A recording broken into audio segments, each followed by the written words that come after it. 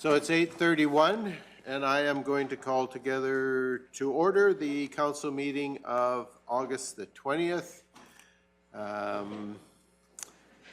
We have an agenda that's in front of us.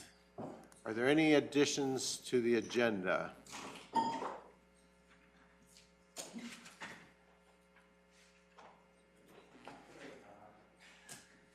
There was a whole bunch of things that I had in mind, but I'm not adding them today. Councillor Christie.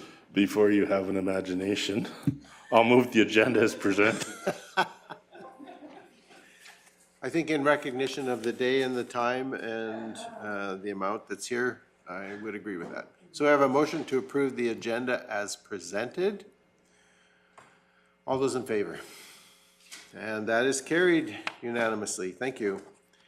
The regular council meeting minutes of the July 23rd meeting were previously circulated. Are there any corrections, errors, additions? If not, Councillor Cunningham. So, Reeve King, just a question for you, and please correct me for any procedural part of it.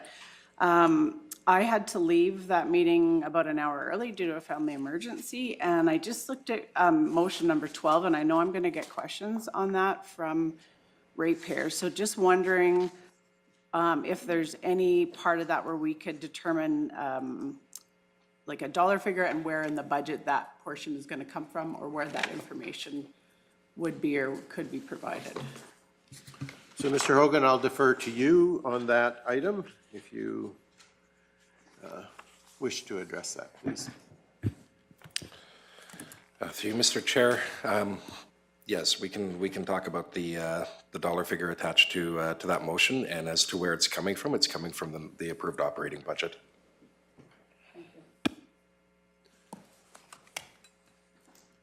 Okay, so you can provide that information, and that then would allow Councillor Cunningham to respond to questions coming from individual ratepayers.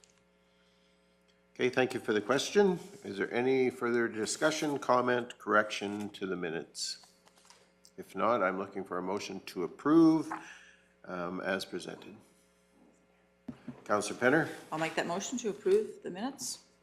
Okay, so we have a motion to approve the July 23rd, 2024 regular council meeting minutes as presented. All those in favor? And that is carried unanimously. Thank you. Okay, I'm very mindful of the time today. So the first item on our agenda is 4.1, Kneehill County Solid Waste Services. Welcome, Mr. McKernan. And anytime you are ready.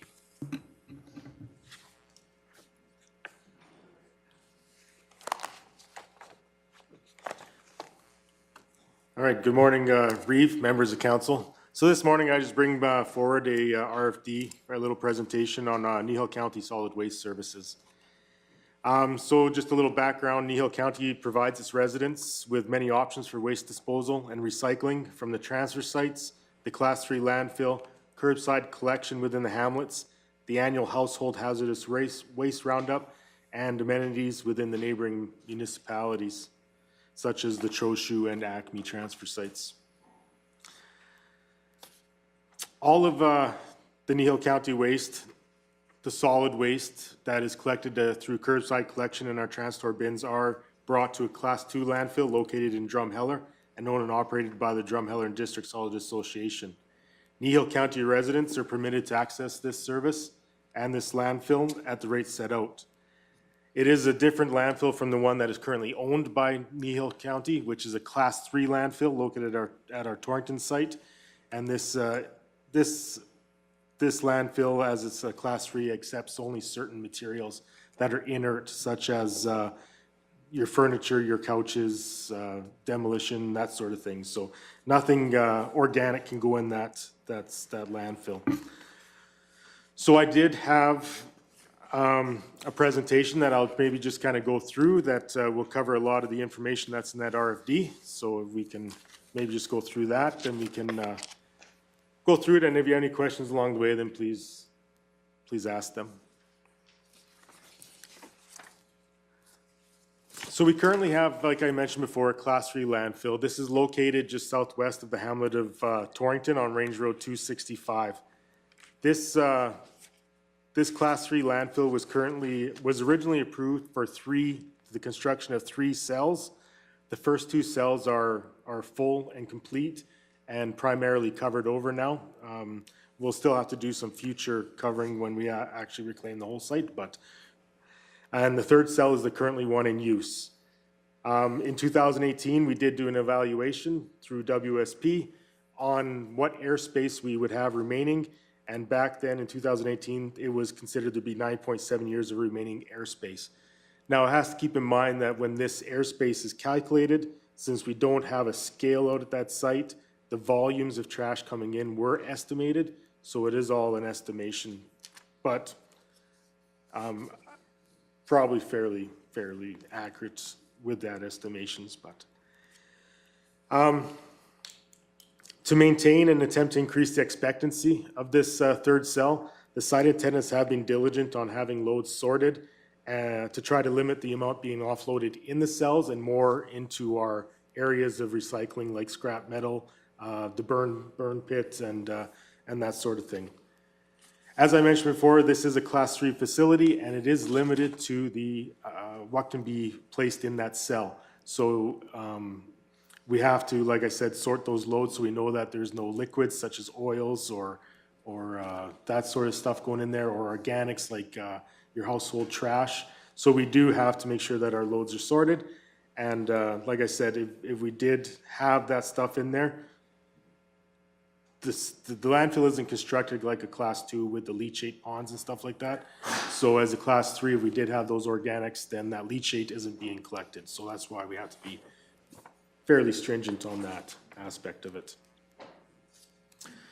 So as I mentioned, we did do that airspace survey back in 2018, and it did have 9.7 years, 9.5 years left. So if that was in 2018, it shows that we probably have about 3 or 4 years left on that cell.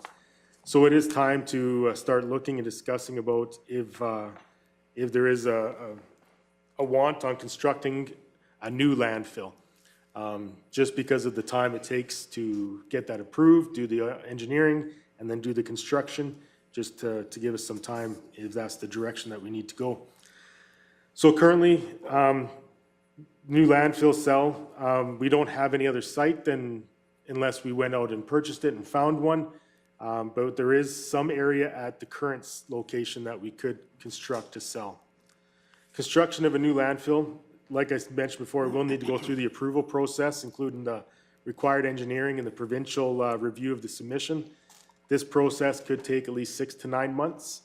And that's just for that part of it, and as well as some of the preliminary engineering to get the designs and stuff done for that.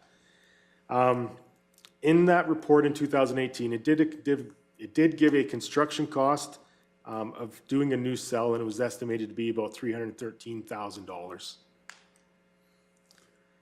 If a new cell was to be constructed, another cost to consider would be the installation of a scale and scale house. That's just to better understand the amount of volume that's coming into the site, as well as the ability to possibly maybe now actually charge fees based on these volumes. As well, if we did construct a landfill, there could be potential equipment costs. The current compactor that we have site is old, and it is functioning well, but it is getting older in age and things like that, and wear and tear on it is becoming more prevalent. But so there would be some of those costs. And I think when we looked at the new compactors, I think it was about $900,000 for one of those brand new. I mean, there is obviously potential for used on it. So, but anyways, just some little info on more costs if we were to conduct it. So up you can see that on the screen is the current site of our transfer site. At the top you can see was our cell number 1, cell number 2, and now at the bottom we're on cell number 3, which is the one that we're currently in use. Over towards the west of the site there, you can see I have a site where the proposed of a new cell. So in that 2018 report, they did have 2 cells to be constructed there. The one thing that they did note, and I don't think they had the accuracy of it, was where that crossroad gas line was. And that green line is actually pretty accurate of where that crossroad gas line is. So 2 cells probably wouldn't be able to go in there. We would have to maybe either make one big one or 2 smaller cells. So the estimated life that they had in that report would probably be shrunk, would probably be lessened just because of the size that they originally thought we could put there that we can't now because of that crossroad gas line. Unless we looked at moving that crossroad gas line, I guess that's always an option too, but I don't know what the cost would be involved in that. But I guess that's an option as well to make those 2 larger cells in that area. So I was just gonna ask you a question with relation to that. That line that's there is just to supply us, it's not a main line going anywhere else? Through the Reeve, that's correct. That actually was installed when we built that grader shed on site. Okay, so it is possible that that line could be relocated if we were looking at the construction of bigger size cells? Yeah, that's true, that's true. I just don't know the costs on it. Yeah, okay. No, thank you. All right, so that was kind of a little information on constructing a new cell. So if we weren't,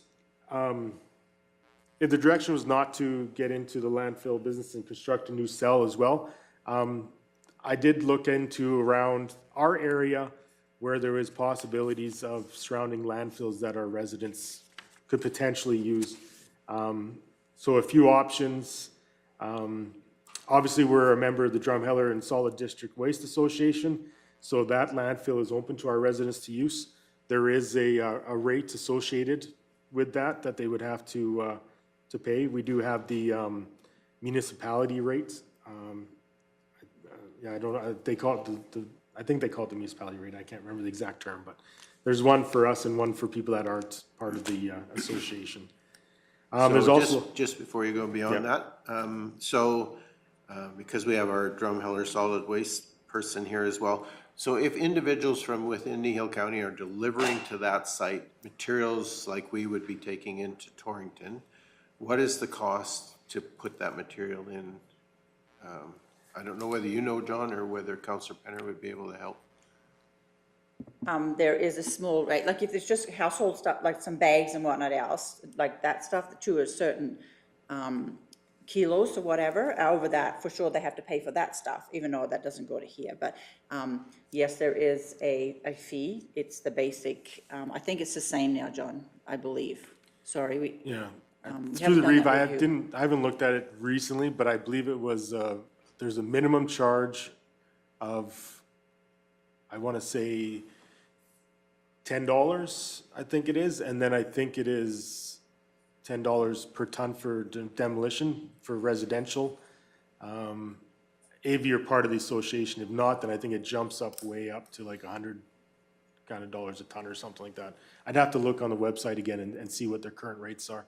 But they do charge, but I don't believe they charge for things like the recycling aspects, and that sort of thing, where you can go and drop off that sort of stuff, like your papers and things. I guess my question was more around if we closed the Torrington site when the cell was full and we didn't look at creating an option for class 3 beyond what we currently have, then those materials are going to have to go somewhere else. Right. If, as a resident of Kneehill County, I then haul my demolition or furniture or mattresses to that location, it's not, I don't walk through the door for free like I currently am at Torrington. So, so that's kind of what I was trying to get at, is there would be an additional cost to our residents that we're not currently charging at our own landfill, although that policy could change in the future too. Right, that's right, Reeve. And to be honest, I think we're the only landfill in this area that doesn't charge, residents or not, kind of thing, so. Yeah, and I think you're right there, and I'll let you know here right away. I'll just pull it up through my agendas here, the exact amount, so I'll let you know within the meeting. Mr. Zier, I saw your hand. Sorry, thanks. Through the chair, as we were talking here, I just did look up the website too, and it looks like the regional rate is $10 for demolition material under 250. It bumps up to $75 per load for non-regional, so non-members pricing. So quite a discount for our membership in that organization. Okay, thank you. Go ahead, Okay. Mr. McKernan. All right, yeah, so then on top of the Drumheller and District landfill, there are also the Big Valley landfill. I'm not sure that's more of a commercial one or not, and not so much for residential, but Innisfail has a landfill. City of Red Deer, City of Calgary has a couple. And I did put the kilometers in the presentation just to kind of see the distances that people would probably have to drive to get it, depending on, this is all from Three Hills. So I mean, if someone's a little closer to certain places, obviously they'd be less. If they're a little further, a little bit more. But I just wanted to kind of give an idea of the active landfills surrounding Kneehill County that would give some possibilities if we didn't have a Class 3. And most of these are all Class 2 landfills, where they would take more than what we can at our Class 3. And just for clarification, again, I understand that the town of Three Hills has closed their landfill to anyone other than non-residents, is that correct? From what I understand is that they're trying to limit that, just because of their airspace restrictions that they have. They are, from my understanding, under the process of looking to get some new approvals for additional areas for their landfill. But until that time, yeah, they're restricted on their airspace, just like we're kind of restricted on ours as well, kind of thing. So, yeah, so they're doing what they can to make that last. And just to follow up to that, and because they are Class 2, then their requirements for a new cell are much higher than a Class 3 requirement would be. Is that correct? Yeah, that's correct. The process would be the same, but they'd have to include things like leachate collection systems and that sort of thing, where we don't have that requirement. Councillor Phobes. If we limited outside people bringing garbage, only county residents, would that extend the life of the Torrington dump currently? Through the Reeve, we don't really actively promote that we do take non-residents. When we do, they're the ones that actually do get charged for it. Probably most of the people that come that are non-residents would be maybe roofing contractors with their asphalt shingles, that sort of thing.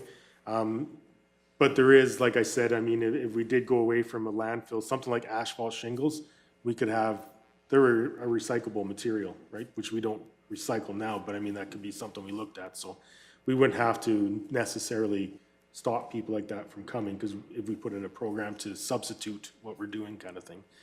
And then the other non-residents would be people from our towns and villages that come, like from Acme, from Horseshoe, things like that, that wouldn't be a Kneehill County resident per se. So those would be the other non-residents. Other than that, we don't get a whole bunch of non-residents from, different areas of the province coming, kind of thing. So. Okay, thank you. Go ahead. Yeah, so that'd be it for the surrounding landfills. So the next slide, I just kind of wanted to just kind of refresh a little bit about what our current services are offered at our transfer sites. So like I said, we do own and operate 4 of our transfer sites. As well, we have agreements with Acme and Horseshoe for the use of their sites that our residents can go to. Each site, they accept the household waste from residents, even through our curbside collection that gets taken to the Three Hills site, as well as their everyday use. And besides household waste, these sites also have different recycling options at different sites. And on the screen there is kind of our promotional material that we use to let people know where you can take certain things. So at our Torrington site and our Linden site are probably our most prominent for the amount of recycling that we take. That includes like the scrap metal, the e-waste, the batteries, the white metal, all that. All our sites take paper or cardboard. All of them take paper except for carbon and twine. We're considered a depot at our Three Hills site.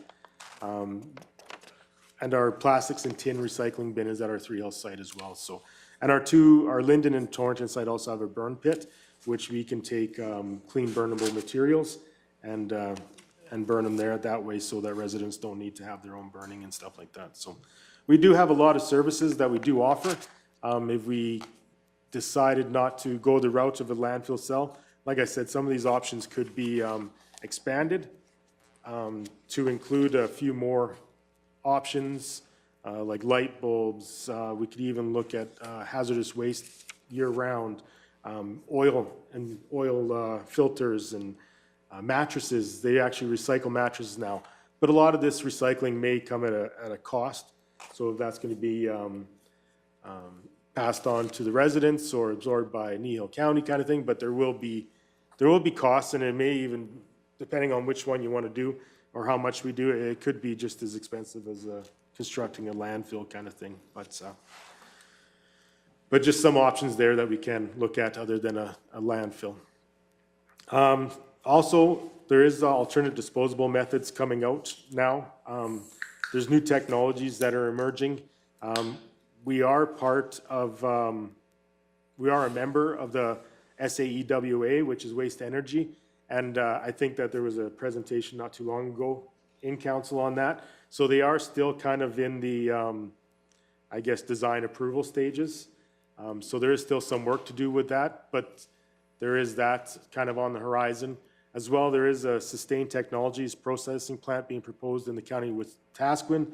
Again, I think that's very early in the stages, so still a lot of work to do on that. I don't have a whole lot of info on that one, but there are things that are coming down the line to try to steer away from landfills.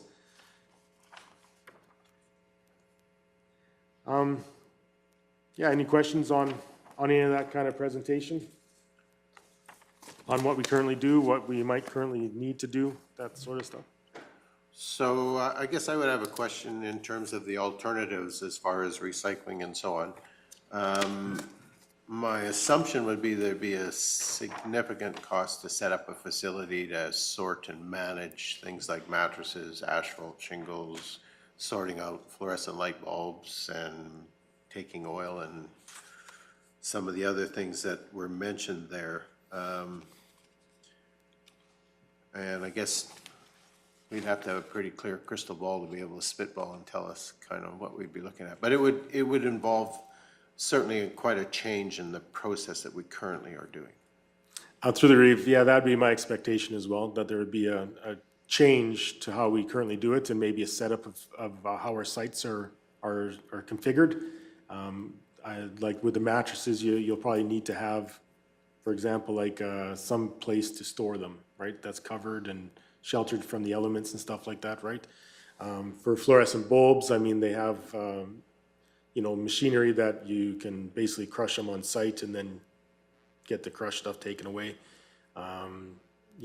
Things like asphalt shingling would be something that would be stockpiled and then shredded at a different later time kind of thing. So there would be costs to those, right? So, because none of those recycling options are covered underneath our association with Drumheller that we do, so they're not part of that whole recycling thing. So this would be our own initiative, so we'd have to pay on it. As well, these would be outside of the EPR that's coming in next year. These aren't part of that at all, so that'd be nothing that would be part of the EPR. That'd be a Kneehill County initiative, so Kneehill County costs. So companies like Waste Energy and Sustain, would they look at those type of materials going into their waste stream? For instance, shingles or mattresses, those kind of things, or is that exclusive and outside of the technologies that they're offering? I think that they take almost anything, but light bulbs and stuff are more considered a hazardous material, so they wouldn't take things like that, I don't believe. It'd be more of the organic waste and some of the inert waste that they would take. And Mr. Zier. Thank you. Through the chair, just adding to that, we did research both of these technologies a bit in the preamble up to this presentation here. Tried to reach out to Sustain and just get a little more information. It's still pretty limited as far as what they're able to release on that. It's in the very early stages of the Wetaskiwin program there when we've contacted them. We looked at the waste energy as well, as council saw a presentation of them earlier this year, and just the current status of that. They are closer than they were before, but we're still, it's something we can look at for the future, especially being a member as a really good potential. But I think what we're looking at really now is what we're doing the next 5 to 7 years of our waste recommendations, like Mr. McKiernan here said, on would the council like to see this as a service level change or continuing on with the current service level, or maybe a potential for a shift in that, where we look at the recycling options. Yes, there's going to be a cost to that, but significantly less than developing an entire new cell and then all the future liabilities that come with that. So a lot of these technologies are very nice and neat, but they do need economies of scale to operate properly. And I think that's where a lot of them are struggling with obtaining the amount of waste, especially in a region. Even though we're regional here, I don't think that we meet that target for a lot of these technologies coming forward, at least on the grand scale. Councillor Forbes? So say the rubble pit was to close completely in Torrington, would you still be able to offer the metal, the garbage, because you have the sites, the equipment that you're talking about that needs to be replaced here shortly because it's aging? Would it still be able to operate if the rubble pit wasn't open? Through the Reeve, yeah, for sure, we would, yeah. The rubble pit's just one part of that site. Yeah.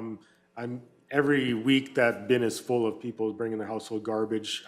The scrap metal gets used quite well. The burn pit is busy. So yeah, we'd still have definite usage at that site if the rubble pit wasn't there.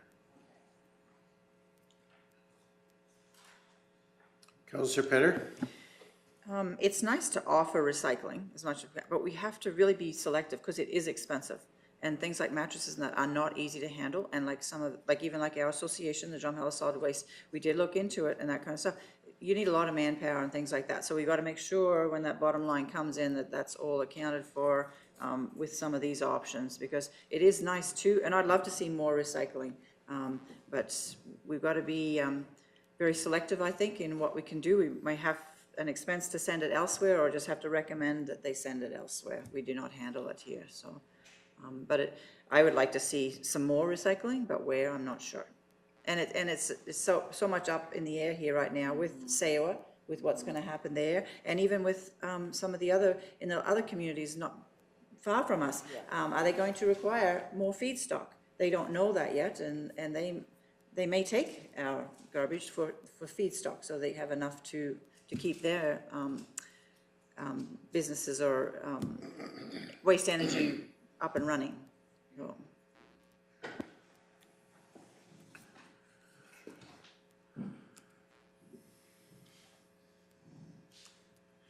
So I guess one of the questions that I bounce around in my head is that if we don't have a rubble pit and if we don't have an option for our ratepayers, then how do we manage those materials otherwise? And I know that there are companies that provide bins for demolition material and cost goes up. And the reason that contractors from Three Hills, Trochu and other places bring shingles to Torrington is it's a cheaper option than the other alternatives, like the commercial companies that pick up that material. So, you know, philosophically, I think as a council, we need to make a decision about what our future is as far as waste management is concerned. I think we heard loud and clear in the landfill conversation that we had for the southern portion through Waste Connections Canada is our ratepayers are saying that there has to be better options. The question that maybe we need to be asking the ratepayers, at what cost? And that might be a conversation that we need to have with them to say is if we do not provide even a class 3 landfill, what is the cost to us as a municipality and to you as a ratepayer? And how do we manage those things? Because I know our urban neighbors often handle things like couches, mattresses, and those big, awkward things with placing bins once or twice a year in a manned landfill site where they can supervise what goes into those, and then that material is hauled away. So, but it still has to go somewhere, and there's still a cost associated with it. It's not for free. Yeah, and those bins, like I said, that could be a plan if that was, you know, to offer that to them. If, you know, like if those landfills aren't convenient for people. You know, like I said, Acme does them, you know, a few, like you were saying, a few surrounding municipalities do it as well. So it's always options to provide that as well as a service instead of a construction of a landfill. Councillor Cunningham? Just to follow up on what Councillor Penner was saying, I think it's sometimes hard for us because Minister Schultz came out, I think, in the past couple of weeks and said Alberta's aiming to create the most comprehensive recycling program in Alberta. So, you know, what is the province going to do? And unfortunately, we know none of that stuff happens in a quick and timely manner, but so hard to know what the future holds. But just to follow up with what Reeve King said too, it was kind of ironic. I held my Division 5 ratepayer meeting the same day that Waste Connections held theirs. So I had a lot of people that were coming from there to my meeting, and we had a lot of discussions, and it was really good discussion, and I think it is a conversation we need to have with our ratepayers. When they were expressing their opposition to that facility, I said to them, that's fair, but what do we want to do? Like, we all produce waste, so if that's not what you want, what do you want to see? So I think that definitely is a conversation that we have to have. There was a lot of awareness, and I have to say, I'm not blaming the ratepayer because I didn't know this before I sat on council either, when we talked to them about the waste that's going, you know, from here to Drumhiller, and people weren't aware of that. So, you know, nobody wants it in their backyard, but, you know, it always does end up in somebody's backyard. So, yeah, I think it would be a really good conversation to have with our ratepayers for sure.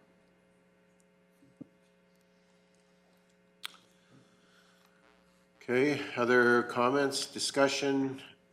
Deputy Reeve Woodstock. My concerns are, I mean, we still have a little time because our rubble pit will still be open for a little while. But we have to have something in place for when that becomes closed. Because we know where the garbage is gonna end up if there's no place to take it. So I don't know what the solution is, but mattresses and couches and that kind of stuff has always been an issue. Rugs, because there's been a lot of that stuff being dumped on roads and what have you. So I mean, we do have a little time, but we do have to have an answer. And the answer of taking it to a landfill in Drumheller or Innisfail or Red Deer is probably not a solution that is going to work for our residents. I don't know what the solution is, but we're gonna have to come up with something. But anyway, thanks for the options, John. I think it'd probably be nice if we could recycle some of the hard to deal with materials. But I don't think you ever recycle couches because that's not like it doesn't go in the same pile as a mattress. Well, it does now, but recycling a couch is not gonna work, so. Councillor Forbes. If that new cell were to go in the front part of the dump there, how long would that last for? I'm sorry, I can't remember. This was a big package, so I'm trying to remember things as we're sitting here having a conversation. Yeah, through the read, I'm trying to remember, I didn't bring it with me, the report, but I think it was, both cells were constructed, it'd be another 27 years, I think. Okay, that's the number that was in my head, but I wasn't 100% Yeah, sure. but like I said, with that gas line there, we didn't move it, we'd have to make it smaller, so we'd probably lose some years off of it, but. Right. Yeah, but again, that's based off estimated volumes, again, like I wanna make that, clear that we don't have a scale, so we can't tell these people how much volume is coming in, we can only guess off of, estimates I get from our surrounding places. Yeah, okay. We do have the option where we could build one of the cells that was proposed without moving the gas line, and then that would give us some additional time. We also have the option of closing our current rubble pit to anyone other than Kneehill County residents, which would also extend the airtime and the life of the existing cell, which would allow us to engage in that longer conversation that we need to have with residents around what they see the future for waste management in Kneehill County looking like. So we do have some options, and even if we were to consider an additional cell, a smaller one up at the front end there, like say we were going to plan on 2, but just do 1 now and then move the gas line and potentially in the future put a second one. The costs that were estimated in 2000 and whatever year that was, 18, as compared to today, are going to be significantly different as well. So I think we probably at this point in time have more questions than answers. That's good. And we need a lot more information to move this conversation forward, not only just within council here, but I think with our residents to say, okay, you're saying to us, you want Kneehill County to look at other alternatives. The alternatives are Southern Alberta Waste Energy. The alternatives are Sustain. But even those individuals or those entities are not going to take every bit of waste that's generated within Kneehill County. So then what happens to the other materials that they aren't going to take, and how do we manage those? And if landfill is not an option that our residents are willing to consider, then what are the alternatives to that? And to me, that becomes the big conversation that we have to have, is to help them, A, understand that as much as we don't want landfill, maybe necessarily within Kneehill County, landfill is part of what answers the solution to some of those hard to manage materials. Like, yes, you can grind up concrete. Yes, you can recycle shingles. And yes, you can do a lot of those things, but they also have to be sorted out of the other rubble that comes from that demolition project in order to allow that recycle to take place. So, Councillor Penner. We have a lot of work to do here on this, and to me, we should be putting a halt to outside Kneehill County unless in our collaboration framework with the adjoining municipality, we have some kind of agreement, just to make sure there isn't an agreement with them. But to me, right now, because there's a lot of work to be done here, and we're talking about big dollars here, I feel that we should be extending the life of our cell as much as we can, and to me, it should be closed to outside ratepayers. Okay, thank you for that. Other discussion, conversation, comment?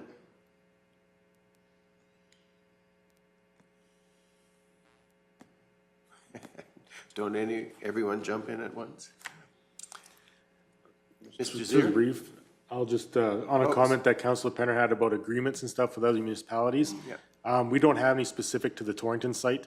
We do have them with our Linden site and that sort of thing, Acme and Linden to use that site, as well as our Carbon site for Carbon to use that site, but none specifically to the Torrington site. So specific to the rubble pit, we don't necessarily have any agreements. That's correct. Mr. Zier, you had a comment? Thank you. Just through the chair, so just building on the conversation here and kind of the direction that we're recommending council go with this.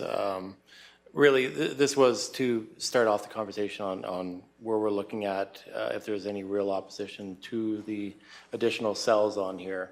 Knowing that we have some outdated data and we need to really provide some clear numbers going forward on what our options are. So our next stages here will be kind of looking at what a more firm number would be on this landfill cell development, as well as looking at the options of recycling. So if we're looking at oil, what that looks like for a yearly cost based on typicals in the area, roll-off bins, that sort of thing for rubble, as opposed to having a landfill. And we can provide those numbers to council for a little bit more direction as far as these are what we're looking at, rather than understanding what we have with the data we have right now. So. Okay, thank you for that. Deputy Reeve Whitstock. Well, we know the numbers are gonna be exorbitantly larger than what is stated, but what are the regulatory rules that we're gonna have to meet? How long is it gonna take to go through that process? Because I know at one point in time we were looking at doing this, and it was going to be a multi-year process to get to the point of even digging a hole. So we should know that, hopefully. And if once we know what the length of getting the regulations in place, then we'll have a better idea of what to do. But I'm hoping it's not a 5-year process.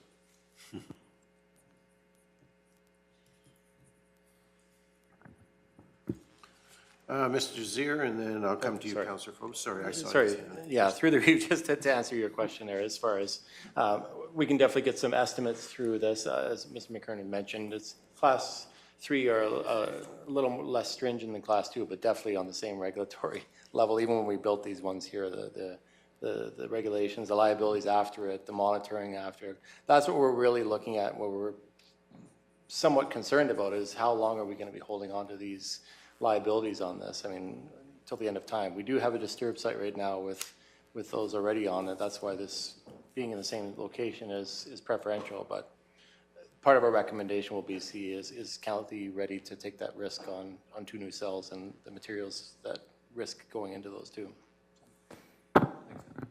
Councillor Phopes. I would like to see the cost of what it would do to have the new cell, just because then that would allow the province to figure out what they're doing with their recycling program. That would just give us the ability to figure out what we need to do. So I would like to know what the cost is to put the new one in. Multiply by 2 or 3.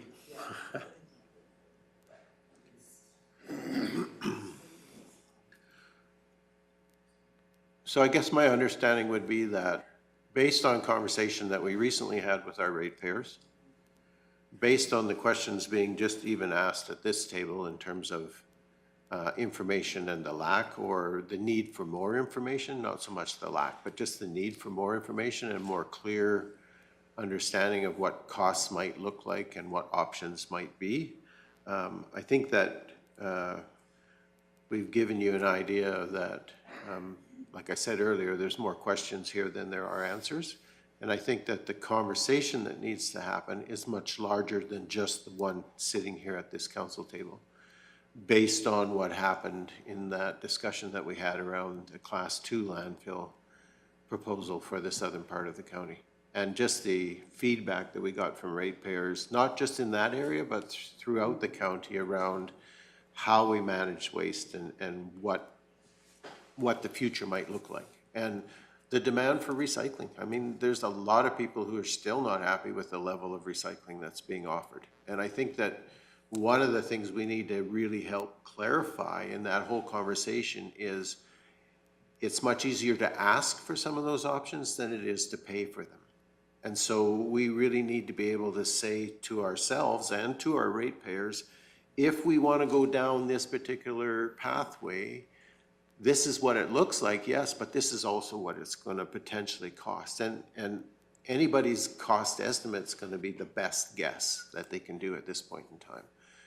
And that's the reality. And so in fairness to ourselves and to our ratepayers, we need to be able to say, if we take this pathway, we are estimating the costs are going to be this, and this is how it's going to affect you as a ratepayer in terms of taxation and all those other things that have to be factored into that decision. So I guess we're giving you your homework, really. And you were anticipating that, I'm sure, that we would be saying we need more information. And is there other things that you need for us as council to clarify for you, Mr. McKernan, and for you, Mr. Zier, and administration as a whole around other things that you might be looking at that you're looking for feedback from us immediately? And I think we need to address Councillor Penner's suggestion and my comment earlier around what do we do with our existing cell and how do we extend the life of that to give us the time to have the conversation.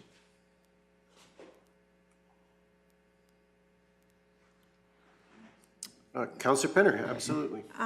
I don't want to see us not look at a Class 3 landfill where it's at. We've been approved at this location for the 3 cells as it is right now. So I think that's still very important that we have a bit of a vision for the future, possibly at this location, to open another cell. So please, like, I'm still strongly recommending that those numbers come back to us, even though there's a lot of, it looks like there's going to be a lot of options out there in the future. They look good right now. Whether they come to fruition or not is another thing. But I would still like to see those figures come back.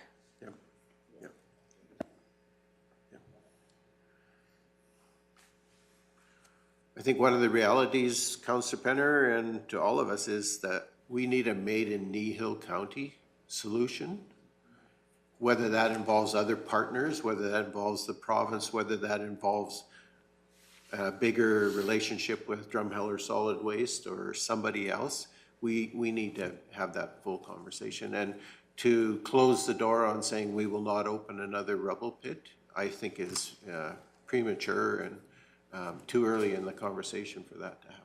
But we still need to consider how we manage the existing cell 3, that's currently open and taking rubble.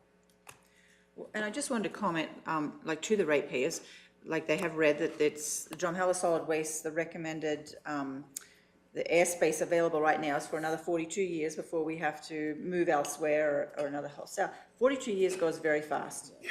And so we can't just think, oh, there's lots of time, because there is not lots of time. That'll be, 42 years will come before we know it. So I think we need to get the horse in front of the wagon here. Councillor Phobes? And I will agree with you on that, because when I moved to Torrington almost 30 years ago, they were just about ready to close the first cell at the dump there. And so when I look at the other two, it's basically 15 years a cell if I'm looking at what's currently happening out there, for at least my. Okay, thank you for that. So I guess my question to you, Mr. McKernan, and to administration as a whole, is have we given you some clear guidance? Would you like some further clarity? What are we missing in this conversation that you would like us to address to allow you to go back to develop additional information to bring to us as council? Mr. Zier. No, I thank you for that. I believe we have the information we need. Thanks for that. I believe we do have the information. Like I say, we'll come back with an updated number. Like it'll take a bit of engineering. We'll have to do an assessment, talk to environment, like go through the whole process to understand what our current responsibilities are on developing this landfill. So it'll take a bit of time to get that back as far as the land sale. But like I say, I think the other option is prudent to go and look at what the other options are for even providing the bins, which would retain the same amount of material in here, and what that cost would be, which actually bringing that outside of the county, because there's nowhere to dispose of it right now currently in the county. So looking at what it looks like for roll-off bins, for rubble, construction material, that sort of thing, and then compare the costs on that with these new landfill things. That's what we're going to primarily bring back to the council. At the same time, I think a little more investigation. Like I say, on SEWA, I mean, we're at the mercy there of where they're at with their approvals and that sort of thing. Diving a little bit deeper into sustain and seeing if these, at least allowing them to know that we're interested in the conversations with these kind of technologies, to see if they're willing to investigate our potential. I think that's a really good option to go forward, at least to have that conversation. So those are the things we're going to go away with and bring back to council for a discussion. Okay, and I think the key is, even though we are Drumheller Solid Waste member, even though we are Southern Alberta Waste to Energy member, doesn't close the door to other options and other possibilities, and that we need to keep those doors open, because as Councillor Penner said earlier, and has been alluded to, you know, there's talk in the province that there might be a bigger solution. Well, we don't have the time to wait for that. Exactly. And so I guess as long as you have clarity, and the last question I would then have for council would be is, do we want to do something quicker regarding cell 3 and our own rubble pit? And do we want to give direction to administration as to how we might want to extend the life of that? And if the answer is yes, then the question that I have is, what is that direction that we want to give? And are we prepared to do that, or do we need more information in order to do that? And if we're going to ask for more information, my suggestion would be that we want that to happen sooner rather than later. So I'm looking for direction from council.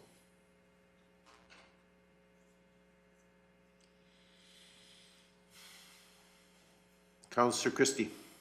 To close the landfill to non-residents of the county isn't a large volume. Do you have any concept of percentage or anything that might be coming in that would give us an idea of what that would do if we did close it to outside residents? Through the Reeve, I don't really have anything accurate. We don't have a system in place that tracks that sort of thing. it'd be hard to give you an estimate.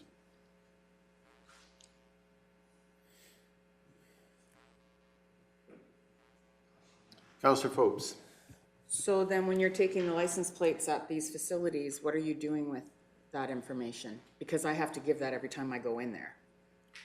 We do have the registers. Okay. Yeah, but I've never sat down and gone through because it's all paper. It's not electronically done, so I haven't sorted out residents compared to non-residents.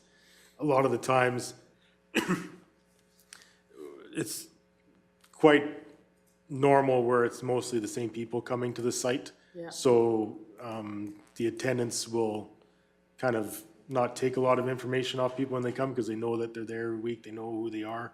Yep. Whereas if they don't know someone, that's when you'll have to provide a little more info kind of thing. But again, someone can say they're from Southwest 2 and 3128, and they'll be like, okay, look on the map, yeah, it looks good kind of thing, right? So there's not a robust way of checking if you're a resident or non-resident. Deputy Wittstock, and then I'll come to you, Mr. Zier. I'm also very cognizant of the time, so this conversation is gonna end in 3 minutes to be continued after. Well, thanks, Mr. McKiernan, because you pretty much answered my question. Because a license plate means nothing.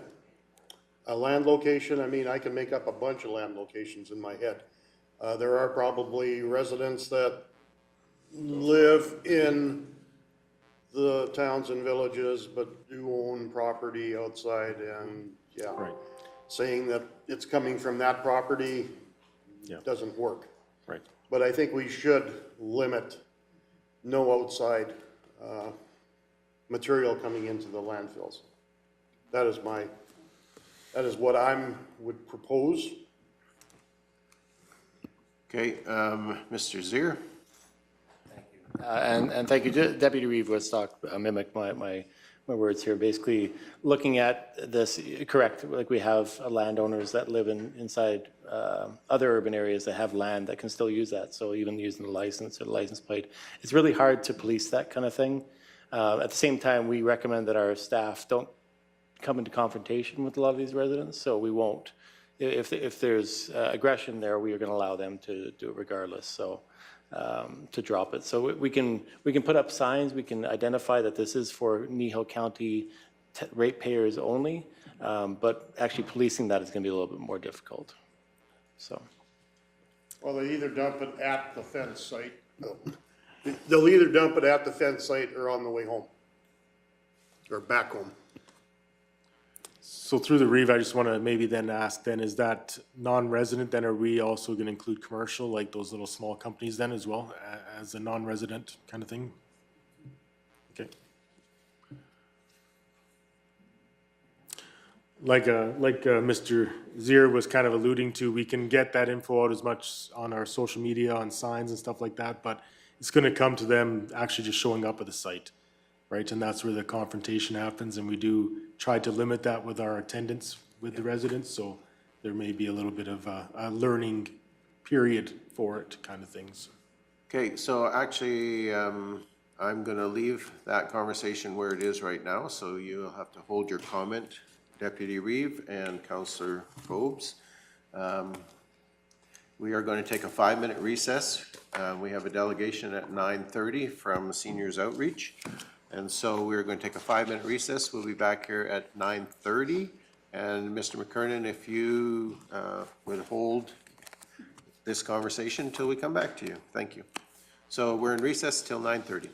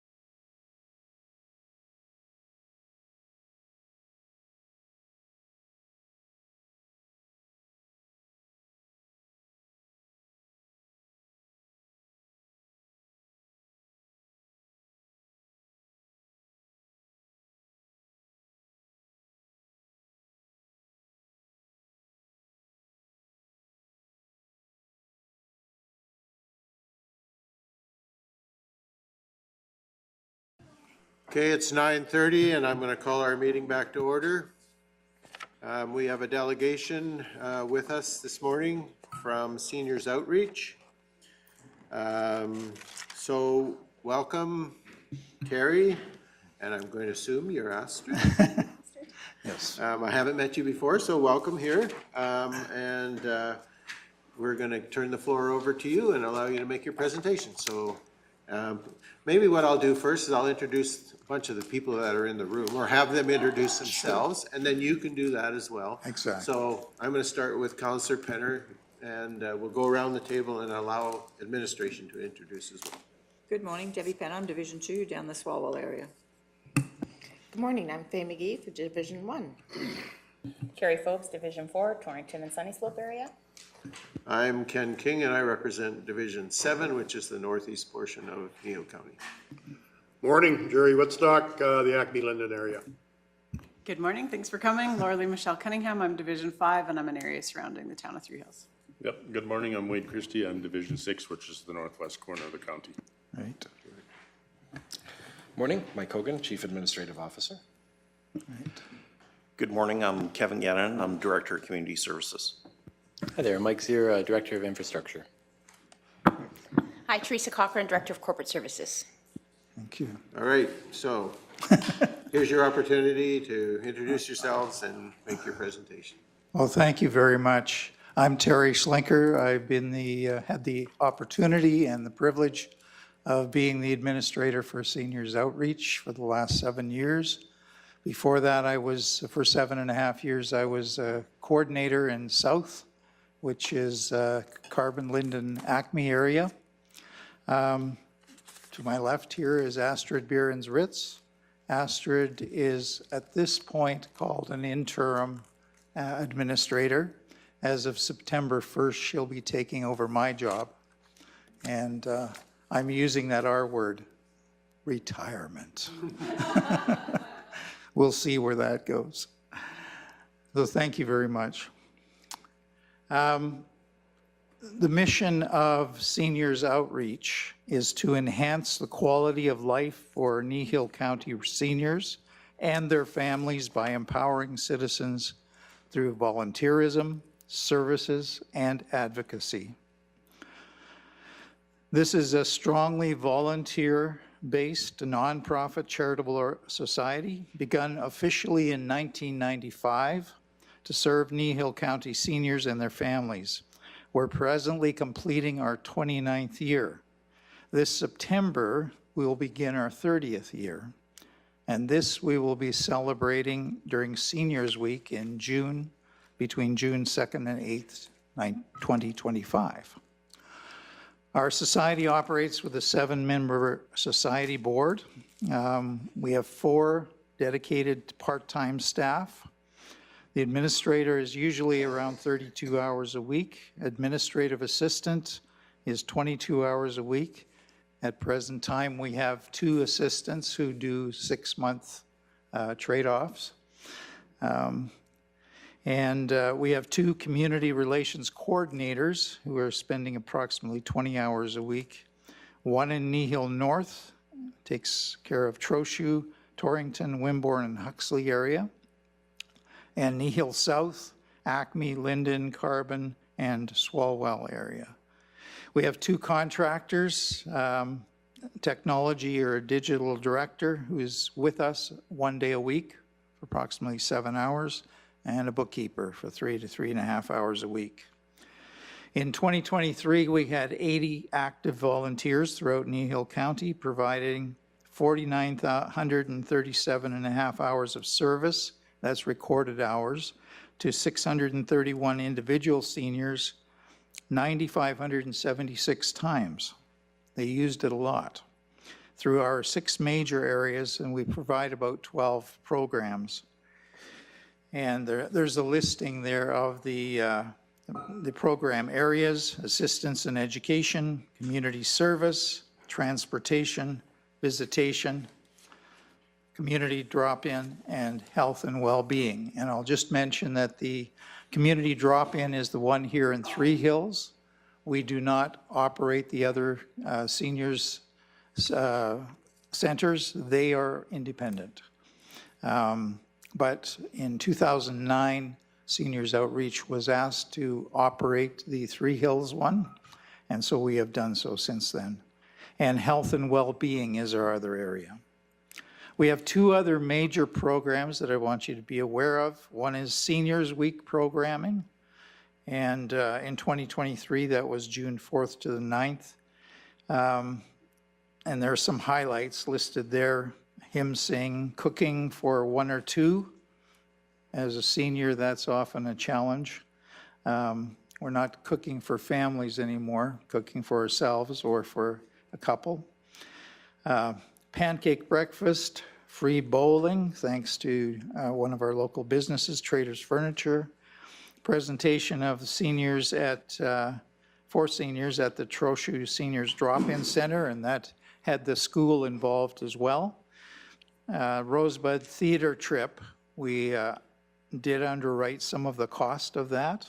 We're able to. County pool tournament, continental breakfast, and a pie judging contest. And some of you missed it last year. And we had one this year as well, and you missed it again. Boy. Gifts for Grandparents is our other program. It actually, I didn't put it on here, but we actually started that a number of years ago through Red Deer. And for a year or so, 2 years, I believe, we had bags given to us from Red Deer for our seniors, and we finally decided, why don't we do this ourselves? And through time, our bags have gotten smaller, but we've increased our giving. And this last year, we put out about 410 bags across the county.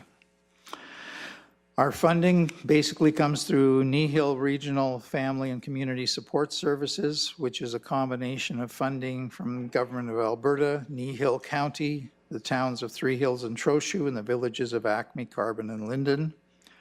Any grants that we're able to achieve through federal, provincial, and municipal and organizational opportunities.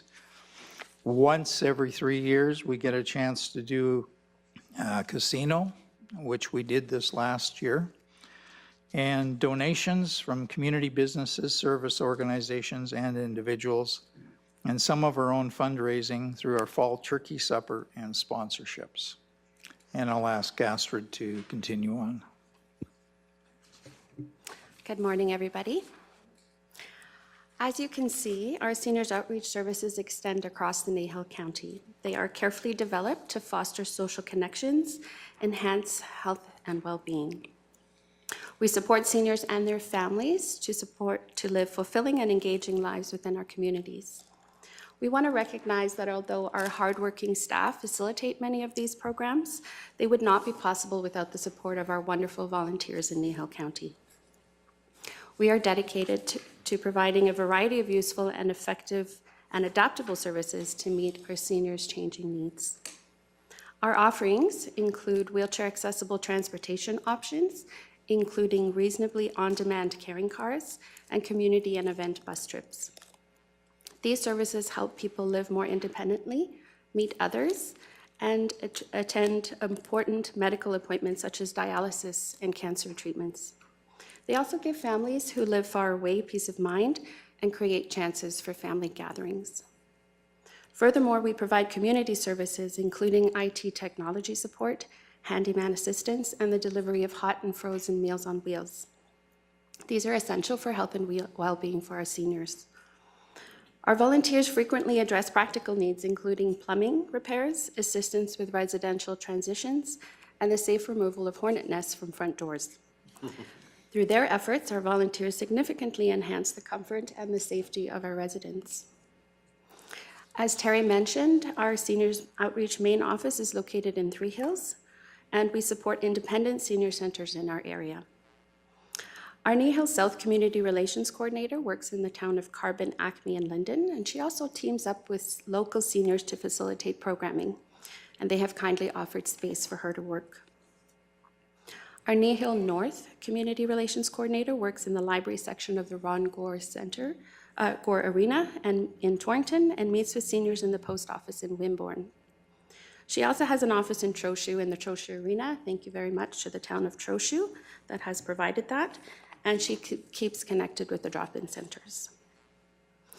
Our team is committed to helping seniors. We guide them through government forms to get the benefits that they need. We also connect seniors with helpful resources and support groups such as the Grief and Loss Support Group, which we hope to initiate again this fall. Our seniors outreach staff are dedicated to supporting our community by offering inclusive, interactive, and accessible programs. We want to encourage independence and foster connections. We do believe that these services play a really important part for our seniors. Personally, since I've started there, we've seen clients who didn't know about government services, benefits, and funding get the important help that they need thanks to our staff. We've also assisted senior clients experiencing homelessness by connecting them with food, shelter, and housing options, and facilitating transportation with the help of our dedicated volunteers. This is normally done through caring cars. Additionally, senior newcomers find a sense of community, forming relationships, and even becoming volunteers themselves. And this is lovely to see in our community that is so open and welcoming to newcomers. We've seen anxious seniors transition into new phases of life, gaining empowerment, finding assistance, and joining supportive groups.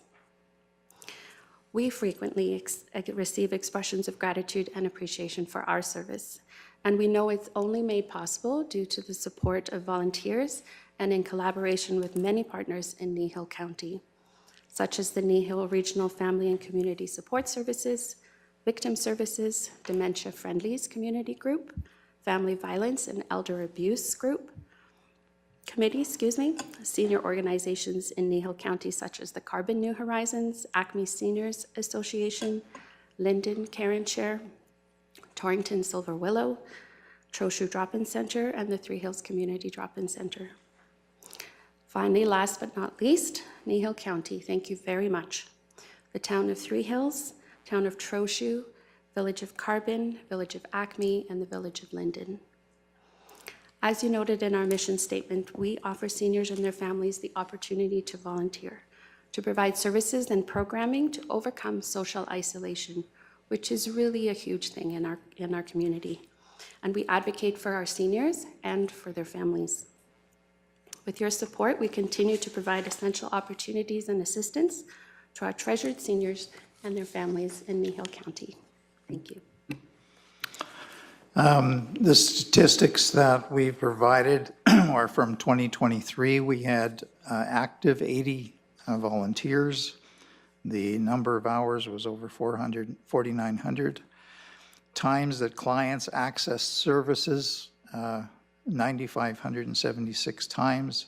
631 individuals were served, and we had 12 new volunteers sign up. Our volunteer hours, I'm not going to go through all of them, but just note that some of our largest ones are caring cars and our community drop-in center. And just in the office assistants. I've also included client tracking sheets from our report. They're for the areas. The first one is our main office.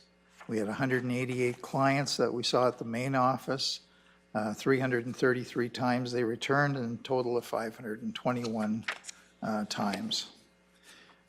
The next sheet is the IT. We just began that really in earnest. And what we do is a trade-off between seniors outreach and Kneehill adult learning. The technology person is hired 4 days a week with Kneehill adult learning and is hired 1 day a week with us. And then there's a client tracking sheet for Kneehill South and the different communities, new clients seen, return of clients, and total number. And the final sheet is the Kneehill North, Trochu, and some of those folks were seen in Three Hills as well by that coordinator. As we go forward, Seniors Outreach Program Society has recognized growing needs within the following, which are not covered by Kneehill Regional FCSS funding. One is our IT or digital area. It's developing, it's growing, and we're finding more and more folks are buying tablets, buying computers, cell phones, and going, how does this thing work?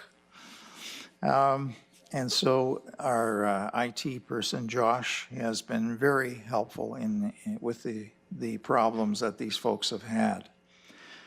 As well, one of the major concerns has been the area of scams and viruses.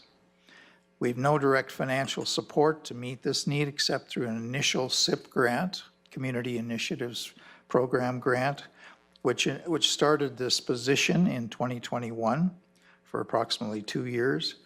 And through a partnership with Kneehill Adult Learning, we've been able to hire that same technology person for a day a week with us. We are also able to direct some of the seniors' traffic to CALS as well, as if they're not able to come to our office. Secondly is transportation continues to be a major activity through our caring cars and buses. We have, of course, a community bus, 22 passenger, and wheelchair bus as well, which can accommodate about 12 people, or two wheelchairs and about 6 others. As funding becomes available, we want to extend that travel throughout the county and beyond. With seniors beginning to deal with giving up their licenses and vehicles, more travel through our programs will become important. And thirdly, one area that I've been frustrated with for years, and I know others have, is elder abuse, domestic violence, and special needs. Seniors Outreach continues to see the need for an advocate and, if possible, a part-time social worker to be actively involved in and focused on senior support. At present, no funding or support in this area has become available. We continue to work at developing these in all of our program areas as we proceed into our 30th year of operation. And so on behalf of Astrid and myself, we thank you very much. Are there any questions? Okay, thank you for that. Are there any questions from council or a comment? Councillor Penner? Thank you for coming in, and I wish you all the best with retirement, and thanks for what you've done in the area for the seniors and whatnot necessary. My question is, when it comes to caring cars, the society, or we call it society, doesn't own any cars, do you? They're all volunteer cars. Okay. Is that something you're looking at in the future, at least to providing the odd van or anything like that? Is there? Yes, we would like to provide at minimum a wheelchair van if possible, but again, funding. Right. Oh, and for sure, and we hear that a lot. And the only reason I bring it up is it's kind of nice to take that away from the ambulances. When an ambulance isn't really needed, it's just a van that you need to get people to their appointments. Yeah. So, thank you. Okay, any other comment or question? Councillor Forbes? What would the cost of a part-time social worker be for your organization? Just a rough guess. That's a good question. Oh, I'm okay. not totally sure where the dollar is at this point. Probably, if I can pass it on here, Laura Lee might have a better answer than I do. But I would envision you're probably in the $30 to $40 an hour range. Oh, okay. So you can ask the other councillor. Councillor Cunningham, you had a comment or question? Yeah, and just to follow up on Councillor Phillips, yeah, that is interesting because it was, time flies, but I don't know if it was 7 years ago, it was actually the provincial government that initiated the elder abuse kind of program where there was no hands-on care for people, but it was more just exploration. So the sad part about that was when that expired, then there was no follow-up. So we recognized that there was a need and had all the statistics, but then nothing ever came from that. So that's another advocacy piece for the provincial government, in my opinion. But so Terry and Astrid, I just want to thank you both for coming, and yes, congratulations on your retirement, Terry. I hope you enjoy it. I actually asked for you folks to come because we do hear from FCSS quite frequently, which is amazing, and always amazed at the work that they do. But we do have a very large seniors population, and if you actually go on the 2021 census, people, I think, would be shocked how many seniors we actually do have in Kneehill County. So I think it's very important to highlight some of the programs that you folks offer. I had to giggle a little bit about the IT program. My mom talks about having Josh come and help her with her computer. So as a family member and as her grandkids would say, thank you very much for that. And I do love that collaboration that you guys are doing with Kneehill Adult Learning. I could go on for an hour about all the programs and stuff that you guys do, but Please feel free. yeah. Sorry, the the Reeve agenda came, doesn't allow for that. yeah, the Reeve might cut me off, so, but one I just have to highlight is the Gifts for Grandparents program. I know years ago I was involved in that program, and we had a student at that time that went to a local lodge. And I think what people don't realize, sometimes those of us that have lived here forever, they think everybody knows everybody. But we're seeing it more and more, especially in the last couple of years. People are moving to our communities that have no ties. So when the student showed up, met with a senior, there was tears because the senior had nobody here in the area. So to actually get a gift and get a visit, it meant the world to them, and what an eye-opener too for the students that participate as well. So again, kudos for everything you do, the carrying cars, everything. It gets people from point A to point B to their appointments, to family, whatever. But yeah, so again, thank you for everything. Okay, Councillor Christie. Just a comment that your programs like yours makes me really want to live in this community, so thank you very much for that. Okay, any other comments or? Okay, I'm not seeing any. So I guess I get the last shot at commenting. So one of the reasons that FCSS is in partnership with Seniors Outreach is we recognize that the work you do is valuable, and it's work that if you weren't doing, we would be doing at FCSS. And so we're grateful for that partnership. And as always, funding is an issue for social programming in Alberta. And it's something that I personally and this council has advocated to the province over and over and over.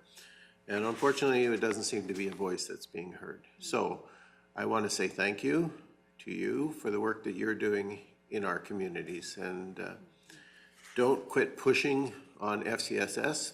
I wish you success there, but don't quit pushing, and don't quit asking for help within the community. It's very important to have the needs that you have recognized within the community and look for that community support. So thank you for being here today and for sharing about the work that you do. And I acknowledge that it's extremely valuable and very, very necessary. So thank you. And thank you. Congratulations for your retirement. I hope that you don't disappear, that you stay actively engaged in one way or another. And Astrid, I wish you all the best in your new position as well. Thank you very much. Thank you for your time. Thank you for being here.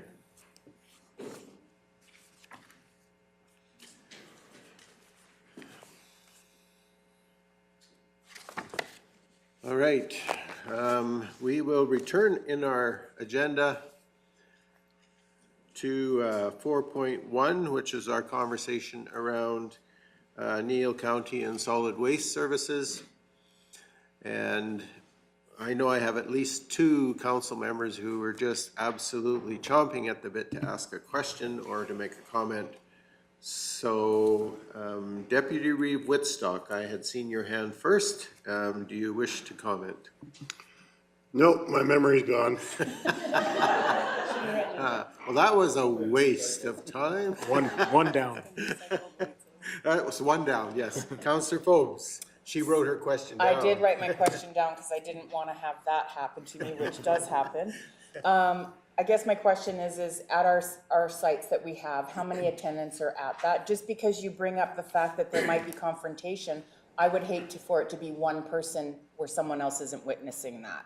So that's why I'm asking, how many attendants do we have? Because you say plural when you say attendance, but I thought that some of our sites only have 1. Yeah, through the Reeve. Yeah, I just say attendance because I include all of them into one thing. But all our sites have 1 attendant at, except for Torrington. We do have 2 at that site, just because we have the one that usually greets and talks with the people at the shack there, And then another one that usually is going around the site, making sure that things are getting put in the right place, that kind of thing. So we do have 2 at Torrington each Wednesday and Saturday, but 1 at every other site. Okay, and I think it's pretty clear to us and to staff and administration that we don't want to engage in a very confrontational situation, and totally support the fact that if someone is going to be aggressive and upset, that just go unload your stuff and say goodbye. All right, Councillor Penner. So when I brought this forward, I didn't mean to implement it overnight. There will be some education that will need to be done, and like I'm thinking I would be reasonable as of January 1st. And that way, and I feel our attendants for the most part know our ratepayers who are coming in. They see the same people for the most part. I know there's a little bit of a turnover sometimes at some of the sites with the staff, so it won't be 100%. I think we just need to do a very good job at get the word out there and educating our ratepayers and the public that are coming to these sites that as of January 1st, if you are not a ratepayer, you will be charged for this. So then I put that word out there, you will be charged, or do we say redirected or not accepted? Or are we prepared to charge them? Do we want to charge or say no, period? I know we can't weigh it because there's no scale. So it would just be, if you have a three-quarter ton. Through the brief, we do charge. So it's based off size of vehicle. So if they bring a half-ton truck, it's $20. If they bring a trailer that is 10 to 15 feet, I think, I can't remember exact measurements, but it's $50. And then it goes up to like large loads up to 100, but we usually turn away those large loads anyways, kind of thing, because we just don't have space, right? And that's for our ratepayers as well as outside? It's No, all the same? just the outside. Just Yeah, outside. just- Okay, sorry, ratepayers, John, I they didn't can bring realize that. whatever size of vehicle they want and use the facility, but yeah, if there's non-residents or commercial businesses, then they do charge. Okay. But they do encourage any of those large loads to look at alternative Okay, so ways. after I've heard that, I'll correct it, that we will just do a very good job at educating and advertising that we no longer are able to accept as of January 1st. Okay. Just throwing it out there, Council, for further I do discussion. have one thing, though. There's a lot of times where a commercial business will be doing work on behalf of a resident. Then you'll get the resident saying that, well, it's so there's a lot of confrontation that will happen from this. I just want to kind of, but any commercial vehicle will be considered commercial, not residential, so. So I guess the comment I would make is just that if we start to educate now, and we clearly identify what our goals are, and we clearly support our employees at our landfills to say, you are not the gatekeeper in terms of if someone's going to be absolutely adamant they're coming in here, they're coming in here. But if we start to educate the contractors that they know, or individuals that they know that don't live within Kneehill, that we are no longer going to be accepting your rubble, that you have to find an alternative location as of January 1st, if that's the date, that'll help. And that'll set the expectation maybe. And then it's a matter of, as council and as a municipality, for us to educate our own residents around why we're doing what we're doing and help them understand that if it is material that they are creating, that our rubble pit is an option, but there are other alternatives. And I had a conversation around shingling my house and replacing roofing on my house and garage. I just called Uncle Rob and he brought a bin and the material went in there and it disappeared down the road. I'm assuming to Drumheller or Red Deer or somewhere, and I paid for a fee for that, but it is available. There are options available.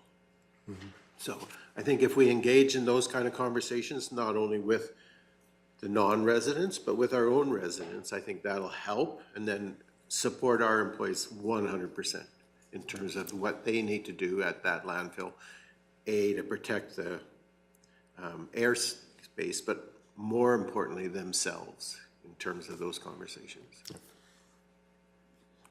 Through the Reeve, I just wanted to add one more thing. When I was speaking on the agreements that we have with the other municipalities, I did forget that we do have an agreement with the town of Horseshoe, where we do clean out their burn pits, and that material, after it's been cooled and separated and stuff, does go to Torrington as part of an agreement, so we do have that one. That's in our ICF with Horseshoe, correct? I believe that's where it is, yeah.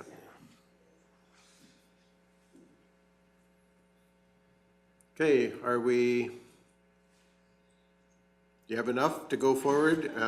Is council done with this conversation? Are we gonna dump this conversation and move on to another? Mr. Zier, you just couldn't leave it alone, could you? That's right, I couldn't let it go there, but just a recommendation, if council does want to go with the option for stopping the outside usage of the site, if council would make a motion to that effect, and then we can have it on the record here. Okay, thank you for Definite that. start date. Someone caring to make that motion? I will. Okay, Councillor Penner, please. I will make the motion that council restrict the use of the Torrington landfill to Kneehill County residents and businesses should I put a date in there? Yeah. As at January 1st, 2025.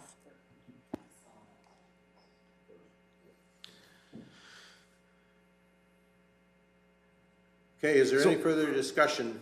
I have a little bit. When you say businesses, is that Kneehill County businesses? Or, because, I mean, someone, you know, could be a contractor located within Kneehill County but bringing in outside materials. So I don't know if we just want residents or do we want businesses in there? And I mean, I'm not talking like the small businesses that come and bring boxes or, you know, that kind of thing. But I just want to make sure that when you say businesses, what are we saying? Because like I said, Well, and we're not restricting use of the, so when you say Torrington landfill to me, I think TransStore, metal, burn pit, blah, blah, blah. It is the actual rubble pit. That we're talking about. Yeah, yeah. And so I guess you understand what we're talking about, and the communication needs to be clear. And so that's a good clarification. So Kneehill County residents, because I'm assuming if that business is located in Kneehill County, that the owner operator of that business likely is resident there as well. But it's a tough assumption to make. Mr. Zier, I knew you were going to come back. Just maybe a suggestion for, because as I mentioned, we have some landowners that have ratepayers that have land but don't necessarily reside in the county, so we could add, we still want to allow them to have the option for removing that, or maybe we don't, I guess. Because some of them have yard sites but not necessarily residents within the county. So we could limit it to ratepayers, they're the ones that are actually paying the taxes for the use of that site as well, correct? So the residents. So you're suggesting we change the motion to read Kneehill County ratepayers? And then we don't have to have located in Kneehill County, they're just Kneehill County ratepayers? Correct, yes.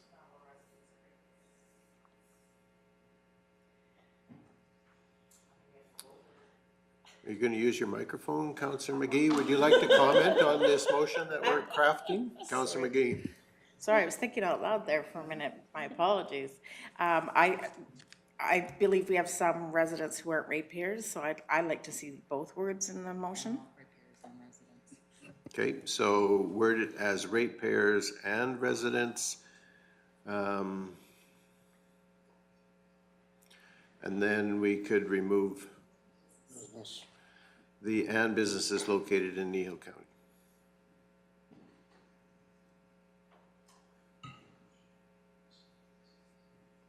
So Councillor Penner, because this is your motion that we're mangling and adjusting and rewording, are you okay with the rephrasing of your motion? I am, and for years now, it's convenient for the ratepayers on the west side of the county to use Torrington. Us on the east side, it doesn't make sense for us to come all the way over here. So we pay the small amount. It's not a huge amount, but I mean, it's still, you know, $10 and then the 65 or whatever after that. But, so we go that way. So I think if somebody's hiring a contractor, they'll know they have to take it elsewhere, you know, they're a business. So, but no, I'm happy with, I would accept that change in wording. Yeah, and for myself, I don't have the ability to haul a large load to Torrington, and that's why I just call up and get a bin placed in my yard. It's just the convenience factor, right? There is some cost associated, but it's certainly way more convenient than calling up Councillor Christie and borrowing one of his trucks and loading it in. And so there are, people deal with this in different ways, depending on where they are located within the county. And so really what we're looking at in this motion is to protect the space that's remaining within our cell, within the landfill facility at Torrington. Any further clarity needed? If not, are we prepared to vote on the motion as it reads, that council restrict the use of the Torrington landfill to Kneehill County ratepayers or residents effective January 1st, 2025? If not, I'm going to ask the question. All those in favor? And that's carried unanimously. So I'm going to say one last time to administration, you have clarity and direction and you have an idea of where we're going. Do we need to provide you with anything else? Mr. Zier. Through the read, thank you. We have everything we need to move forward. Okay. So there is a motion there that's been suggested that we give some direction to administration around investigating the cost of providing waste services at the Torrington site, and I think it needs to be expanded to within Kneehill County as a whole, but I don't know how we want to word that. Mr. Hogan, are you looking for that to be a motion and therefore provide that solid direction to administration, or?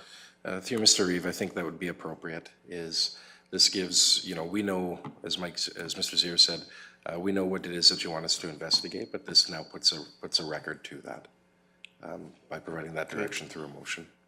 So then I would suggest we, before anybody makes that motion, that we direct administration to further investigate the cost of providing waste services within Kneehill County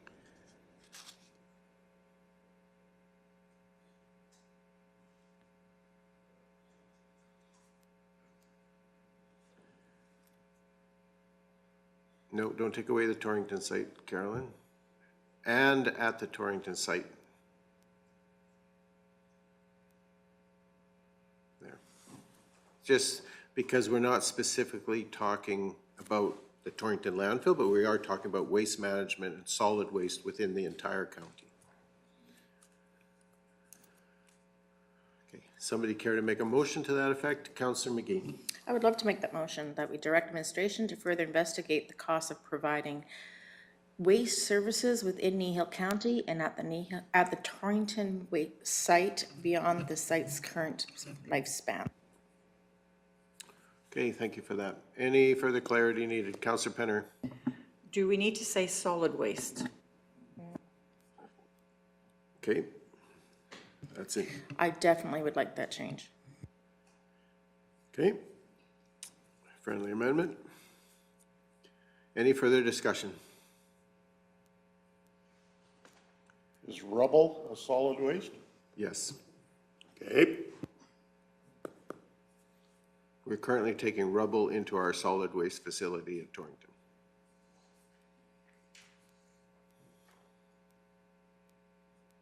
Okay, I'm not seeing any further discussion. All those in favor of the motion? And that's carried. Thank you very much, unanimously. All right.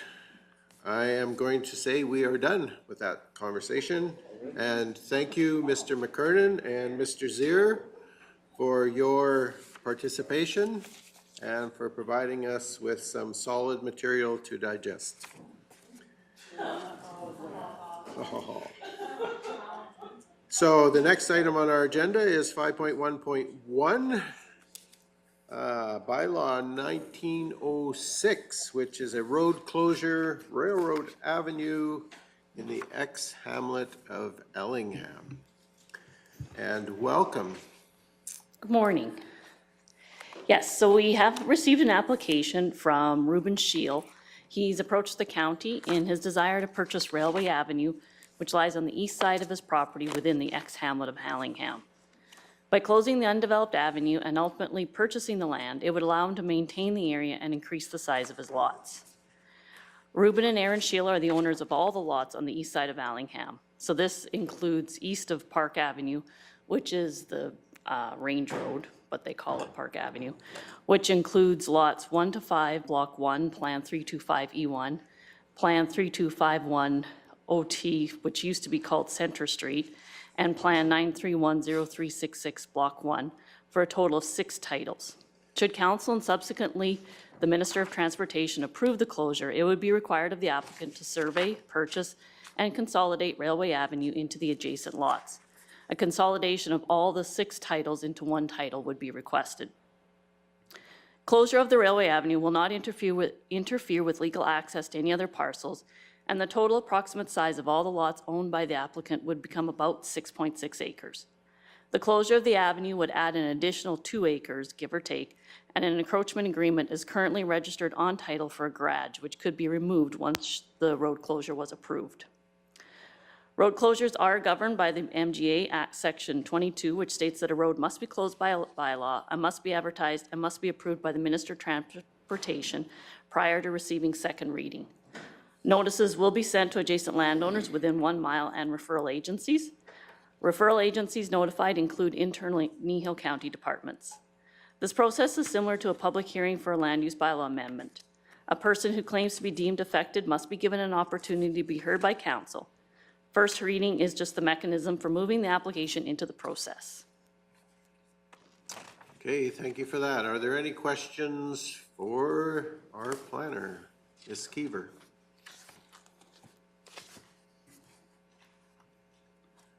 I don't see any. Wow, that's amazing, but thank you. So what's the wish of council? We have 2 things that we should do if we want to move this process forward, so. Councillor Penner. I think this is awesome, young couple in that area and wanting to, I'm presuming they wanted to build here, a little bit more room or something, but I'd make the motion that council move first reading of bylaw 1906 to pursue the road closure of Railway Avenue within the ex-hamlet of Allingham. Okay, thank you for that. Any conversation, discussion? Councillor Forbes. I guess I just have, when I was reading this, it just said that there was an annual cost for operating this land. Do you by any chance know what that costs? I'm sorry, where did you read that? There's an annual cost? Yeah, it said, well, I'm asking the question because when I was reading through what we get. I get so much stuff. 518 pages was a lot this time, but the current annual cost for operating the land, that was in there when I read it. So I was just curious. I mean, if you don't have it offhand right now, that's fine. You can get it to me later. Okay, because yeah, I'm just And I'll go back and find you where I read that at. That'd be perfect. Okay. Because there really, there isn't any, because it's not being maintained. Right. If anything, it's just a fire hazard. And this way he would be able to maintain it. Fair, thank you. I just seen it in there, so I was curious. Okay, sorry Thank if I. you. No, it's all good. Thank you. Okay. I think he's saying that he would like to be able to maintain it, but Yes. because it's not his property, he doesn't feel like he Correct. has. Oh, you're reading it in the application. Okay, perfect. Yes. Yes. Yes, and yeah, it is entirely, the encroachment agreement could be removed, because then the garage would be fully on his property. He could maintain it, and yeah, and then he will be directly adjacent Alberta TrailNet. Right now, Alberta Ave runs between his property and Alberta TrailNet. And did he indicate that he would then amalgamate all the lots together? Yes. Okay. We would, and he asked, and I'm like, this would be the best scenario. And he's already working with a surveyor, which he happens to be related to. And it's currently, I may have already received the email today with what they've surveyed on a preliminary basis. Okay. So we have a motion that we give first reading to bylaw 1906 to pursue the road closure of Railroad Avenue within the ex-hamlet of Allingham. Is there any further discussion? Okay, I'm not seeing any, so I ask the question. All those in favor? And that is carried unanimously. We then would need to set a public hearing. Somebody care to make a motion to do that? Councillor Cunningham.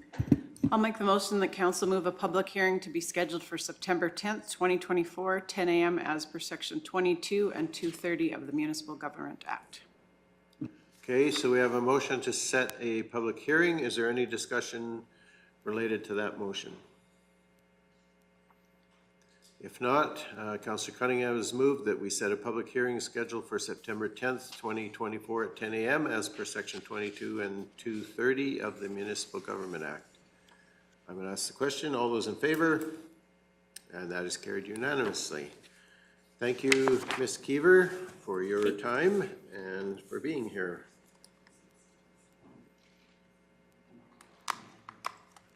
Okay.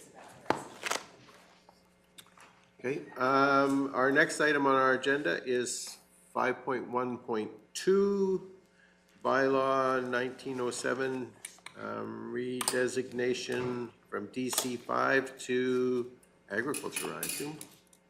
Correct. And Ms. Keever, are you presenting that one as well? I am.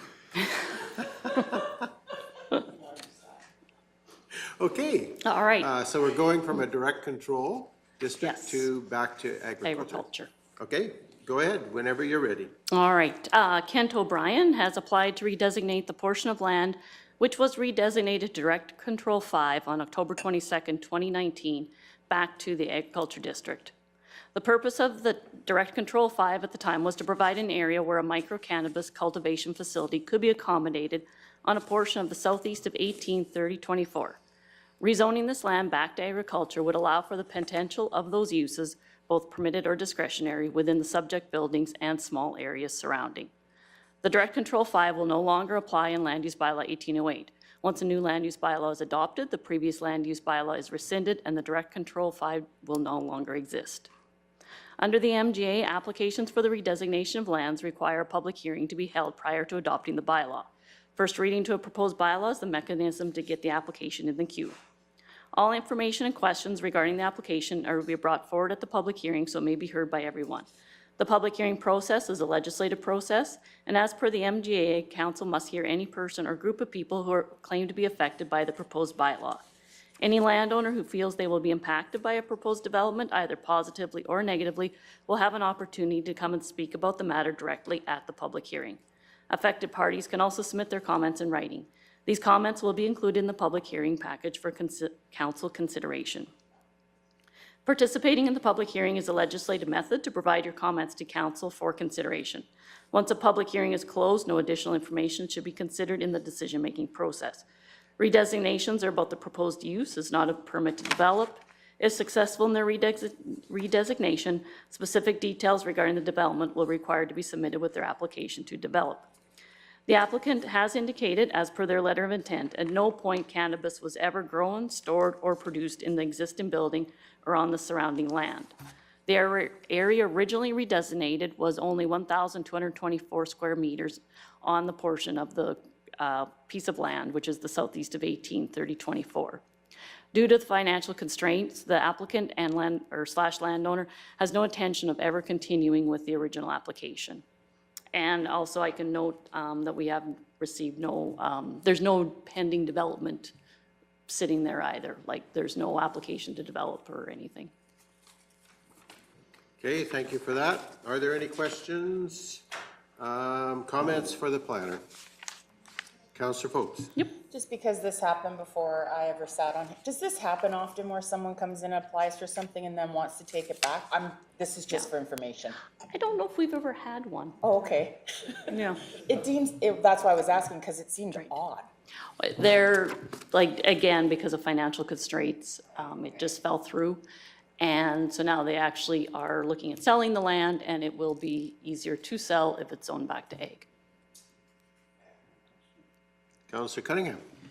Yeah, that was kind of my question too, and yeah, because I was like, this is new to me too, but, so, I mean, in the financial implications, it says there are none, but I mean, I'm assuming this takes some time for our staff, like do they pay a fee for this to go back? Yes, so when they originally applied, they had to pay a $900 redesignation fee, and now they have to pay a $900 redesignation fee to put it back to ag. Okay, and then, so the agriculture uses that perhaps they're wanting, or maybe wanting to make that property more attractive, are not available to them as it sits currently, correct? No, because it was a direct control 5, you have very limited use, and it would have to have been for micro cannabis And it makes the cultivation. sale probably more attractive. Okay, no, thank you. Councilor Christie. Just for information, the tax rate on both both designations is the same, or is it different? Because it was never operating, so at this point in time, the taxes would have been the same on that building. And it's just an accessory building. Once he started to put it in use, if it would have been a micro cannabis cultivation, the taxes would have went up as an improvement, but nothing, you'll be able to see at the public hearing pictures of an empty building. Okay, thank you.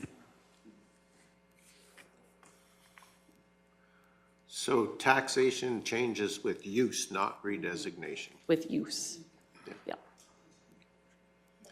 Okay. Any other questions or comments for clarification or information? If not, we would be looking for a motion to move first reading for the redesignation. Councillor Forbes. I make the motion that council move first reading of proposed bylaw 1907 for the purpose of amending land use bylaw 1808 by redesignating 1224 on the portion of southeast 1830-24 west of the 4 from direct control 5 back to agricultural district. Okay, thank you for that motion. Is there any further discussion related to the motion to give first reading? Okay, so Councillor Forbes has made the motion that we give first reading to proposed bylaw 1907 for the purpose of amending land use bylaw 1808 by redesignating 1,224 meters squared on a portion of southeast 1830-24 west of 4 from direct control district 5 back to agriculture district. If there's no further discussion, all those in favor of the motion, and that's carried unanimously. We would also need a second motion. Councillor Christie. I'll move to schedule a public hearing as per section 216.4 and 692 of the Municipal Government Act to be held on September 10th, 2024 at 11 a.m. So we're stacking public hearings on that day. Yes. All right, so we do have a motion that we schedule a public hearing as per section 216.4 and 692 of the Municipal Government Act to be held on September 10th, 2024 at 11 a.m. Any discussion? Seeing none, all those in favor? And that is carried unanimously. And thank you again, Ms. Keever. Appreciate you being here and providing us with the information. All right. So we do have a public hearing scheduled for 10:30. So I'm going to suggest that we recess at this point. We take basically it's about a 6-minute recess and reconvene at 10:30 for the public hearing, and that allows everybody to have a quick break and get ready for the public hearing. So we're in recess till 10:30.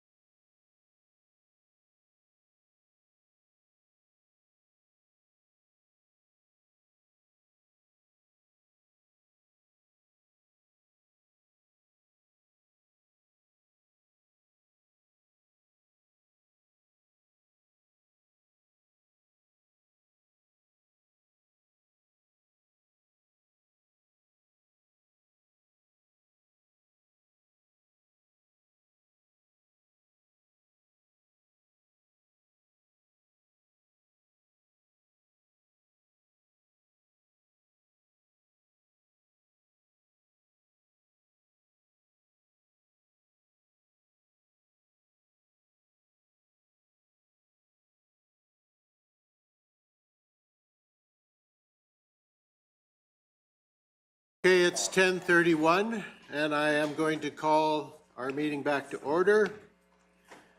And the next item on our agenda is 3.2, a public hearing, Bylaw 1904, Redesignation Agriculture to Recreation.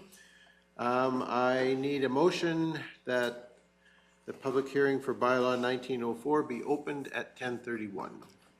Councillor Forbes? So moved. Okay, we have a motion to open the public hearing at 10:31. All those in favor? And that is carried. Thank you. All right. I will begin by introducing council and the administration that's seated at the table. So Councillor Penner, if you would please start. Debbie Penna, Division 2. Good morning, Faye McGee, Division 1. Carrie Phobes, Division 4. I'm Ken King. I represent Division 7, which is the northeast part of Kneehill County. Morning, Jerry Whitstock, Division 3, Acme Linden area. Good morning, Laura Lee Michelle Cunningham, Division 5. Good morning, Wade Christie, I'm Division 6 on the northwest corner. Mr. Hogan. Good morning, Mike Hogan, Chief Administrative Officer. Good morning, Kevin Gannon, Director of Community Services. And good morning, Mike Zier, Director of Infrastructure. So sorry. Good morning, Teresa Cochran, Director of Corporate Services. A little busted there. Okay, thank you. And of course, we have our amazing assistant who keeps us on track, Ms. Vanderkool. So I'd like to remind the public that if they wish to speak to the bylaw, that they should have registered their name on the speakers list. And there'll also be another opportunity when I've gone through the speakers list. I'll ask one last time if there's anyone else present who wishes to speak. The materials for the public hearing are available at the recording secretary's desk. Today's public hearing procedures will be followed according to our procedural bylaw 1846, a copy of which is attached to the package for today. And again, additional copies can be found at the recording secretary's desk. So now I will ask our planning department to come forward to make their presentation. So welcome, Ms. Keever. Welcome back again. And anytime you are ready. All right. So today we're looking at an application to redesignate a portion from agriculture to recreation. It's approximately 5.5 acres within a 9.22 acre parcel within the southwest of 262921, Plan 8210253, Block 1, Lot 1. The purpose of the redesignation is to allow camping to provide accommodations, geodome tents at this point in time, and to accommodate small weddings in an area near the existing residence. As per the Municipal Government Act, Section 606, notifications, we advertised in the Three Hills Capital on July 31st, August 7th, and 14th, and notices were sent to adjacent landowners within a mile, and Starland County, which we do have an intermunicipal development plan with, and referral agencies. It was also posted on the Kneehill County website. So this is our subject parcel. This is the whole parcel that the applicant owns. It's located between Highway 837 and the Red Deer River, and this is your Highway 575 right here. So again, when you're kind of just looking far back, here is the subject location, and it's approximately 2.5 miles northwest from the outskirts of Drumheller down here. As per the intermunicipal development plan that we have with Starland County, the red is our plan area, so anything within the red with the Kneehill, or with the Red Deer River running in between. So here's our subject parcel, so it's definitely within our notification area, and we did send notification. We didn't receive any sort of response back. But any applications affecting wetlands and/or riparian areas located within the plan area shall be circulated to the adjacent municipality, which we did. This is just from Google Maps. Obviously, it was taken in the winter because this looks like ice. And again, here's our subject property.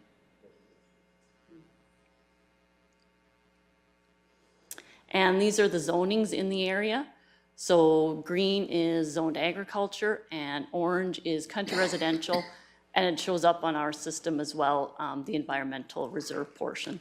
So that portion here is along the river. There's a portion here, and then also this is, I don't know why it came up as green, this portion here as well. The neighboring parcel is zoned agriculture, and then to the east, we've got country residential, and then all these lots down here are country residential.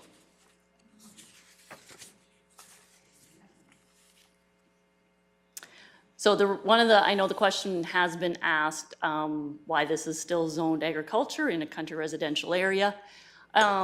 Years ago, this was an improvement district, and it was annexed to Kneehill County sometime after 1978. The land was all zoned ag. At that point in time, this is a quarter section, and the applicant wanted to subdivide. So he made 3 parcels, and then there was an environmental reserve done. So your 4, 5, and 6 are your environmental reserve portions. And then these 3 lots were created. At the time, he was allowed to, they were able to remain zoned agriculture. Then in 2003, this applicant here wanted to subdivide. And so then the land use bylaw at the time wouldn't allow him to subdivide a 2-acre parcel. So he had to rezone it to country residential. So then these 2 were rezoned country residential, but the others were allowed to remain agriculture. And that's how they've remained now. So this is our subject, the site plan that the applicant has had drawn up. So the pink is what he wants to rezone to recreation.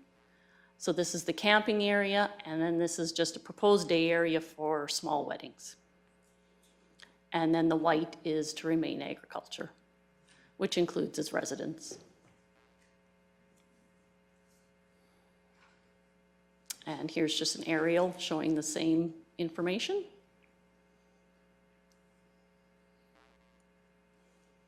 So this is his camping area. It consists of about 4 to 4.5 acres, which will be used for camping. There will be no RVs on site. It's only going to be the provided accommodations that he has, which at this point in time are dome tents. Phase 1 will be just 1 tent. Future plans are no more than 6. So no more than 6 campers, 6 vehicles, 6 couples. So this is what the tents are going to look like. You'll see in other pictures coming forward, he's still working on them. They are constructed on a wooden platform.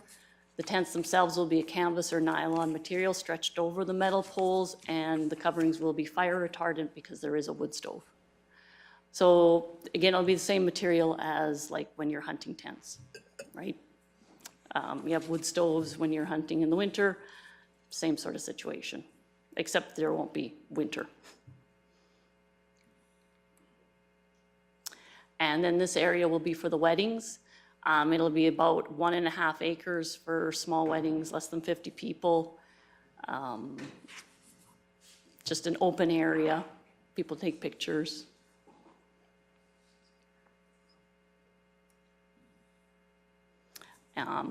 Yes, and then this will all remain agriculture. Here's your environmental reserve. So nothing is developed within that environmental reserve. So things that we consider as per our municipal development plan, economic, recreation, and growth management goals. To in economic, it's to create opportunities that will provide a variety of development options that will diversify and strengthen the county's economy, and to encourage tourism as one of the thriving business opportunities within the county. Recreation is to provide recreational opportunities that are accessible and affordable, and to provide opportunities for residents and non-residents alike. And then growth management to allow for a variety of opportunities for residents and landowners.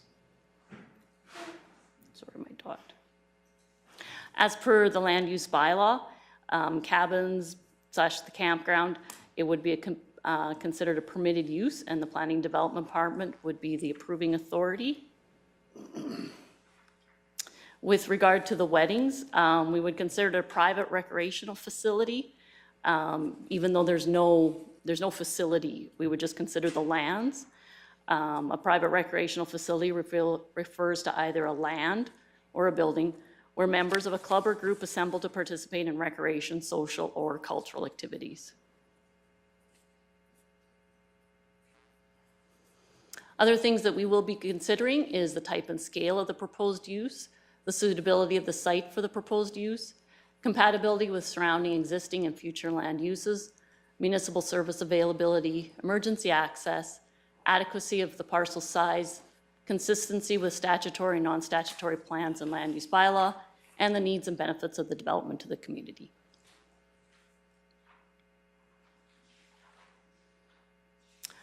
It is near the Kneehill Creek and Three Hills Creek environmentally significant area, but not within it. So here is your ESAs. The whole Drumheller Valley is a significant archaeological and paleontological site, but there will be no excavation with this development. This is the flood awareness map. This is just the draft map. So definitely the red is your floodway. Your 1 in 200 and 1 in 500 is just, here's our parcel. So it just creeps onto the edge all the way here. Obviously, the dome tents, that's temporary in nature. Again, a wedding, I guess if there's a pending flood, I don't think they would be having their wedding. They wouldn't be booking the camping, and his residence is at more of a risk.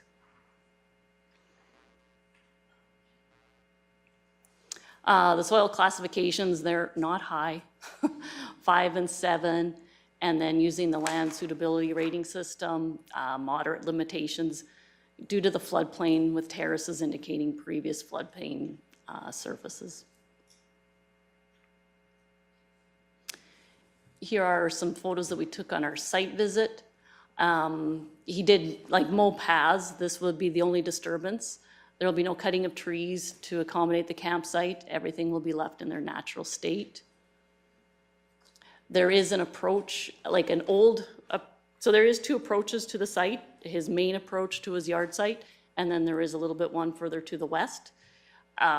So this is looking from that one, just at the area to the northwest. And I don't know if northeast-ish is a word, but in that area, I feel it fits.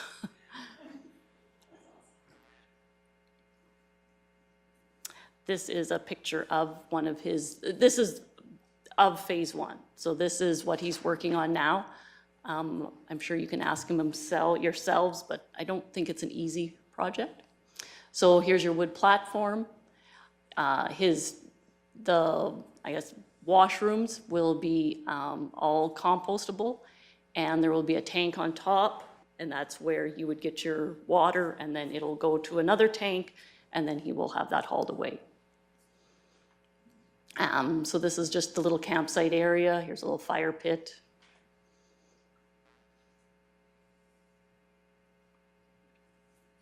So this is from that west approach. This one I took from Google Maps.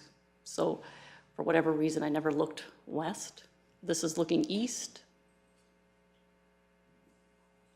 So this would be the one that he would use for camping, for his one camper.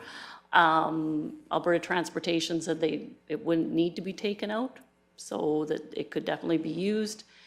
He hasn't further, like right now there's a great big hedge right in front of it. He was just going to wait to see if he was approved before he would do any further development of it. And then this is his east approach, obviously, to his yard site. And there's looking west and then east.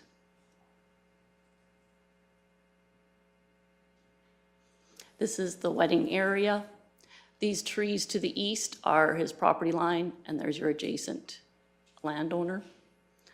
And these are some pictures of his yard site.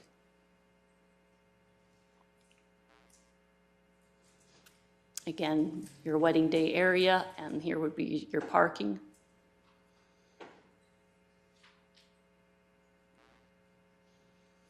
This would be if, as far as emergency, again, he hasn't developed the access much, but right where this big willow is where the approach is off the highway, and then this would be your emergency access.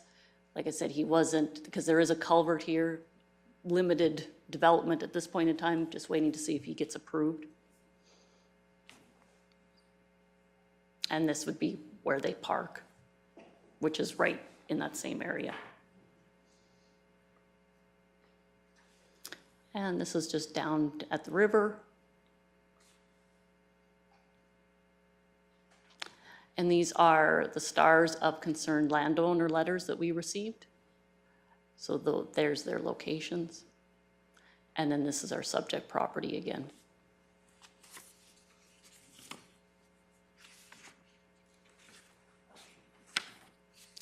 So we didn't receive any letters in favor. We did receive 4 letters from adjacent landowners who were in opposition. And we received a comment from Alberta Health Services. It was actually their standard lettered, as long as nuisance and general sanitation recreation area regulations were met, they had no concerns.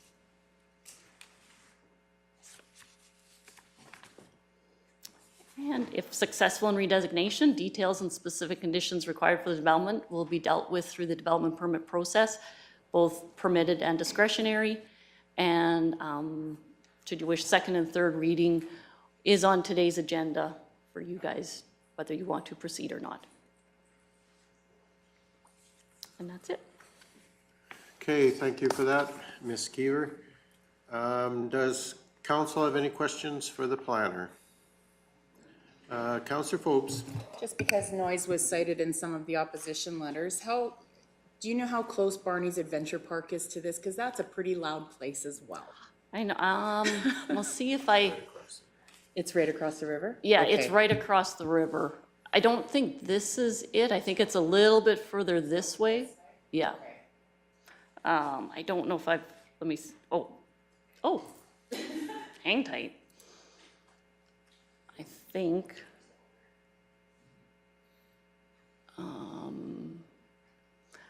right, I lost my, hang on. Right about where your 20 is. Yeah. 26, the 26, sorry. Is that at 26 at the top of the page there? I think, or you think it's further here? It's there. Yeah. Oh, it's there. Okay. Okay. Okay. So it is right across the river. Okay.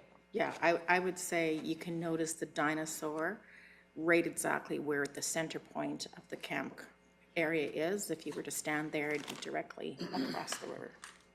Okay. It's pretty much right across the river. Deputy Reeve Woodstock. Thank you.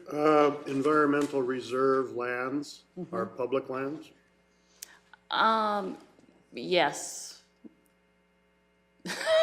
I'd listen to Barb. But he also can't develop on them. Welcome, Yeah. Ms. Hazelton. So environmental reserve would have actually been taken by the county years ago when they did all of that. And so it does fall under us, but it is public. And so we take it on purpose along the river because the bed and shore is all owned by the Crown anyway.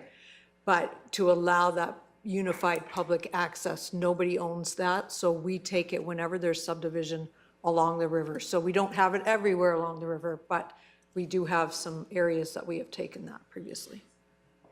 So what I was getting at in this case, there is environmental reserves along the river. So it is open to the public to cross. Correct. Okay, thank you. It is open to the public, but private property which adjoins it is not. Yeah, private property would be. Correct. Okay, any other questions for the planner? Counselor Penner? This application is for up to 6 of these tents or yurts or whatever. Because there was, in the letters, there's some concerns about the number of people and things like that. If they were to choose to go to put more on, they would have to come back to us. Completely, yes. At this point in time, phase 1 will be what he is applying for, so he will have to apply with a development permit for that phase 1. Then if he wants to do any further, he will have to come to us for those development permits at this point in time.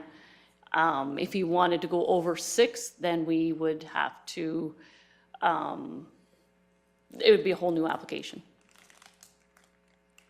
So today we're dealing with redesignation. Just the The land actual use. development itself comes back in the permitting process. So the conditions around that development and the number of tents or whatever that end up being placed on this would come through the development application process. Correct. Okay, so, and that's dependent on us redesignating. Okay. Councillor Cunningham, you had a question? Can you just go back to that map and just show me how many country residential lots there is You close bet. to the property? I think this is your best one. So, 1, 2, 3, 4, 5, 6, 7, 8, 9, 10, 11, 12, 13. Okay, thank you.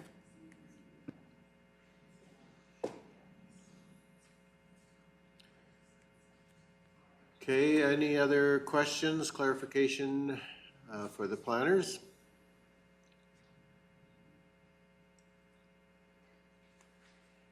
If not, then this is the time where I would give the applicant an opportunity to present to council. I will remind you that you have a maximum of 20 minutes to make your presentation if you wish to use that time. And so I'd ask that you introduce yourself and then you go ahead with your presentation. Good morning, Council. My name is Bill Buchanan. I am the owner of the property currently, and I'm taking this opportunity to utilize some of the land so that I can have this as my forever home. So I moved into the area. I've been within Kneehill. I was outside Sunny Slope for 5 years. I've been in Calgary for 20 years. So I've moved out to this property, taking the opportunity. So I utilize the opportunity to help me keep myself busy as well, because I'm looking at retiring. And so going from work to nothing it doesn't work. And as you can see, the geodome, it's actually not that difficult. It's a jigsaw puzzle that you put together. So it looks complicated, but it's not. And my name's John Hallett. I'm a friend of Bill's. And I happen to be an architect, and he asked me to draw the drawings for you. So that's my association with this. Okay, go ahead, Bill. Anything you wish to share with us? Yeah, we talked about the phasing. We're building the one to see if it works for me, if it works for the environment. The impact that having on the environment is very little. Everything is portable, nothing is being dug, nothing is being cut down. I refuse to cut any trees down. Those sites that we put in are natural sites where you can see that's an obvious place for it. And the first one that you see was already there, was already cleared, was already a space. So that's the one that we put in first. And we utilize it as geodome because they are very environmentally friendly because of how they operate. And again, with any of the sanitation or anything, it's all collected and disposed of correctly. I think there's a situation, Bill, you should talk. The geodomes are really meant for romantic weekends for 2, not a party of 12. You know, it's meant for a husband and wife going out there for a romantic weekend of 2 and enjoying just a weekend getaway. Correct. It's for a couple to come down, relax for the weekend, Friday, Saturday, have minimal contact, minimal interference, and then, be on their way on a Sunday afternoon. Maybe you could discuss phase one. You have the one going up. Yeah, as I said, we're building a geodome now. With the successful application, we'll bring visitors into it. If not, then it'll be purely a personal site. So, the friends I have, I'll bring down and I'll put them in there, keep them out of the house. So it's supposed to be very limited in time for them and for me. The idea is not to have a full-time position, full-time job, having cleaning, building, repairing, keeping control of these sites. So the one is the one.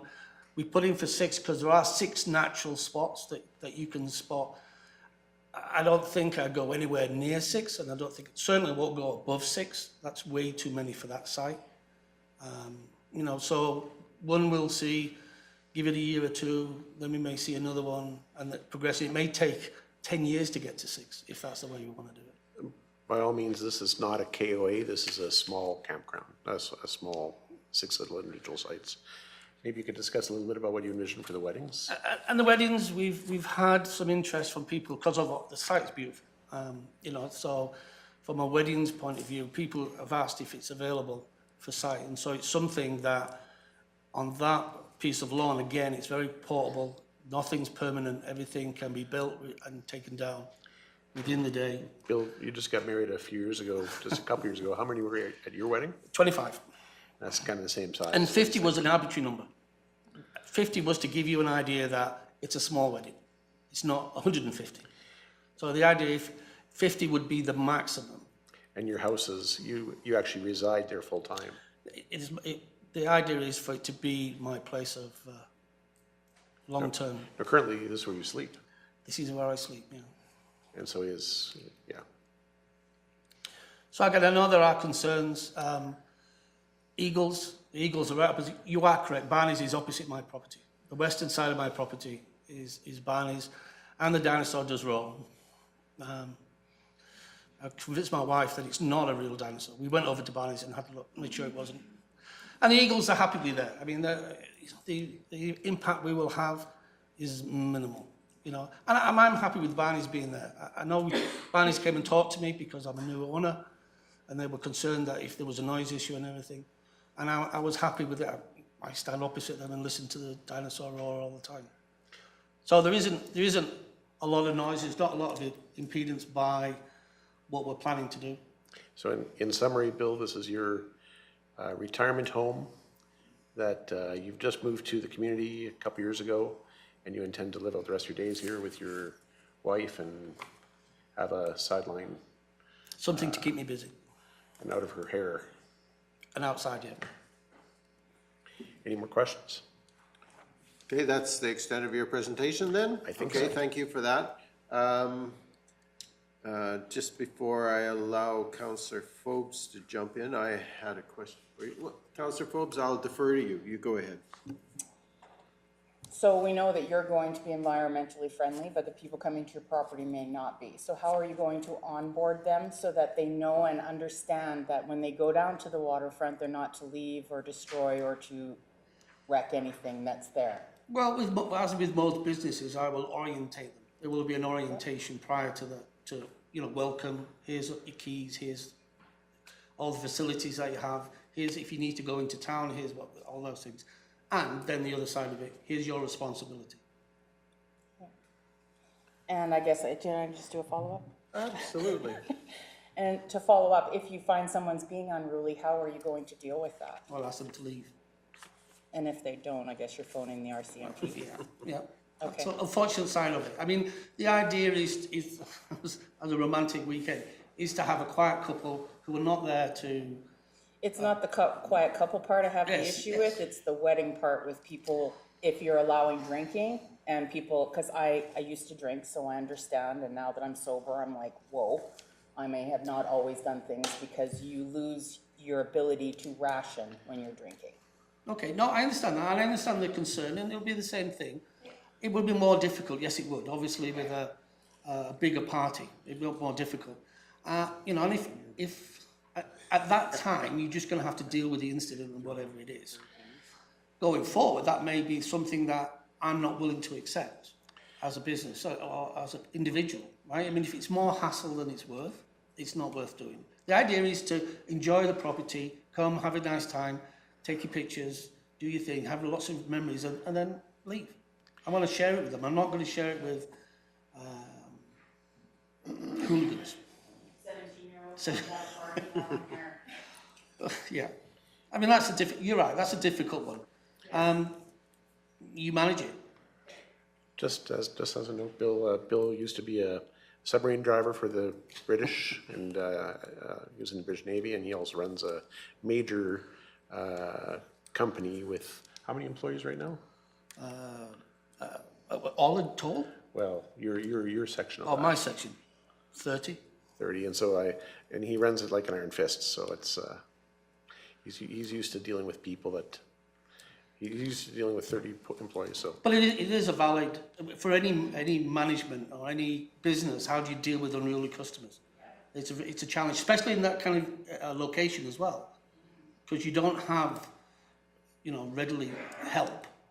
So again, on the weddings, there'll be lots of discussion before we actually, with the individual couple. There'll be lots of, we talked about from an insurance point of view, there'll be, security payments that have to be made that you will lose if you misbehave or if you do things. And again, they will be orientated, and then hopefully everybody's there just to have a good time. Again, if drinking is an issue, then I will not ask for a liquor license. So my concerns is not so much with the camping, but with the wedding venue. Is your intent just to hold ceremonies on your property, or is your intent to have reception and the entire event take place? I would like to have the entire event take place. There are weddings where they only do the ceremony and the pictures and they're done. I think it's an eloping wedding or something, where they have limited events within that. But no, I mean, again, I would like them to enjoy their day and have some form of food and recreation. But if it gets out of hand, we need to deal with it. Is there any time limit on the event itself? Yes, I will put a time limit on.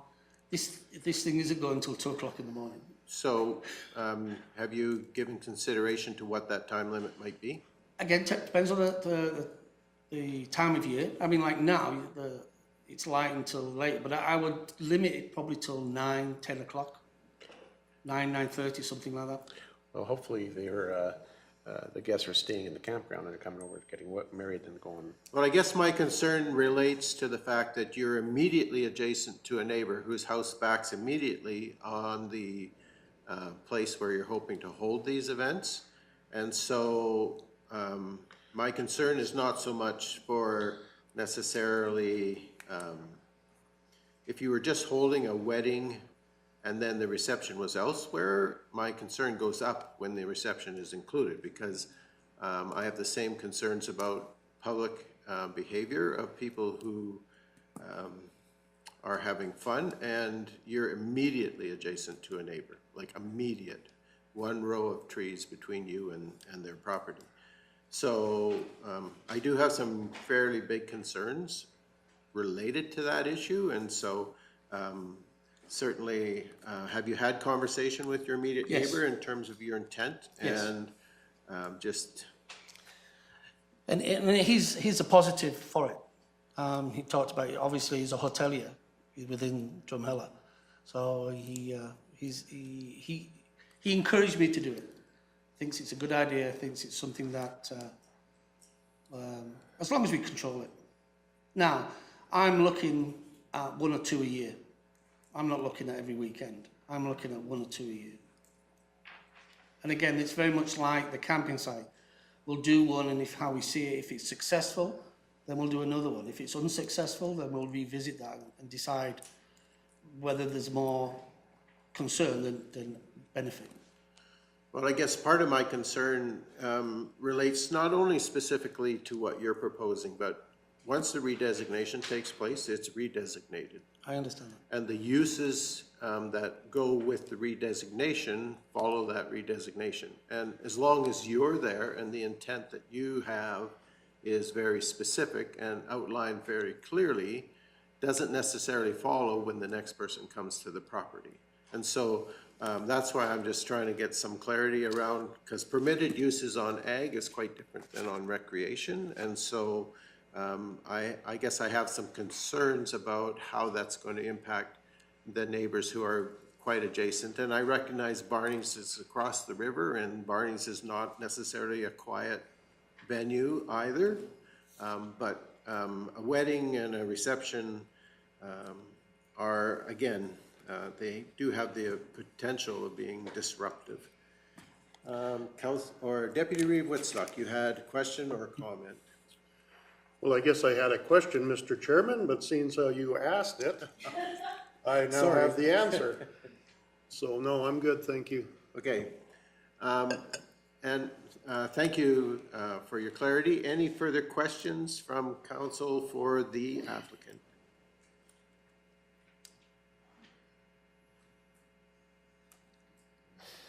Okay, I'm not seeing any at this time, so thank you. Okay, and I understand your concerns. The property, I tend to live in there until as long as I can, which hopefully is 20, 25 years. I've still got him. Again, I understand that I can't be responsible for if I leave, somebody else takes that on. But my intent is not to disrupt either neighbours or wildlife or the environment at all. Okay. And that's my responsibility. All right, thank you very much. Thank you. Okay, at this point, the opportunity is for individuals wishing to speak to the bylaw can come forward to speak to that. I have one person wishing to speak in favor, and I have one person wishing to speak in opposition. I'll remind the speakers that your time limit is 5 minutes, that you're limited to 5 minutes. And I also let the applicant know that he has opportunity to provide rebuttal to those in opposition. So at this point in time, I am going to call forward Mr. Hallett. You just were here. Is there additional that you wish? Okay. All right, you've already felt you've had your opportunity. So that's all for in favor. In opposition, I have one name, and that's Mr. DePool. I hope I didn't slaughter your name too badly. Steve, if you want to come forward and make your presentation, I'll remind you that you have 5 minutes to speak. And thank you for being here today, and thank you for... Thank you very much as well. My name is Steve DeDahl. We subdivided down there 32 years ago, and at that time it was classed as agriculture. Since then, Kneehill has zoned it country residential. Now, I don't know why the last parcel on there was not zoned that way at that time, because we all are zoned country residential there now. Another thing is the river setback. What's the yardage or on the river setback? Does anyone know? It's just the environmental reserve. That's... Well, I'm just saying from the river setback into the property. Okay, so you're concerned about from the property line to where the development might take place? From the river to the development. Okay, so if you don't mind holding that question, when the planners come back, we'll get that answer for you. Okay. And another thing too is that more people coming to the river, there's more access to the river. The people that come camping are going to want to get in a canoe and go down the river. Well, that gives them more access to our land. And, you know, it's just, it could open up a can of worms too.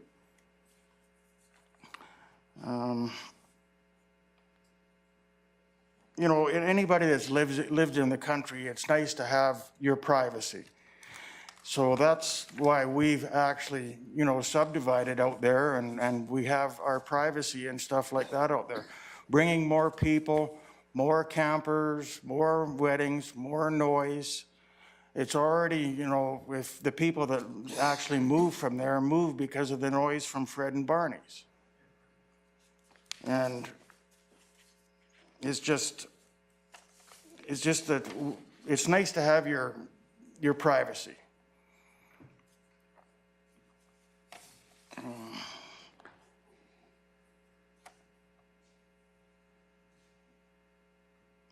It's just in my point of view, we've have enough acreages down there, enough people down there, and I believe we're full. There's just no more chance for more recreational area.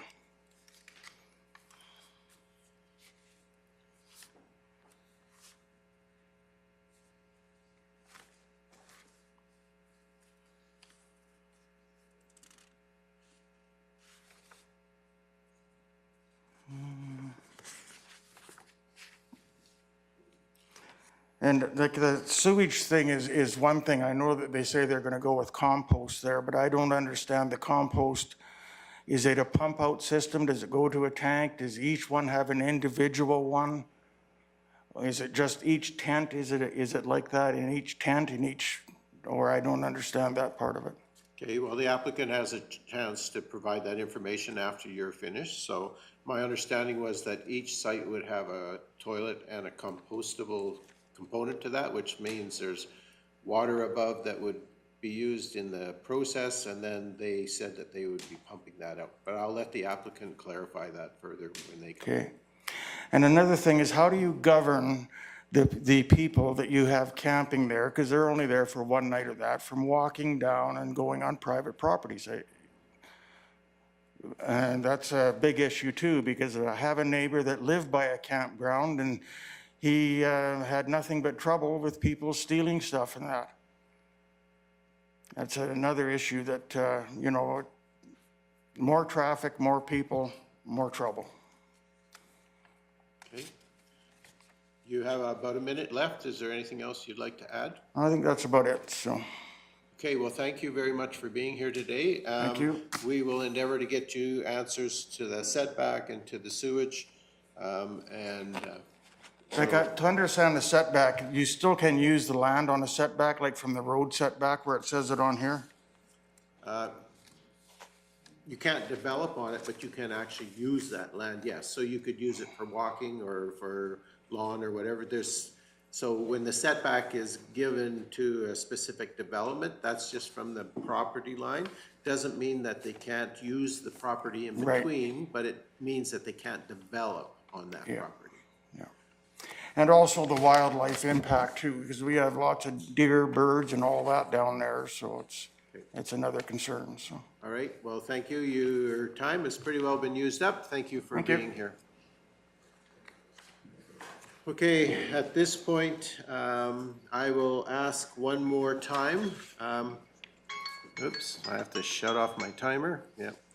If there's anyone else who wishes to speak either in favor or in opposition to the project, this is your opportunity to do so. So if there's anyone who didn't sign on the speakers list and wishes to speak, this is your opportunity. Is there anyone who wishes to do that?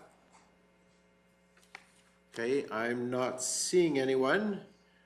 So at this point, because there is no further opposition coming forward, I'll give the applicant an opportunity to come back and provide information to, just to answer maybe potentially some of the questions that were asked by Steve. Okay, so it's Bill Buchanan again. The principle of a compost toilet is it's self-contained and then taken away and disposed of. Okay, so each site Each site will have its own facility. Okay, and each of those will be a compostable toilet? Correct. And the ultimate destination will be pumped out and hauled away? Yes. Okay, all right. Again, the question was asked earlier by Councillor Phobes and again was re-emphasized by the gentleman who just spoke around management of people within your site and just how you would propose to keep them on your property and keep them from accessing adjoining. And again, on the orientation, when the people turn up, it will give them clear direction as to where they can and cannot go. The use of the property on the west side is as far away from everybody else. And so there'll be clear instructions to the campers that access to the east of the building and into the trees and the path and everything that way. And then the other property, there is no access whatsoever. There is absolutely no reason for them to be over that side. And that will be clearly stated. And again, if we have to deal with people not abiding by the classification, then we will ask them to leave. And you don't have any fencing along the riverside of your property? Not along the riverside, no. Okay. So the environmental reserve that's there is open access from your property? It is. It's not. It's overgrown. There is no physical access. You can't. If you're determined to push your If way you're through. determined to, yes, you can. Okay, thank you. All right. Is there anything else that you wanted to provide in response? No, thank you for your time. Okay, thank you very much. Appreciate you being here. Okay, I'm going to ask. I have one more question. Okay, it's a bit unusual, but sure.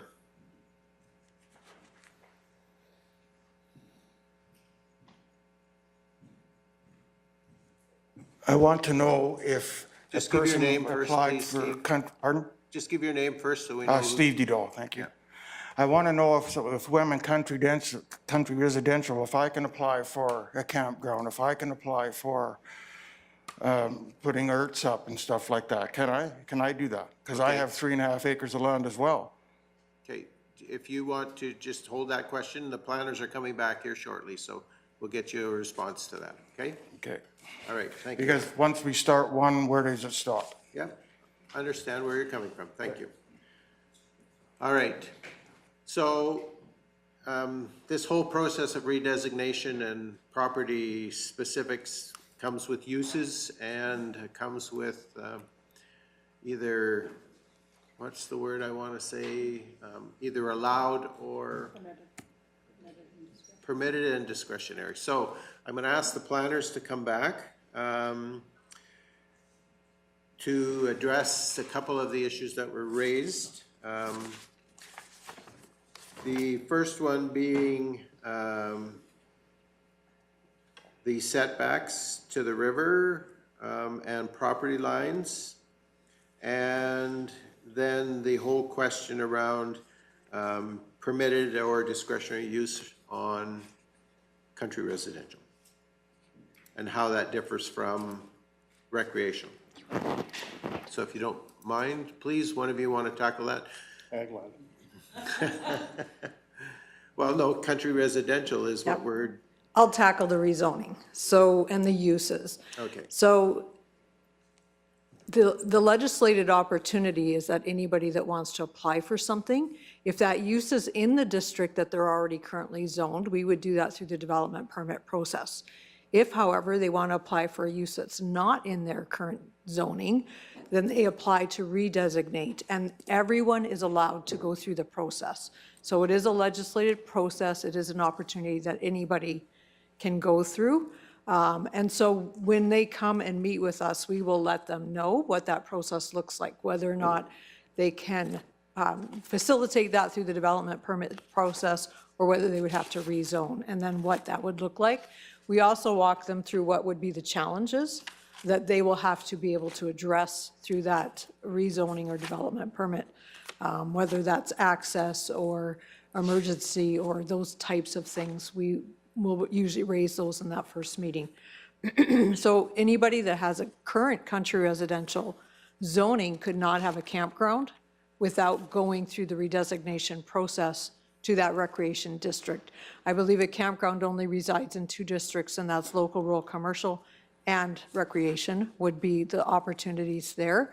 And so they would have to rezone. So country residential uses would be a little bit more limited in those zonings.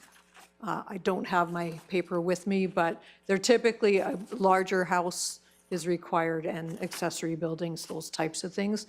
But otherwise, they're more limited without going through that redesignation.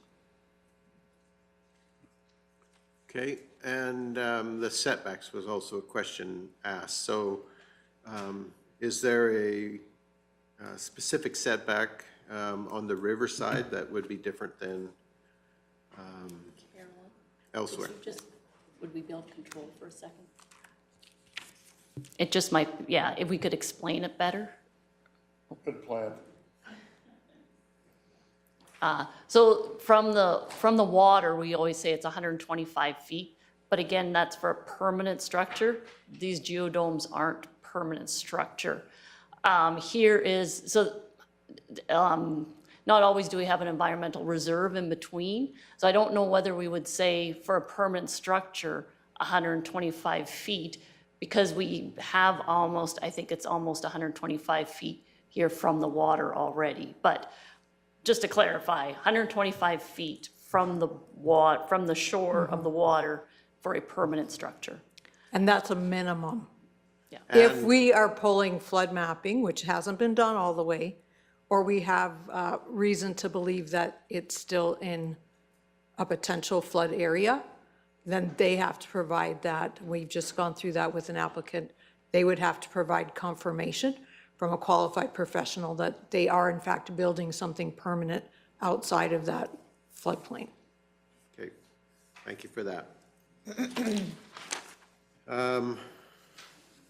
Okay, so Deputy Reeve Woodstock.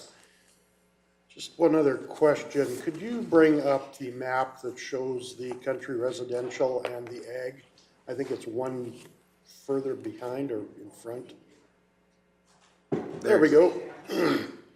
Okay, so all that orange, well, I guess not all the orange because it's orange. There is some environmental reserve in there, but that orange plus the 2 lots that are on that other quarter, they are all country residential. Yes, the county did deem them county residential, but that was because the landowner came forward and wanted them to be country residential. The county doesn't do it on its own, just to clear that up. The landowner turned that into country residential. So I see that there is that environmental reserve along the river. It doesn't look like it carries on past there, so that is public lands, which is open for the public to access through. Yes. And I know I asked the question earlier, so. Through the chair, the also, like there is a bylaw. So these were redesignated. They went through the public hearing process. There is a bylaw attached. Oh, yeah, yeah. And you indicated earlier that the reason that they went through that redesignation was in order to create the subdivision, they couldn't do it size-wise without going to country residential. Correct. Okay. All right. So the reason the adjoining property, residential, has not been redesignated is it was in agriculture. It's never been requested for it to be changed. And so it's still designated as ag use. Correct. Even though it's residential. Councillor Christie. Oh, sorry, Ms. Hazelton, did you have a comment? I was just going to comment that you see that weird triangle one in between the 2 country residentials, and I guess that is because that parcel's never been touched. That's the only portion of that quarter that lands in Kneehill County. The rest is either river or in Starland.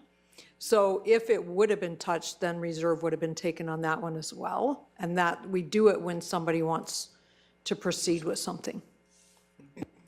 Okay, Councillor Christie, and being cognizant of the time, and just to remind, we have another delegation coming, so. I guess my question is, any open body of water, river or lake, there's public access to the shoreline that has to be respected. No matter what property's beside it, the public has access to that water system. So I don't know what that setback is, but I know that the lake that I'm on, whether it's summer residential, that's not, it's even property that we've owned on lakes, the shoreline is public. Bed and shore belongs to the Crown. King. The king, yeah. Not this king, but that one. Yes. Councillor Cunningham. Okay, I'll be quick. And just more of a comment. I think when Steve spoke, he asked about, having camping on his property as well. And I guess the planners have kind of answered that. I guess you would have to redesignate your land to recreation, but I do understand, because if I pull up here, country residential, you're not permitted to have any more than 2 holiday trailers on your land, so I do understand your questioning on that, so thank you for that. Councillor McGee. I also want to clarify the parcel that we're talking about today. It is egg because it originally was, the house was built for egg purpose, of which was a Saskatoon farm at that time. Okay, thank you. History, always helpful. Okay, so I'm going to ask any more questions of administration and or the applicant prior to closing of the public hearing. Do you have the information that you need? All right. Then I am going to declare that the public hearing is closed, and I am going to ask for a motion to go back into the regular council meeting. Move to go back into regular council. Okay, so we have a motion to go back to the regular council meeting. All those in favor? And that is carried unanimously. And we are in recess for 3 minutes. Please note, 3 minutes.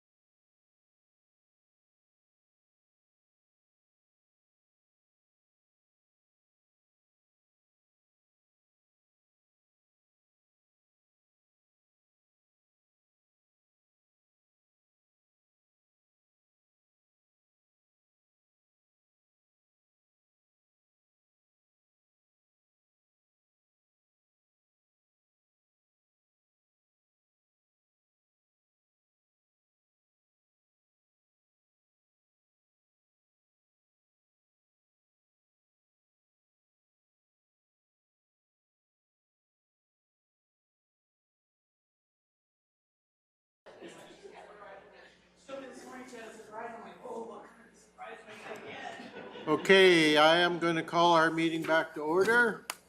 As we are well aware, it's a very, very busy day. However,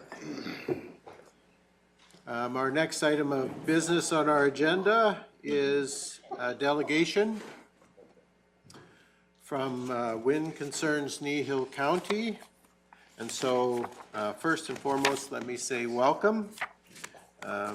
Appreciate you being here today. The usual process is we tell you who we are and you tell us who you are, and we go from there. So I am going to ask the members of administration who are in the room and councillors first to introduce themselves so everybody who's here knows who's who. And then I guess we'll let you go after that. So go ahead, Councillor Penner. Good morning, everybody. Debbie Penner, welcome to the chamber, or welcome back to some of you. Good morning, I'm Faye McGee from Division 1. Glad to see everybody. Carrie Forbes, Division 4. Hello, everyone. And I'm Ken King. I represent Division 7, which is northeast part of Kneehill County. Morning, everyone. My name is Jerry Whitstock, Division 3. That's the Acme-Linden area. Good morning, thanks for coming. Laura Lee Michelle Cunningham, Division 5, and I serve an area north, south, east, and west of the town of Three Hills. Good morning, Wade Christie, I'm Division 6 on the northwest corner of the county. Go ahead. Morning, Mike Hogan, Chief Administrative Officer. Good morning, Kevin Gannon, Director of Community Services. Good morning, everyone. I'm Mike Zero, Director of Infrastructure. Good morning, Teresa Cochran, Director of Corporate Services. Okay, and of course we have Carolyn Vanderkool, who is here keeping us on track. Thank you, Carolyn. Okay, Kelly, I guess welcome. Everyone who's here, welcome. We appreciate the fact that you're here. I'm not so sure I was really super happy to all of a sudden last night start to read a bunch of information, but at the same time, it's great information and we're very thankful to have it. And the comment I would make to you before you begin your presentation is we want to hear what you have to say today. We do want to respond to your questions, but you may not get that response right within this time frame. Okay, so we will commit to responding to what you've brought to us today. However, keeping in mind timelines and a bunch of other things, we may not be able to get to that in the time allotted today.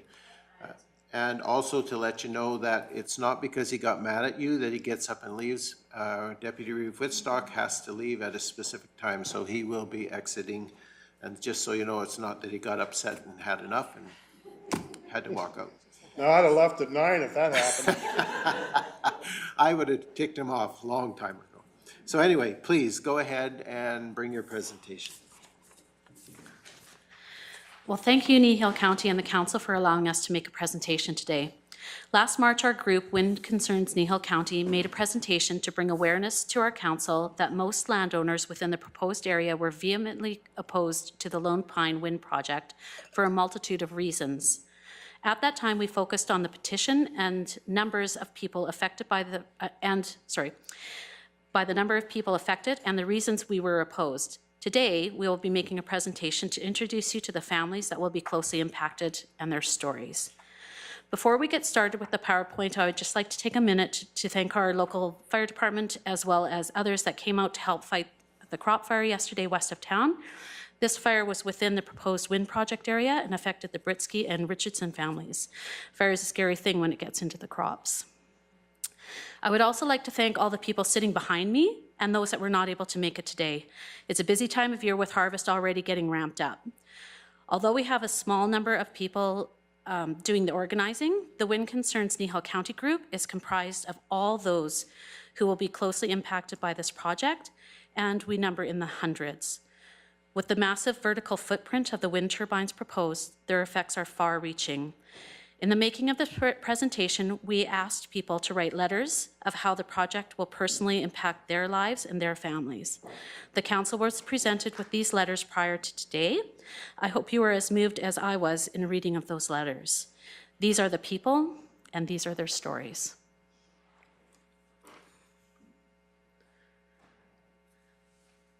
Gord Ferguson and family, it is hard to believe that all the years of hard work and building at this point will be dramatically impacted by people and companies who do not live nor understand what the beauty of rural Alberta is about or the importance of the agricultural industry.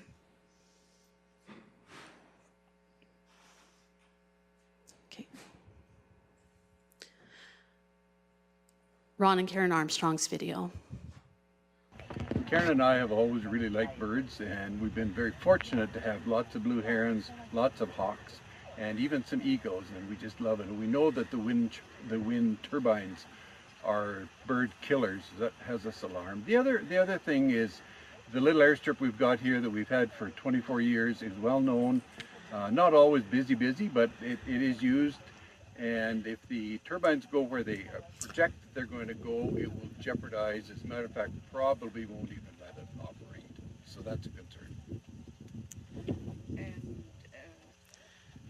besides being concerned about the environmental impact, it's as loud as we've got. Is there any way to increase volume? Setting up the turbines, Okay.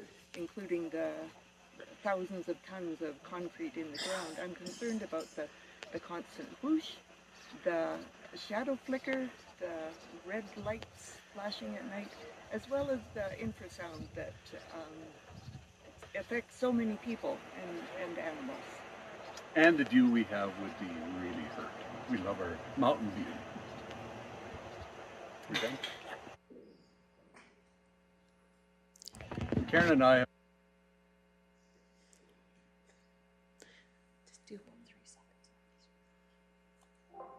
Inga Waleski and family.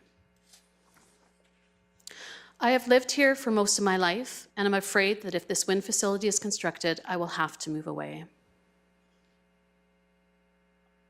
Kelly and Dennis Dange. The destruction of valuable farmland by the industrialization in rural Alberta is without a doubt the most perplexing green solution to our future energy needs.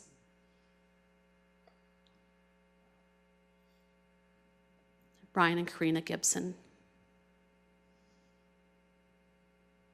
Hello, my name is Karina. And my name is Ryan, and we bought our home here almost a year ago.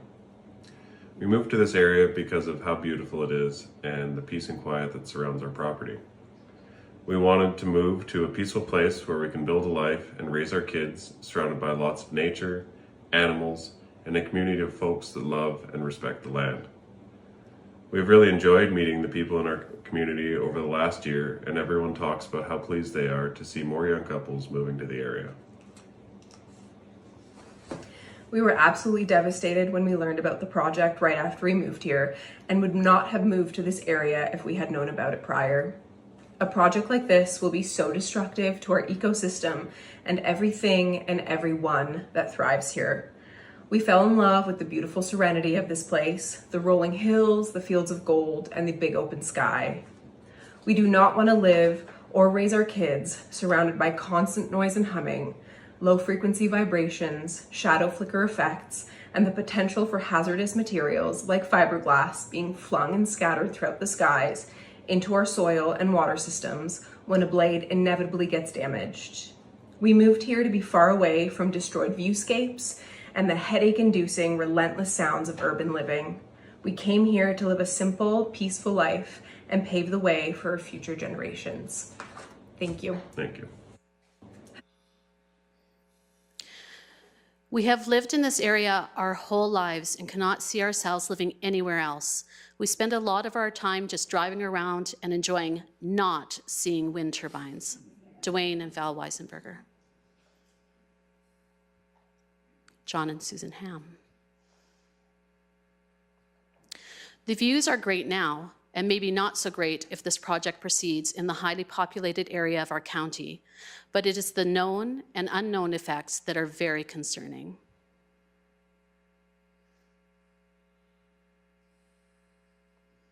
Doree and Phil Ward. As we stand at this crossroads, we ask that you consider the legacy of families like ours who have been stewards of this land for generations. We are Norm and Gail Tange. we have deep ties to this land. My great-grandparents homesteaded this land in 1904, before Alberta was even a province. Norm's family came here in 1917, so for over 100 years we've ties to this property. We picked this property to build our dream house on over 44 years ago because of the pristine views, the wildlife, the bird life. We just get rooted and grounded in this amazing property. And now we're scared that we're going to lose the value of one of our most important assets, because we've got these huge, monstrous wind towers going in directly to the west of us that we're going to see probably 20 or more of them. And we are scared that the property is going to be devalued because of shadow flicker, because of vibrations, because of the loss of the beautiful views, and the red lights at night, and everything else that's going to affect us, including maybe our water wells. You know, this is not a really reliable source of energy. It's very expensive, very inefficient, and very unreliable. We hope someone has the common sense to prevent this from going forward and wrecking the many people's homes, etc., in and around our community. Thank you.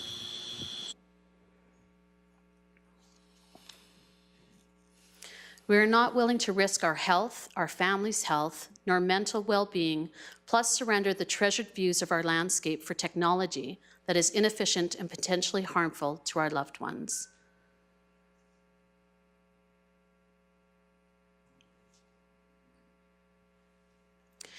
We are deeply unhappy seeing our way of life destroyed and seeing our community turned into a heavy industrial zone. Alan and Connie Anhorn.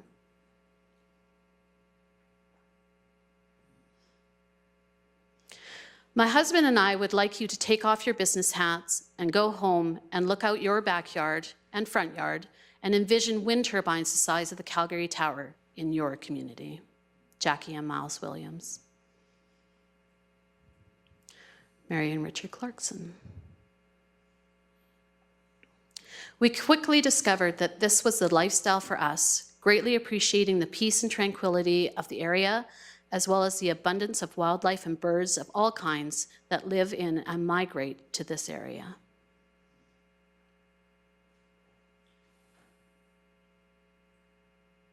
Terry, Taves, and family. We are extremely angry, bewildered, and disappointed that this project has not been shut down already, considering the overwhelming opposition from residents. So why do we live here? Our roots run deep here, family ties. We're lucky enough to have been able to make our livings here without needing to move away. Terry Albright and families.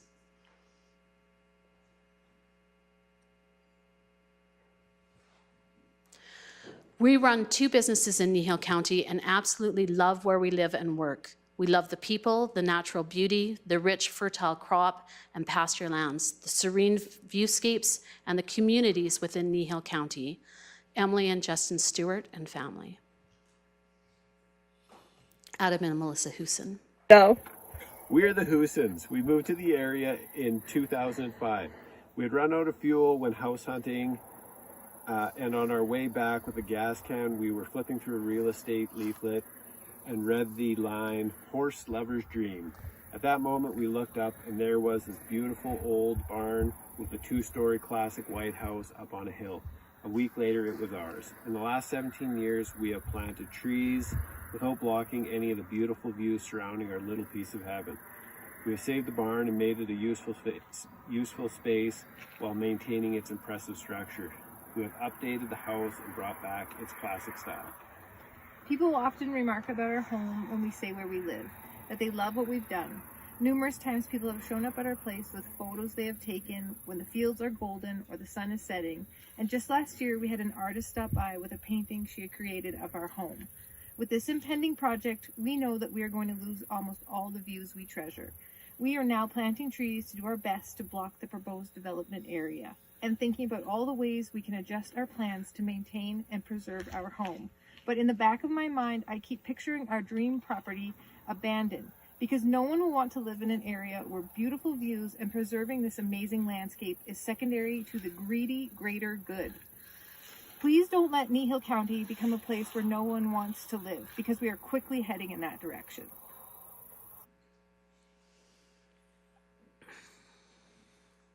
Josie and Dennis Kirk. We have invested our entire life savings into this business.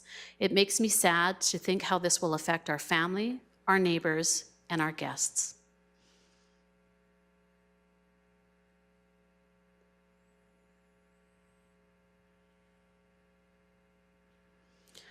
She, our daughter, is very sensitive to noise, and we are not sure how she will ever cope. If she can't, then maybe our only option is to move away. Ben and Maxine Shartner. I have lived on this farm 70 plus years, calling this place home. We, as neighbors, knew each other and were there to support each other. Keevers Lake was a special place and beautiful recreational area. Bill Hansen. Brenda Hyde. Good morning. My name is Brenda Britsky, and I'm here to address my concerns with the windmill proposal. I was born and raised here. I'm a Britsky, and I'm very proud of that fact. And along with that comes the land that we've owned for generations and what it means to us. And unless you go and stand in a field that you own, that is yours, that you have inherited with that pride, and look over the landscape and the mountains, you just really can't understand the heartbreak it would be to have the noise violation and the vision broken by something that's not necessary. I can't stress enough how strongly I'm opposed to this project. I hope you keep this in mind when you make this decision, that this is someone's family, heritage, inheritance, and life. So please consider that when you make your decision. Thank you. If the windmills come here, we will be forced to move from the area. As a retired person with MS, this is supposed to be my forever home. We love it here, have fantastic neighbors and beautiful scenery and better health. What more can anyone ask for? Peggy and Larry Johnson.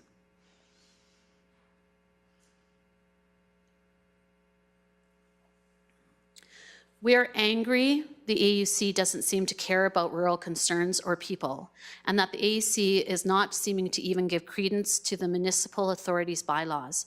We're angry that good farmland is going to be forever changed, all in the name of intermittent and unreliable green energy.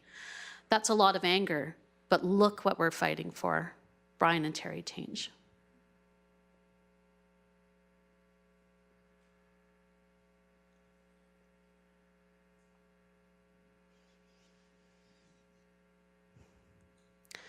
The impact on infrastructure will be considerable. My other big concern is the taking of good agriculture lands for this large industrial project, lands that will be forever altered and never be truly returned to original state. Karen and Steve Enberg. The DeBrun family. We foresee a future where we can all gather to enjoy our home and draw closer as a family. That idyllic dream is now being threatened with the expansion of wind and solar farms that will do nothing to benefit the majority of landowners who live and work on this land every single day.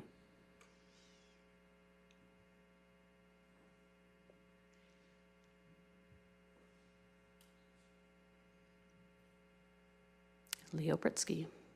Good morning, Brenda. Thank you for giving me the opportunity to say a few words regarding this wind project, the proposed wind project. As you know, the MD of Kneehill was formed in 1944, later, of course, became the county of Kneehill. And the reason they used this name Kneehill is because of the Kneehill, where west of Three Hills, where this project project is going to be. The Section 18 on Township 32, Range 25, is the center of the Kneehill. It's a knee of the Kneehill for Kneehill County. And that's the center of the projected wind program. And when you drive through this area, you realize how proud the farmers are of their area. You can see by the meticulously groomed fields and yard sites that they're all very proud of what they have. And I guess the council of the Kneehill, first council, they realized this, so they named the county after this area.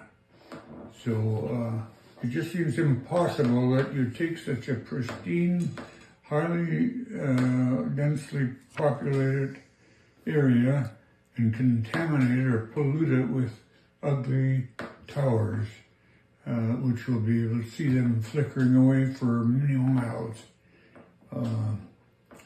I just can't believe that this could happen with such a pristine area. But anyway, I hope the AUC will hear our plea and refrain from giving registration of this project.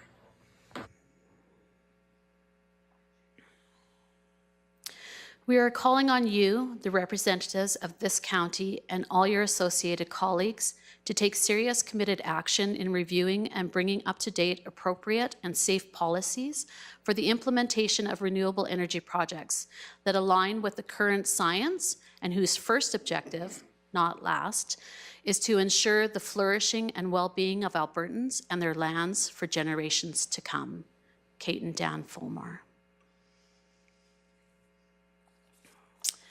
After reading all the stories submitted, a main theme that emerges is legacy, the preservation of the unique rural way of life of those who came before us, of the lives we have built with our families today, and the legacy we want to leave for the next generation. A second theme is that if the project proceeds, many of the landowners will seriously be considering leaving their homes. The blatant disregard of renewable energy companies and signed landowners is an attack on our lands and our people. We are raising our voices, and the consensus is clear. We need to preserve rural Alberta, not industrialize it, before it's too late. I know that normally council does not take questions during a delegation, but all through this process, there has seemed to be more questions than answers in all aspects, from Capstone to the AUC to the Alberta government. Hopefully, with our councillors' help, we will be able to clarify a few of these questions. We sent council the questions previous to today, and as Reeve King stated earlier, hopefully we will get some answers to them in the near future. See, I just wrote that little bit right there because I was going to ask them. I don't know if you want us to go through those questions, or these folks haven't seen the questions that we asked, but I can give that to them in an email at a later date if you would prefer. Okay. First, let me say thank you. I mean, the passion and the heart that you have is very evident in the presentation that you make. And as a council, we sit here and we see and hear your voices, and we absolutely recognize the voice that you're raising and the concerns that are being raised, and probably for the most part are reflected by members of this council in terms of where we live and how we would like to see our rural life preserved as well. And so I prepared some comments because I knew you were coming, and you might not like everything that I have to say, but recognize that sitting at this table are individuals who are keenly interested in the future of Kneehill County. And we are charged with a big responsibility and we don't take that lightly. So I'm just going to share my comments with you, and then I'm going to give my fellow councillors an opportunity to ask or comment. And so I'm just going to jump right in and do that. How's that? Okay? Can I just say one thing? Yep. We are very aware that this council has worked tirelessly on our behalf, and we do appreciate it. Okay, thank you for that. So I'm just going to read my comments, and then we can have a bit more conversation. It's important for you to recognize that council does see and hear you, and that we recognize the concerns being raised by you as citizens in Kneehill County opposed to wind development. At the same time, council also recognizes that there are other landowners who have rights within Kneehill County who wish to host these towers. And it is a finely nuanced and balanced conversation that has to take place when council is trying to represent all of the ratepayers that live within Kneehill County. Council has attempted to define some of that nuance in our recent land use bylaw amendments. And in that process, being respectful of different viewpoints is a council mandate. And being open to hear those differing viewpoints is also something we as council are prepared to do. Engagement with ratepayers is something that this council has made a priority, and trying to assist them is why councillors often will stand for a council position. There are differing viewpoints within this council that factor into all of our discussions, and decisions made by council are never undertaken very lightly or without due process and due diligence. Not every councillor is necessarily happy with each decision council makes, but there's an opportunity to be heard in that discussion, and for ratepayers also to be heard there. The questions that you raise today are not likely to receive immediate answers. And part of the reason for that is those answers must be arrived by consensus through council discussion, and sometimes maybe even a vote on council to establish policy and direction. As a delegation, you have presented to us as council.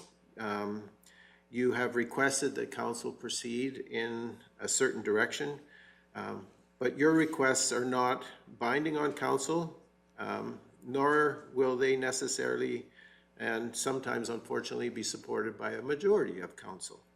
Council, however, will discuss the issues and concerns brought forward today. The decision will need full understanding on behalf of council of what can be done while coming to that decision. And you recognize, and we've expressed that to you, how difficult it is for us even in our relationship with AUC and the conversations that we have there. And as much as we have expressed the intent of council trying to represent our residents, is AUC sometimes doesn't see that. And for that very reason alone, I am so happy that you're here today. And I want to express how critical it is that you as residents recognize the importance of your voices and the importance of being there at the table when AUC is making this decision. Your voices likely can and will have greater influence than the collective voice of Kneehill County as a municipality. And what you have presented today is very strongly indicative of the feelings of the community that surround this potential development. The issue of land ownership rights, the right to peaceful enjoyment of life and property, are not guaranteed. They have to be fought for. And that's what you're doing. You're fighting to protect what you see as an encroachment against that enjoyment.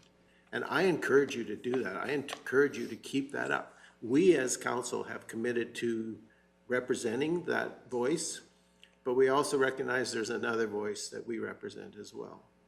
Key in the decision and discussion is the respectful presentation of issues, and you guys have been exemplary in doing that in a factual and forthright manner, and I appreciate how you have approached it.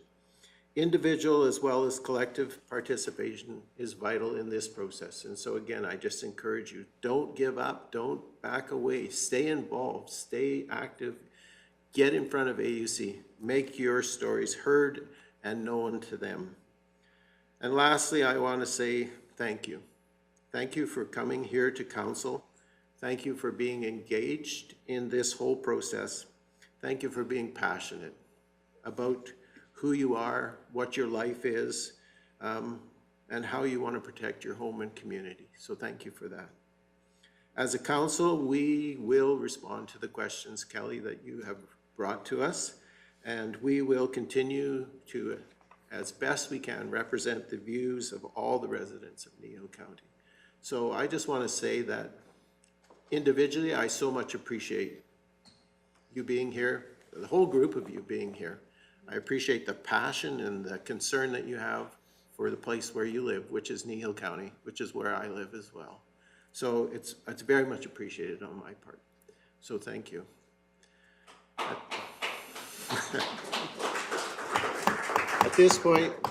this point, I'm going to give the opportunity to council, and I know Jerry has to leave us, but I'm going to give the opportunity to council to comment or ask any questions for clarity, and we will get to your questions later today in delegation business. So, Councillor Cunningham. Okay, so I don't have anything as eloquently prepared as Reeve King, but I'm going to just speak from my heart. And I know the last time you folks were here, I had a little bit of a hard time speaking, because when I look at you, like I said before, you are our people. And that's why we do what we do. And to see the tears and the passion that you folks put forward is just, that's why we live here, right? So just a couple points. I would love to see you send this video to the Premier, to the ministers. There'd probably be 6, 7, or 8 of them that would be good ministers to send them to. I'd like to see you send it to the MLA. And just, I guess while I'm on that note, I think a lot of you are aware that Reeve King, with the approval of council, sent a letter to the Premier and those said folks. I know I checked about 2 weeks ago, and at that time we had received 0 responses. So I don't know if Mr. Hogan has an update. No. So we have not received 1 response back. And to me, that's a problem. And so again, that's where you guys have to really be speaking to the province. We do have very difficult time with the AUC in the fact that they are board members appointed by the province of Alberta, who sit in large towers in downtown Calgary making decisions for those of us that live in rural Alberta, and it doesn't adequately reflect what our people are saying and feeling, but that's not where they're at. So that's a whole other problem. So I think what we're always saying is it's very frustrating for us, because as you folks know, our hands are so tied. So again, I would just really encourage you guys to keep hammering this home to the province, because that's where the change has to happen. But thank you again for everything you do. Anyone else? Councillor Popes. I also too do not have something prepared, but as I sit here and I listen to you, Kelly, I feel the passion of where you're at. I understand fully, because even though I live in the hamlet of Torrington, I'm still going to be affected by those views as well. I really struggle a little bit with the AUC and the public interest part of it, because they're not considering that my public interest is my people staying within the borders of Kneehill County. And if you're leaving us, how is that not in our public interest? And I don't think the AUC is taking that into consideration, that the people that live here, we may not be mighty numbers as we are in the city of Calgary or Lethbridge or Red Deer or Edmonton. And if I forgot someone, I apologize. But we still are mighty. We're mighty in the numbers of the passion that each one of us have for a land that we call home, a land where we belong in this county. And the AUC is not even considering any of that when they consider the public interest. If the city of Calgary and Edmonton and all of them, if this is in their greater interest, then put this stuff all around you. Put it on every available green space that you have. But we know that won't happen, because the numbers of the people that live there will never look at that. The people living there, I'm almost tempted some days to want to erect this big, huge thing and drive it through the neighborhoods of Calgary, just so they could get the scope of it. Because it's not lost on us when we go to the city of Calgary for our conferences and we stand below and I've stood twice this year, below the Calgary Tower, and I am affected 100% by the sheer size of that coming to who we are. And the loss of what we deem to be our home, because it could happen. So I appreciate everything that you guys are doing.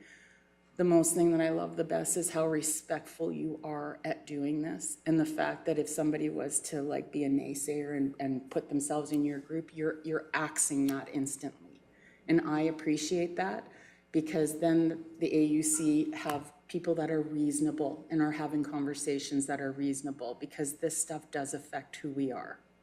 So thank you from the bottom of my heart.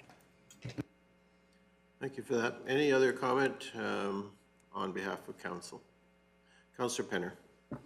I agree 100% with my fellow councillors here, and I know we all have very busy lives, but we need you guys to stay active provincially here. It will be the most well-spent hours of your day that you can, and I know we all have busy lives, but if we are doing as much as we can here, we just need you guys to continue to advocate with every level of government, please. Thank you for that. Councillor Christie. One of the things that the province did with the pause is come back and tell agriculture that we're not going to build this on class 1 and 2 soils.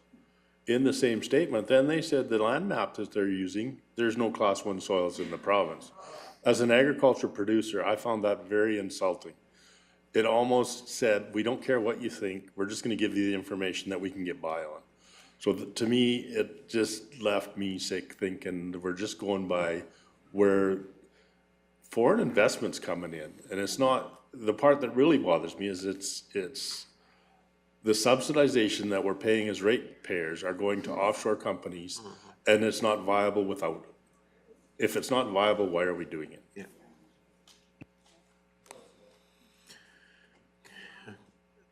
Sorry, can I comment What on if that? I said no? Would you stop? Absolutely. Clint Mason actually was able to get a one-on-one meeting with Minister Neudorf in October, which I'll be attending. And then it's one of our biggest points. We'll be talking about the agricultural land and how they classify it. So that's definitely something that we're... Go ahead, Councillor McGee. Yep. I just will keep it really short because everything has been so well articulated already. Your coming together and working as a community with such clear focus and energy and passion is to be commended, and I just really see why I chose to be a councillor is because of you. Each of you have demonstrated what we want to be leaders of and to care for and to be the stewards of your needs as best as we can. And we are frustrated by some of the things that tie our hands, and we are continuing to keep looking for creative ways to keep expanding on ways to do that for you. So we're not done thinking through ways to do that either. So we welcome those questions and the information that could help us with that process. So thank you so very much. Again, every one of you and all who have contributed to what you've got done so far, my profound awe at all of you. And I think this is what makes our county, our province, and our nation great. Mm-hmm. And that is what the definition of public interest should be. Mm-hmm. And I think that's what needs to be challenged. What is public interest? I guess my last comments would be related to the fact that this fight's not over till there's a decision made. And even then, maybe it's not over. It's over the day you quit. It's over the day we as a municipality quit pushing back against what we see as things that just aren't reasonable or right. And so my encouragement is you guys have done amazing work. I mean, you're looking for facts. You're looking for other decisions that AUC is making that aren't consistent with decisions that they're making that apply to our municipality. So I just again want to say I appreciate the fact that you are doing great work. You're doing your the homework in the way that you need to do it in order to be able to bring forward a solid, sound argument. If you quit, then this decision will be easy for AUC. If we don't quit, it'll be much harder for them. And what you've brought to us, I agree with the other councillors, needs to be seen by more than just Kneehill County. It needs to be seen by the province. It needs to be seen by those who at least have the ability to make decisions to change the process that's happening. I reflect your frustration because I know myself in a communication on behalf of our council to the province, and we're just not hearing anything back. And I mean, we asked some hard questions, yes, and we asked some very specific questions. However, to this point, other than a conversation that I had with our local MLA to say how disappointed and frustrated I was with what's happening with our letter, we still have not heard anything. And in spite of a commitment on behalf made by the Premier herself that she would respond, we still have not heard. So please don't quit. Please keep fighting.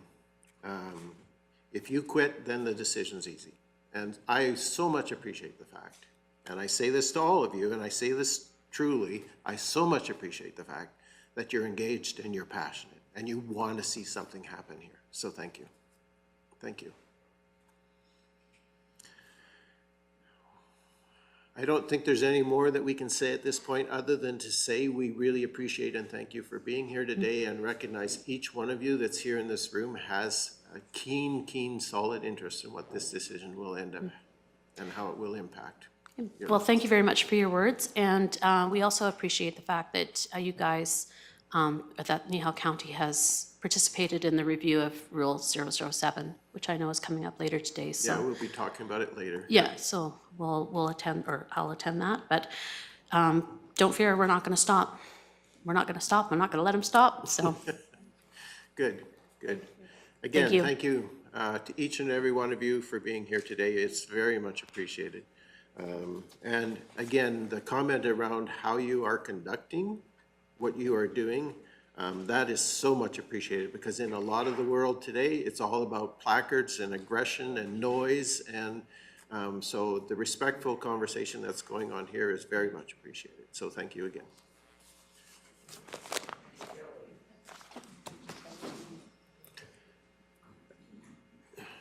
Do we know?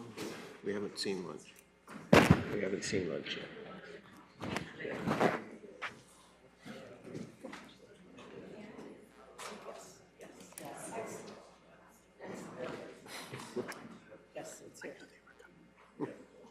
It's here? Okay, I understand for council that our lunch has arrived, so we are going to be in recess. And so we'll be in recess till, I'm going to say 1 o'clock.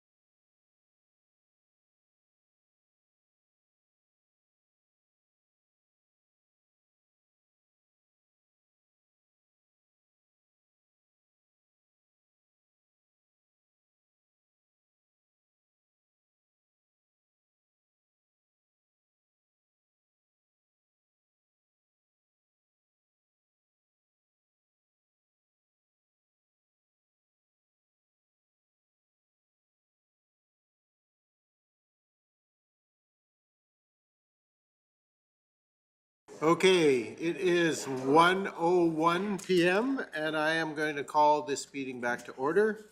And for the sake of those who are perhaps viewing the council on YouTube or streaming, we will not complete this agenda today.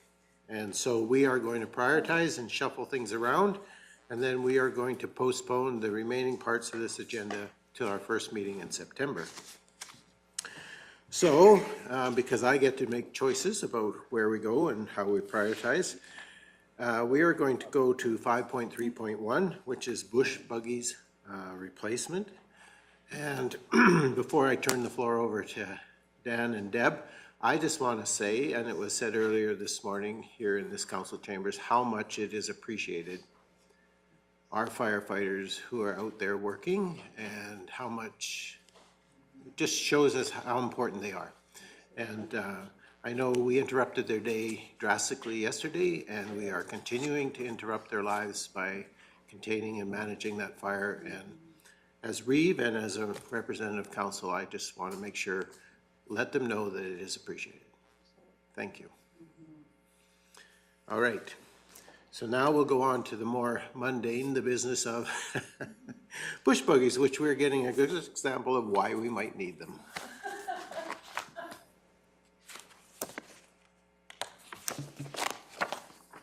Okay, thank you very much. So today in your council package, you have bush buggy replacement. We are bringing this to you because Carbon bush buggy and Three Hills bush buggy are both on the replacement schedule in the next year. And so actually they've been on it for a couple of years, but now it's kind of, we're bringing this back to you for your approval. The presentation today, we did, if you want to continue to the next slide. So a lot of the brush trucks were all built by the municipalities' fire departments, and then now we've taken them all on through the ICF agreements. And so with that, we have those agreements that are from 2019 to 2024 of who owns the equipment and the rates for that apparatus. The bush buggies were considered a majority use by the county and were either purchased by the municipalities or were purchased as a replacement. So we wouldn't actually purchase their existing bush buggies, but we are to replace them. And so today we're here to clarify the next steps in replacing these, including the level of service that council wants for these units. So we just kind of give you a bit of background on the calls review. You'll see the outside grass fires in Kneehill County are 138 compared to 25 within the municipalities in the urbans. And that was just for the past 3 years. And then just to give you some details on the ICFs, so ACME, so the county is to replace one of their bush buggies. They have two. In the next 5 to 7 years is how the agreement was written, but we do not currently own any of the units in ACME. In Carbon, the county was to replace to a 15 to 20 year lifespan, which would have been actually in 2021, I think, the replacement. We do not currently own that, but we are to replace. Troshew's was replaced in 2030. We do own this. We did pay a portion through the ICF agreements to get that on our asset list. Three Hills, the county's to replace this. We also own this. And this one is due in 2024, it was due. So now we're asking to come back in 2025. Torrington's, we just kind of thought we'd show you that. We in-house kind of pieced it together through contractors, that truck in 2018. And Linden, there are no bush buggies.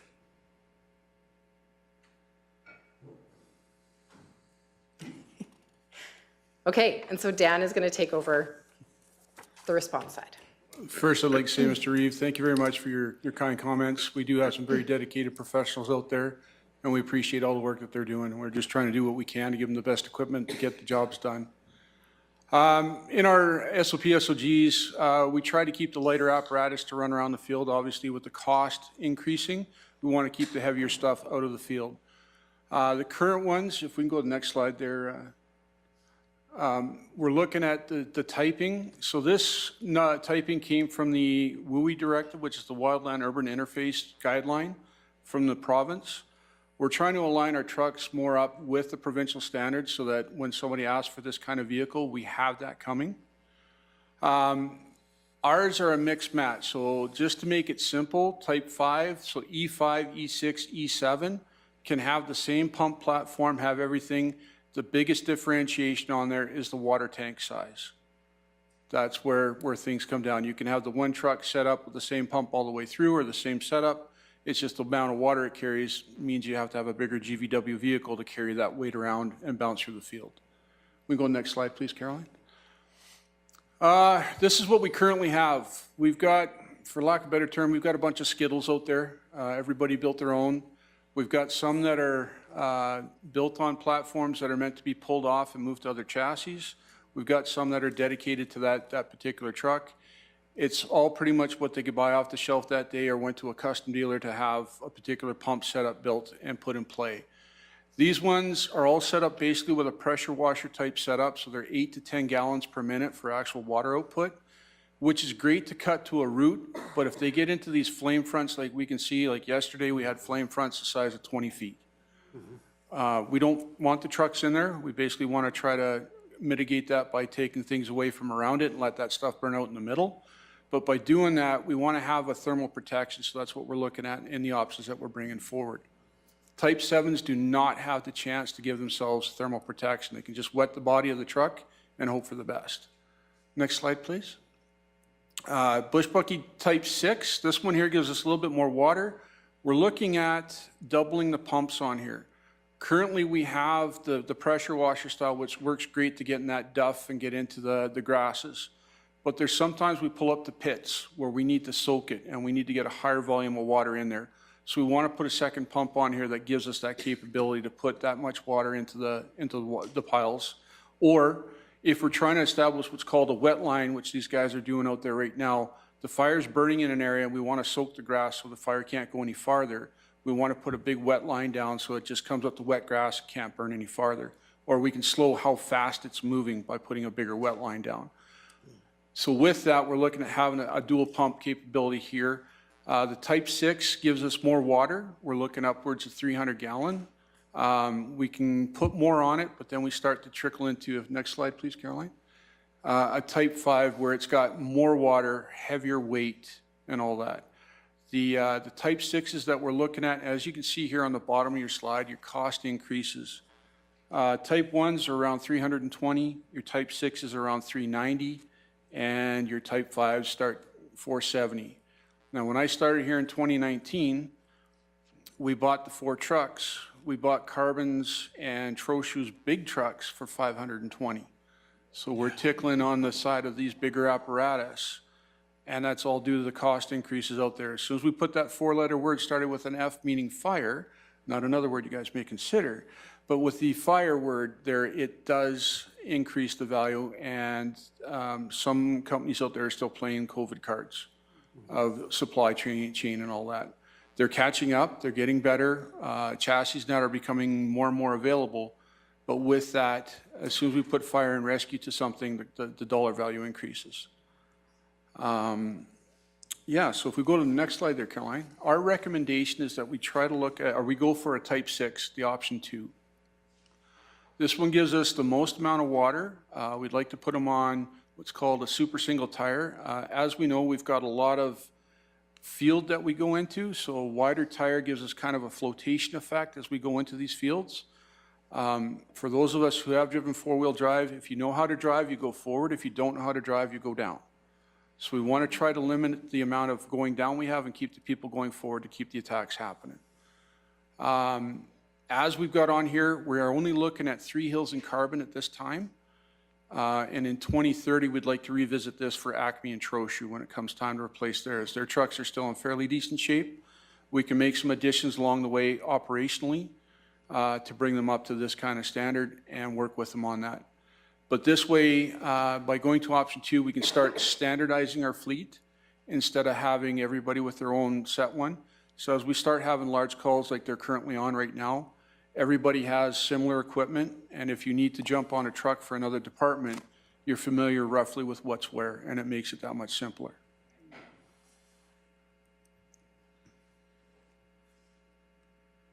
That's Cole's notes on what I have for you, so thank you, Mr. Reeve. Oh, well, I appreciate the Cole's notes. Councillor Christie, you have a question? Questions and maybe a comment or two. On the option 2, the bottom truck for me is totally inappropriate.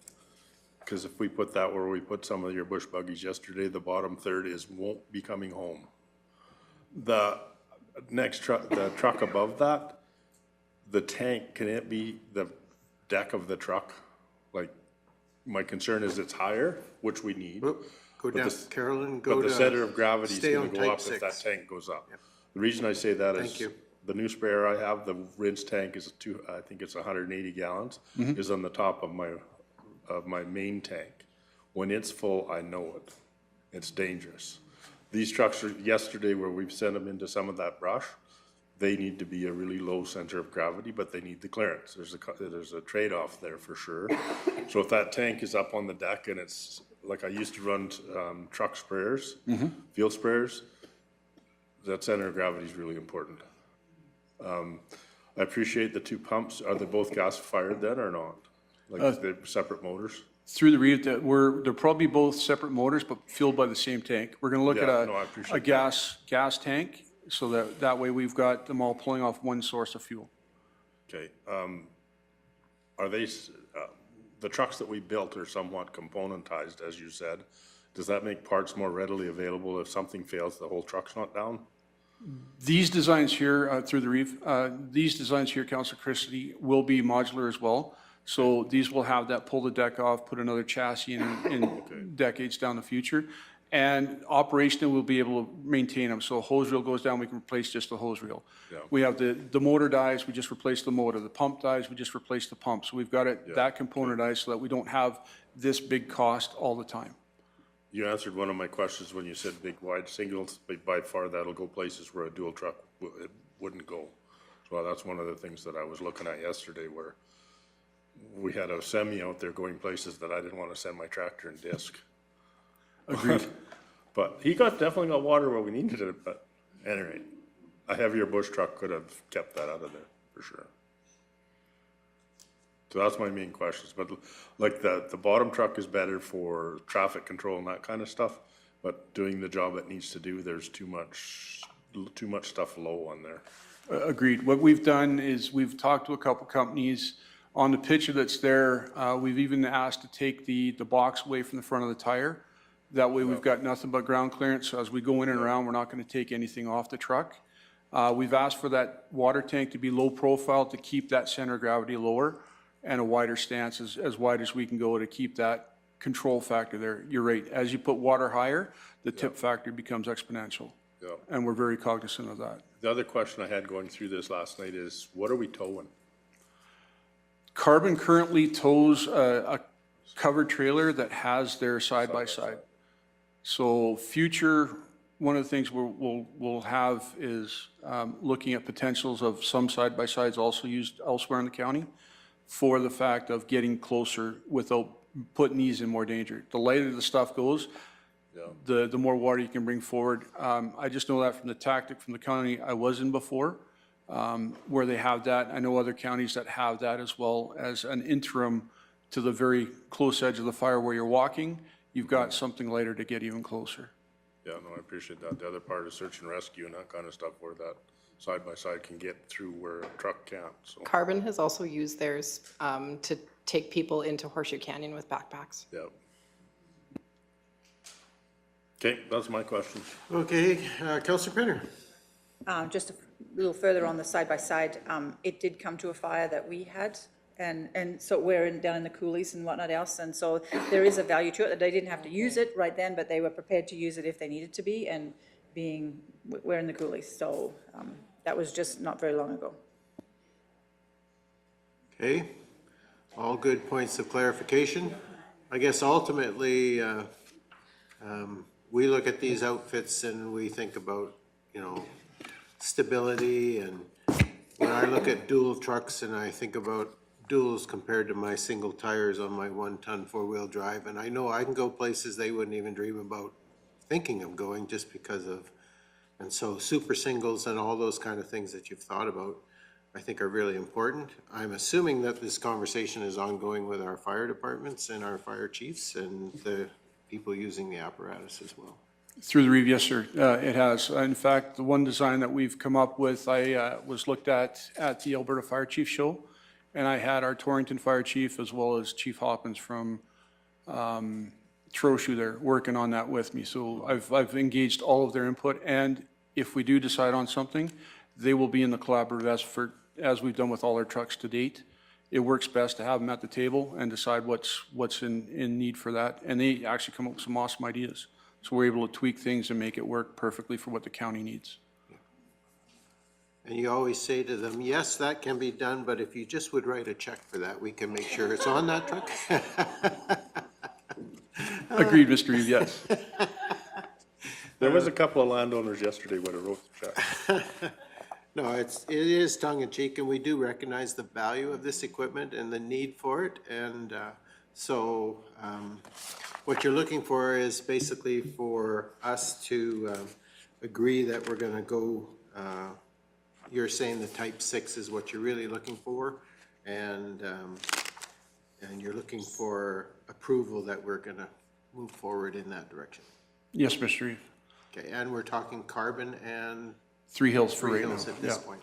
And I do have a clarification on the RFD. So I had given you council options 1, 2, 3, but it was type 7, type 6, and type 5, Right. not type 7 again.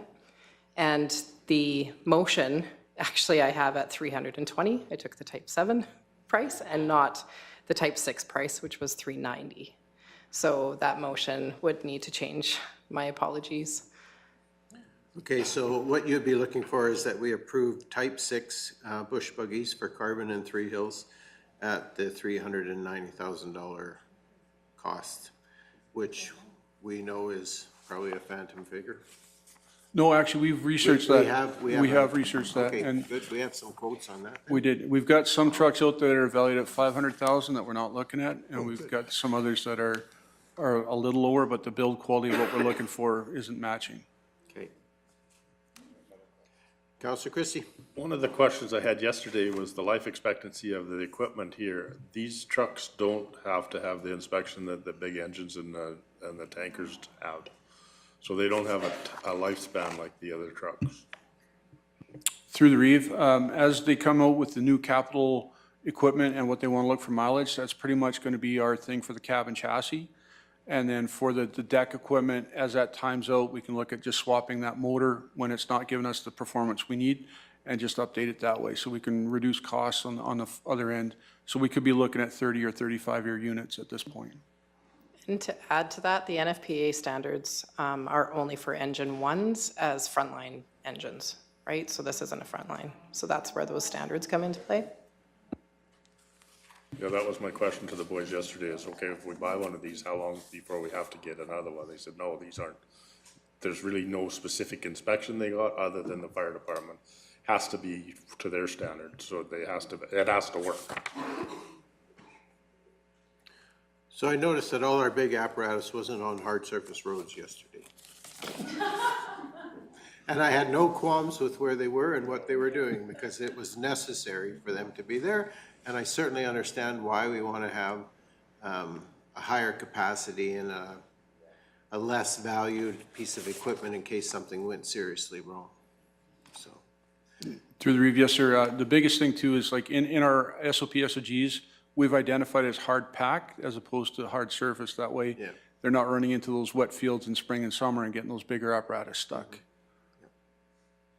Yeah, the least thing you want to be doing is fighting the fire that's all around you because you can't go anywhere. So, and that's why they have the, what's it called, the heat thing around on these bush buggies so they can actually protect themselves, right, if they get caught. The thermal protection. Thermal Yeah. protection, thank you. Yeah. Yeah. Okay, are there any further questions or discussion? Councillor Penner, absolutely. It's a little offline here, whatever, but had a question yesterday asked to me, have you guys ever thought of going to do presentations at some events that we have within the county to farmers so that they know what to do when they get to the fire, because sometimes they're in the way. And so I've heard that lots. And so I got a phone call yesterday about that. Would it be something you would look at, like trying to educate those that would like to be educated, because we all want to help, but sometimes we are in the way. So we did have a conversation with all the fire chiefs in the spring. We talked about spring firefighting, kind of the same thing. And we did a bit of a press release, but yes, we did talk about it. It's just we kind of waited too late. But we thought over the winter, if we could do an actual education seminar or a couple, maybe one online, one in person, to see what we can do to make sure that the farm community is also helpful. Yeah, which they usually are. Oh, for sure. And it might just mean that absolutely you bring water to me, you stay on the road, whatever, you know what I mean? I'm just throwing that out there, but there are people out there that would like to, they want to help, but they want to be able to do it correctly and not get in our firemen's ways. So, okay, thank you. Sometimes it's that piece of tillage equipment or whatever that's creating a fire line that's quite handy to have where we don't have those. And so I noticed yesterday there was farm trucks and tractors and other things coming from all sorts of directions towards the cloud of smoke. So, and I think it's important that we acknowledge how grateful we are for the neighbors' help as well, not just our firefighters. So, yeah. And Councillor Christie, you had a question. Observation yesterday, and you and I have talked about it before, is radios for those tractors where you can identify them and direct them rather than flag them down and stop them. We got a tractor that was halfway home when they called it back because they thought we were on the other side of the hill. Through the review, yeah, Councillor Christie, sorry. We are looking at maintaining that mainly with cell phones. That's what we discussed in the spring, is have one lead person to talk to for those tractors and then coordinate the effort. It becomes another resource on scene. They are very critical. They get down to that mineral earth where we don't have to fight fire anymore. It stops it. And when you've got that 30 or 50 foot deck behind it, we really appreciate that because we're not building that with a shovel. No. There's excavation capacity there that maybe a shovel doesn't have. All right, Councillor Penner. Sorry to extend this a little bit longer. You don't realize until there is a fire situations that you never would have thought of. Our fire, which was down in the valley, down near the gas plant, we had no cell coverage. And it was horrible trying to get the fire, and it was not the fireman's fault. So, and it's something that we as council need to keep in the back of our mind when somebody's wanting to build a tower, if we can partner with them to get some kind of cell coverage or things like that. It's just depending on the location, because honestly, we could not get cell coverage. They were just all over, and it would cut out and whatnot else. And so a lot of it went through texting to try and get through to 911. And, you know, we finally, somebody off scene got 911 and filled them in. But there's just little things like that you don't realize. So with our topography within our county. Okay, thank you. So we still have a question in front of us in terms of what we are prepared as council to do, and I guess I would be looking for either more conversation or discussion around the decision or a motion to go ahead. Councillor Cunningham. I'll make the motion. I'll move that council approve type 6 bush buggies for Carbon and Three Hills at a cost of $320,000 each in the 2025 budget, with funds to come from the capital equipment reserve. 390. I thought you, oh, so it's not the 320? No. 390 is the right. Okay, I rescind that. I will go back. Let me just start over. I'll move. I like where you're going. Okay, yeah, no, sorry, I was confused when she said 320. Okay, so I'll move that council approve type 6 bush buggies for Carbon and Three Hills at the cost of $390,000 each in the 2025 budget, with funds to come from the capital equipment reserve. Okay, super. Thank you for that. Any further discussion? Okay, I'm not seeing any, so I'm going to ask the question. All those in favor? And that is carried unanimously. So thank you. And all the best in terms of fighting that existing fire that's you're headed to right now. So, and I appreciate both Ms. Grossfield and yourself, Dan, for being here and providing us with the information. So thank you. Thank you, Mr. Reeve.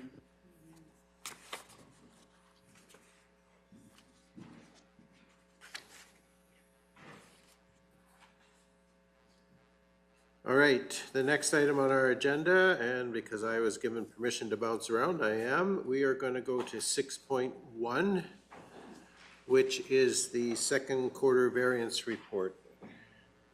And I'm going to welcome Ms. Von Merbach. We always look forward to having you come and share with us regarding our financial situation.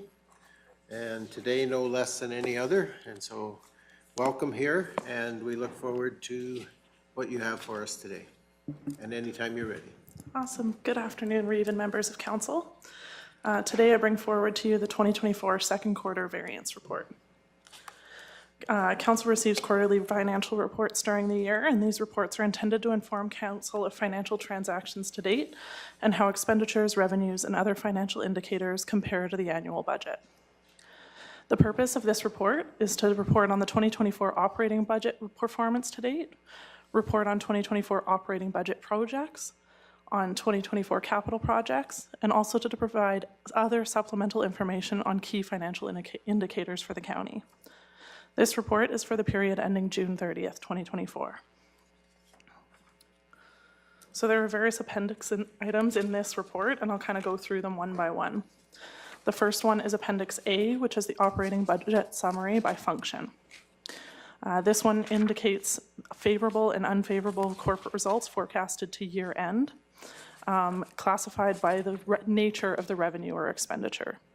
After this section, I'll also speak to Appendix B, which talks about the operating results by department as well. The total net forecasted revenue expenditure year-end result anticipates a surplus of $4 million. Of this surplus, $3.1 million, or 77% of it, relates to the receipt of unbudgeted funds from investment revenues. This additional revenue aligns with the preliminary reserve strategy, which has been presented in the past to council. As such, we didn't increase investment returns in alignment with what we anticipated to get, intentionally to put those funds back into reserves. There's another $433,000, or 10%, which relates to the receipt of unbudgeted funds for the sale of capital equipment. The remaining projected surplus on the core operating budget is $472,000, which represents a 1.5% overall variance from budget. In terms of revenues, there's a $3.7 million favorable variance forecasted to the end of the year. And the driving factors of this variance are licenses and permits, an $8,000 favorable variance related to planning and development permits. Other revenue of $108,000 favorable for oil field water licensing revenues. An $86,000 favorable variance related to the sale of goods and services, which consists of $60,000 favorable from the dust control program and $26,000 favorable related to other small variances across departments. This includes water distribution fees, paid parking, scrap metal sales, tax notification fees, and map sales. There's a $6,900 favorable variance for sales to other governments, which consists of a $13,000 favorable variance for waste transfer site agreements and a $6,000 unfavorable variance related to enforcement callouts. There's a $5,000 unfavorable variance related to penalties on property taxes, a $38,000 favorable variance related to actual property tax revenues. There's $41,000, which is favorable related to special taxes and frontage. This relates to riser fees which are received. These are not included within the core operating budget as they're unpredictable, and the revenues are typically contributed back to the water reserve during fourth quarter reporting. There's a $3.1 million favorable revenue variance. Again, this relates entirely to return on investments. This variance aligns with the preliminary reserve strategy presented to council in October of 2023, whereby investment returns are intended to be utilized as a reserve growth mechanism rather than an operating budget funding source. Motion number one within this report recommends a contribution of $1,695,637 to reserves, which represents the income above the expected amount as of June 30th, 2024. There's a $100,000 unfavorable variance related to transfers from reserves. 52,000 of this is actually noted as a favorable variance. It's an additional draw from reserves approved by Council Motion 38723, which was to fund repairs to the Horseshoe fire truck. There's also an offsetting unfavorable expenditure variance under transfers to individuals and organizations related to this council motion. Then there's $152,000 unfavorable, which actually represents reserve funding which is not anticipated to be utilized by 2024 operating projects. Then there's $433,000 favorable variance related to capital equipment plan sales. And this is related to capital equipment where we've gotten over and above what was expected. We typically just budget for $100,000 in revenues related to capital equipment and a $100,000 contribution to reserves. So anything outside of that, we then motion to put it into reserves throughout the year. And that just allows us to not have a variance every year on what we budget for that line item. Motion number 2 recommends that contributing these funds to the capital equipment plan reserve. So just before you jump past that, when Absolutely. you're talking unfavorable and favorable, so that 152,385 unfavorable is unfavorable because we're not spending it, but it's actually a savings. Yes, that one's one of those tricky ones because So- it's a revenue that we're pulling from our savings account, effectively our reserves. And so yes, it means money that we're actually not going to pull out of our reserves. It sounds like a bad thing, but in the end is actually a very positive. Yes. Okay, thank you. Same with when you get to contributions to reserves on the other side. If we put more money into reserves, it looks unfavorable, but the reality is it's a good thing. Absolutely. Are there any other questions on revenues before I move on to expenditures? Councillor Phillips. The 6,000 unfavorable related to enforcement callouts, those are for our county or for our partners within our county? I believe that's combined with all of them. Okay. Thank you. But I think that's just variable depending on what's going on within that department. And I also believe because we've been short peace officers that that might be a contributing factor to that variance as well, but I'm not 100% sure on that one. Through the roof? Yes. A quick Councillor question. The 13,000 favourable with respect to waste transfer agreement sites. Any background? I believe that that was one that was not properly budgeted for and adjusted for the upcoming, like what was actually going to be received this year. So we ended up with more money than what we budgeted for. Just, yes. I don't see any other questions just yet, so I guess you can go on to that fund side, the expense. Absolutely. So there's a total $288,000 favorable variance forecasted within expenses to year end. The driving factors of that include $67,000 favorable within contract goods and services, which includes numerous contributing factors. There's $22,000 favorable related to advertising and PR, $16,000 favorable related to training, conferences, and memberships, $14,000 related to professional contracted services, $12,000 favorable for land care programming, $6,000 related to contracted shop repairs, $5,000 related to insurance, $4,000 related to ground maintenance, and $4,000 related to major maintenance initiatives. In addition, there's a $12,000 unfavorable variance in building repair and maintenance expenditures. Within materials, goods, supplies, and utilities, there's a $131,000 favorable variance, which includes, again, numerous factors. There's $25,000 related to shop supplies, $24,000 favorable for fuel, $20,000 favorable in utilities, $19,000 favorable in water for resale, $18,000 related to small tools and equipment, $16,000 related to general goods and supplies across various departments, $5,000 favorable in extension program expenses, and $5,000 favorable related to park supplies. Then within salaries and wages, there's a $42,000 favorable variance forecasted to year end. This year-end forecast reflects the implementation of the 50% market adjustment as previously approved by council. Based on current salary trends with position vacancies, the full impact of that implementation is anticipated to be funded through the operating budget. However, implementation may put some departments over budget due to position allocations. So you'll see when I talk about some of the individual departments, there's a couple where their salaries are going to be over budget related to that and some that are under budget related. However, as a whole, when you group salaries all together, we're anticipating a favorable variance there. I'd also just note that there was reserve funds put from the 2023 surplus. There was $500,000 put away in anticipation of a few different salary fluctuations. We're not expecting to need any of that. However, that money was put aside by council from the 2023 surplus to fund that should that be necessary. Then there's purchases from other governments. There's a $38,000 unfavorable variance, which relates to an unbudgeted Drumheller Waste Commission payment increase. So when we went through the budget process, that increase wasn't anticipated. However, when we received the bill, it was higher than what we expected. Within transfers to individuals and organizations, there's a $66,000 unfavorable variance. There's $3,000 favorable related to grant programming. And then there's the $52,000, which is unfavorable related to repairs on the Horseshoe fire unit. Again, that's where reserve funds have been utilized to pay that. And that was in accordance with Council Motion 38723. There's also $18,000 unfavorable for repairs to a Linden fire unit in that item as well. Within non-TCA operating projects, there's a $152,000 favorable variance. Again, that aligns with that reserve draw that we're not anticipating to make within the revenues. There's further details in Appendix C, and I'll speak to a little bit later in this report. All other expenditure classes align with expectations, and there's no significant year-end variances anticipated. Before I kind of roll into talking about the individual variances by department, are there any questions on the expenditures by function? So at this point, these variances that we're talking about today are projected out to year end? Yes. That's based on our forecasting. So we calendarize the budget in the background based on trending of different expenditures and different revenues. We review that, align with managers to make sure that what we're forecasting to trend aligns with what their expectations are.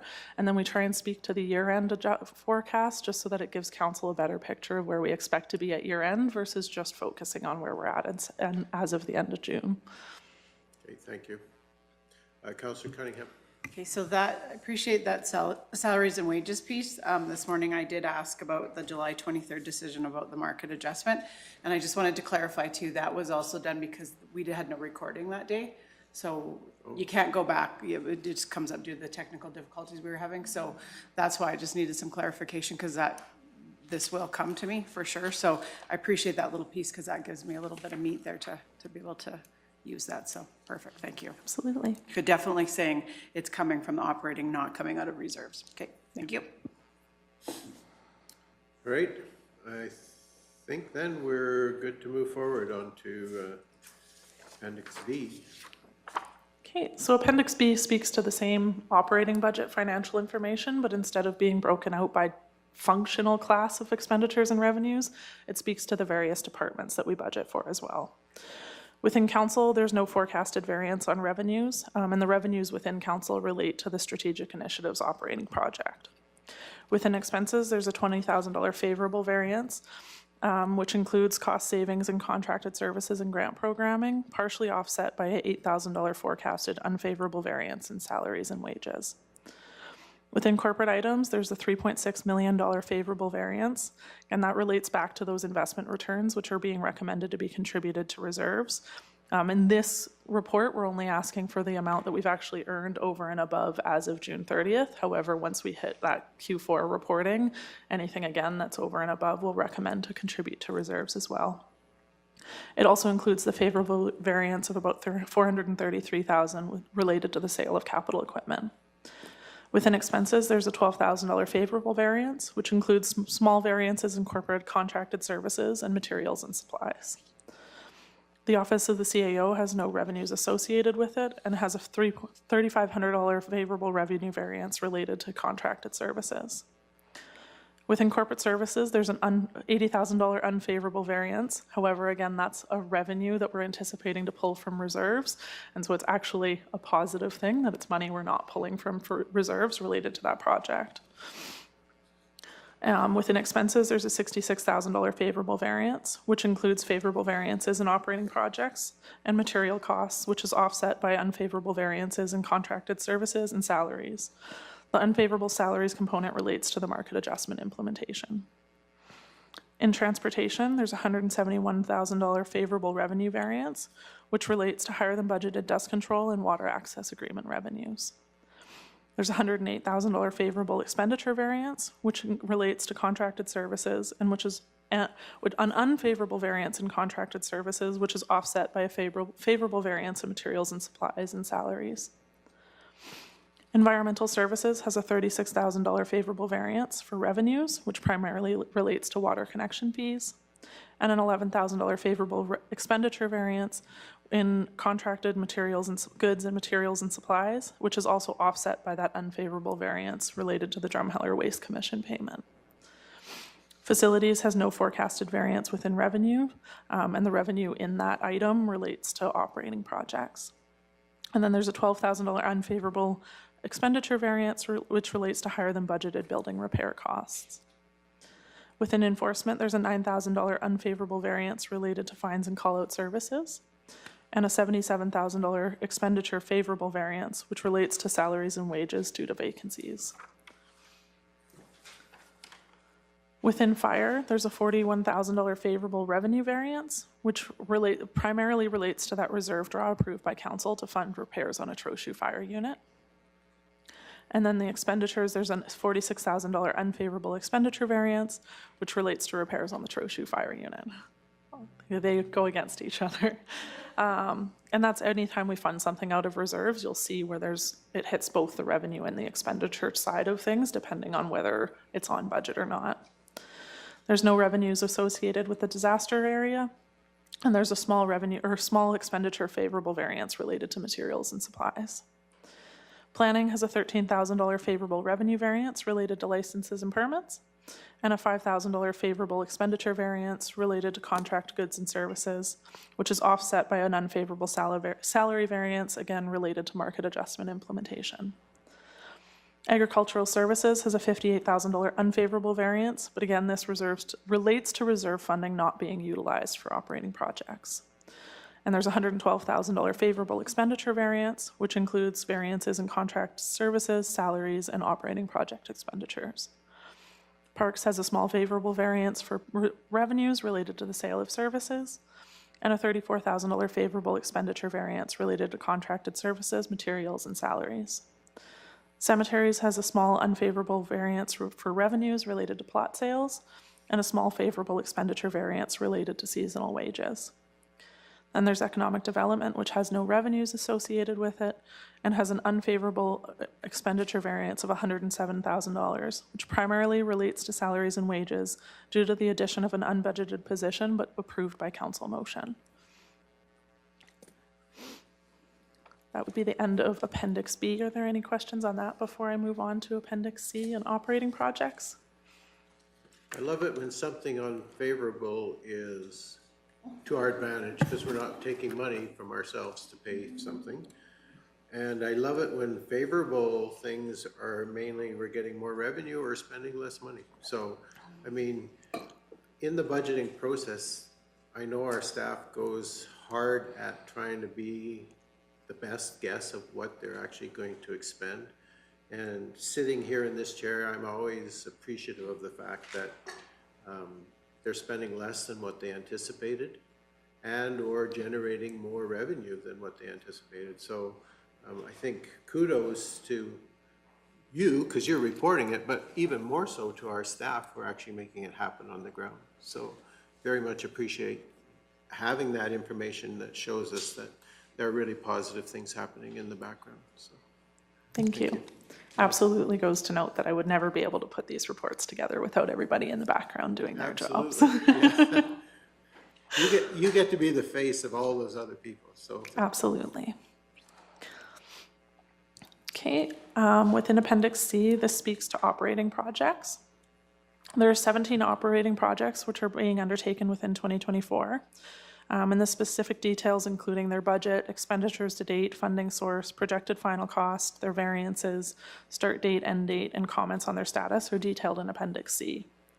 Overall operating projects have a projected favorable variance of $152,000, which is approximately 11% of the total operating project budget.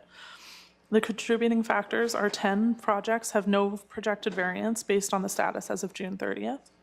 5 are projected to be completed under budget. 1 is projected to be completed in-house, and 1 is projected to be over budget by a small amount. Any projects which are completed under budget will reduce funds drawn from the associated reserves. Again, that's where you see that reduction in what we're going to need from reserves. And any projects completed over budget will be funded with unallocated funds from completed projects during the fourth quarter report. We just do that to kind of simplify it in case there's any other small variances come fourth quarter. It just makes it a little bit easier to track everything.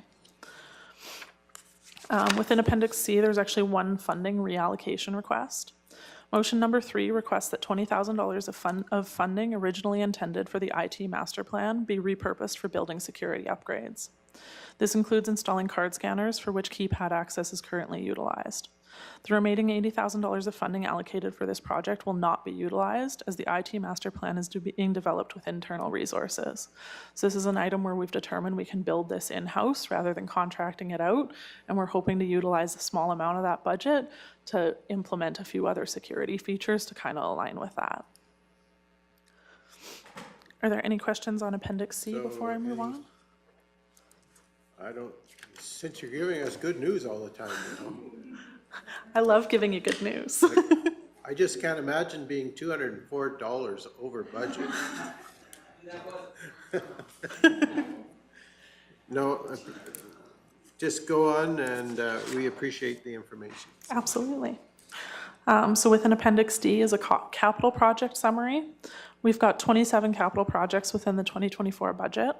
Again, the specific details are included within Appendix D, including budget, expenditures to date, funding source, projected final costs, all of those things. Within capital projects, we have a forecasted favorable variance of $1.4 million, which is approximately 12% of total capital projects. The contributing factors are 13 are projected to be completed under budget, 13 have no projected variance based on the progress as of June 30th, and 1 is projected to be over budget by $2,965. Again, any capital projects completed under budget will reduce the funding drawn from the allocated reserve or the amount of grant funding utilized for the project. Any projects completed over budget will again be funded during the fourth quarter report. There's another good news piece on this. There were 2 STIP grant approvals which relate to bridges. So we kind of had hoped at the time of budget that we might get these approvals. However, we requested council to approve the full project through reserve funding so we could move forward with them. We have received notice that for both of those projects, the province is willing to contribute up to 75% of those project costs. So that will decrease the reserve funds that are actually needed to do those projects as we're going to get grant funding for them. Absolutely. Bridge names, please. I will add those next time. I think there was a previous request that when we had bridge files, just that it would be appreciated if we could have names or locations because I do have them not on, so much from you. I do have them on the project sheet. They just didn't make it into the actual RFD. Perfect. Yes. I will note that for next time though. Mr. Zier, would you like to continue? Through the chair, I can identify the locations of the bridges if council sees. So Bridge 13477 is the bridge just due west of Trochu. That was actually just completed last week. And then Bridge 75910 is just a couple miles west of us here and a mile north. There you go. Yeah. Okay, thank you for that clarity. And of course, are we good to go on now? Okay. There's also one funding reallocation. There's one funding reallocation request again within this appendix. We ended up with the calcium applicator water truck, which is an item within the 2024 capital equipment plan purchases, is under budget by $273,000. And this was due to when purchasing it, we ended up purchasing a used vehicle rather than going with a new one due to what was available and what was the best option. And so motion number 4 requests that $55,000 of that remaining funding be reallocated to replace the calcium storage tanks, which are reaching the end of their useful life.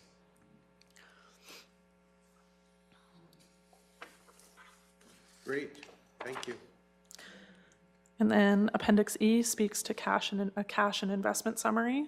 Again, due to the high prime interest rate and improved investment strategies, we continue to generate strong rates of return on investments. Currently, or as of June 30th, the rates of return ranged from 5.3 to 6.2%. It will be noted that these returns will decrease in the third quarter due to decreases in the prime interest rate and anticipated continued decreases in the prime interest rate. We are, however, trying to, in the background, do what we can to kind of invest as much as possible at higher rates before those rates change. And then Appendix F is reserve continuity, and it tracks the movements based on council approvals of each of the county's reserves. And the information on this only changes if council approves new expenditures or amends project budgets, if projects are completed under budget, or if there's unanticipated external funding, like grants that are approved post-budget. So those changes, when they happen, are included under post-budget approvals. And when projects are anticipated to be under or over budget, they go into that projected surplus deficit of projects. I've also added in this report Q2 recommended motions so that council can see where those reserves fluctuate based on the recommendations within this report. And then based on budget approvals, motions recommended with this report and investments in the county's infrastructure, the utilization of reserves is anticipated to be approximately 11.9 million with offsetting contributions of 11 million. And again, that's based as of June 30th. Once we kind of have a little bit more investment returns, those contributions will change a little bit. That kind of reaches the end of my appendix items. However, there's two other small items that I've included within this report as well, which also include recommended motions. The first one is a draw for the Acme Gymnasium project. So during the September 26, 2023 council meeting, council received a request from the Acme Alumni Association to provide support for the Acme School Gymnasium project. Council Motion 32523 indicated that council confirmed total funding in the amount of $100,000 for this project and direct staff to recommend develop funding options. During the preparation of this report, it was noted that administration had not yet officially recommended a funding source for this amount. The payment was made to the Acme Alumni Association in February. In 2018, the council had previously approved $50,000 towards this initiative. Those original funds are currently in the transitional funds reserve, and administration recommends that the additional $50,000 also be funded through the transitional funds reserve. All funds in that reserve related to completed projects for which total funding wasn't utilized. So motion number 5 recommends the necessary reserve draw to fund this payment. And then there's a second item, which is funding for disallowed Canada Community Building Fund grant expenditures. In the 2022 budget, council had approved a project for the Rongor Memorial Arena, which included various upgrades to the arena. Project costs were incurred in 2022 and 2023, and the approved funding source for the project was the CCBF grant. During the final grant reporting on the project, expenditures related to the Zamboni shed re-tinning were disallowed based on the grant criteria.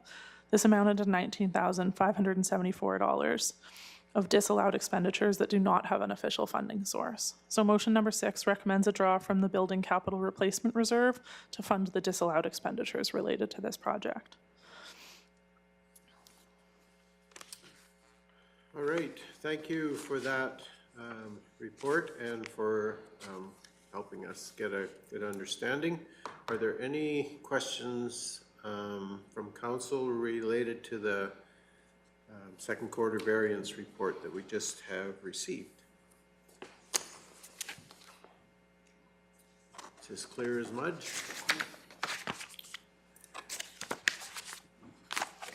Okay, I'm not seeing any questions, so there is a number of motions that have been requested throughout the process of Ms. von Merbach's report. The first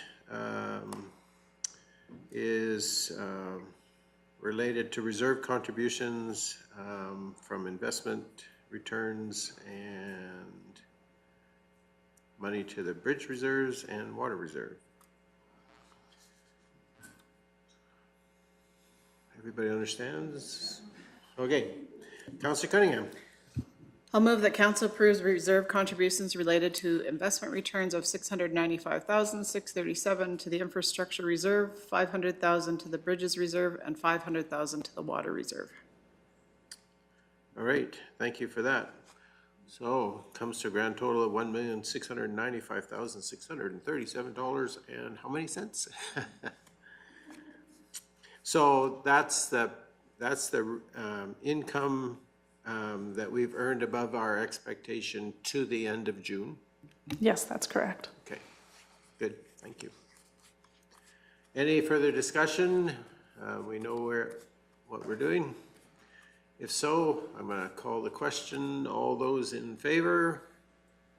And that's carried unanimously. All right. We have Councillor Forbes, sure. Okay, I make the motion that council approves the contribution of $433,267 to the capital equipment plan reserves in relation to the sales of capital equipment. Okay, thank you for that. So this means we have positive income from capital equipment sales.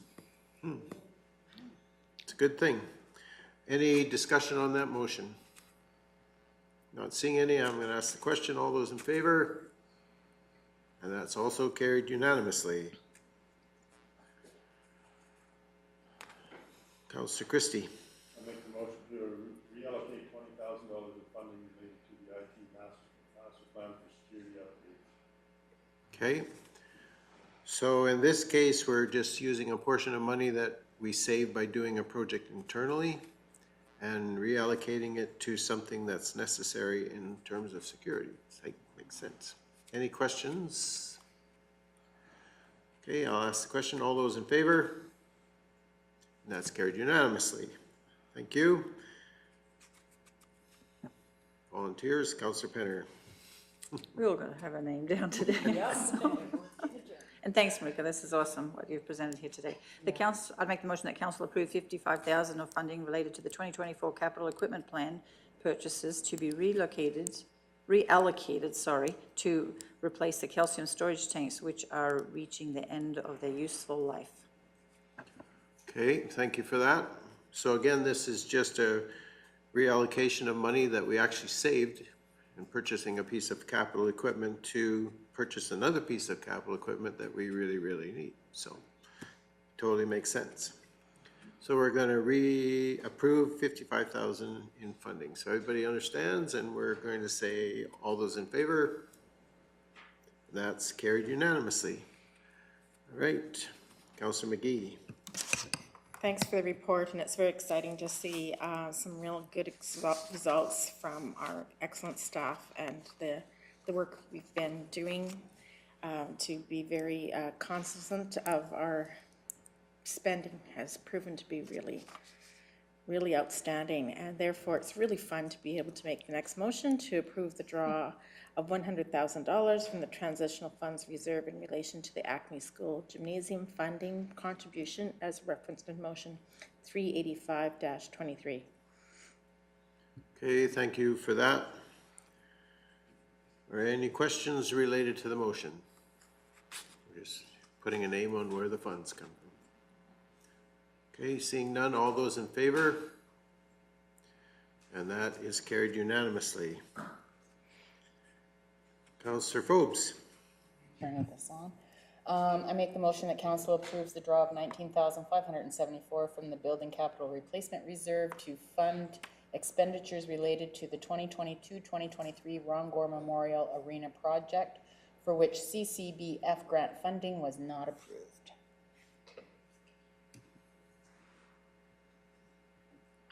Okay. Do you need us to wait a moment, Ms. Vanderkoel? Okay.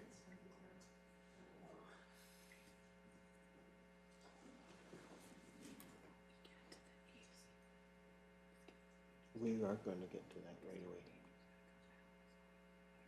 That's next. Okay. You can deal with our... Just furthermore to this, resolution. when they reply to say you're not accepted or whatever, do they give you a little reasonings or just you're not?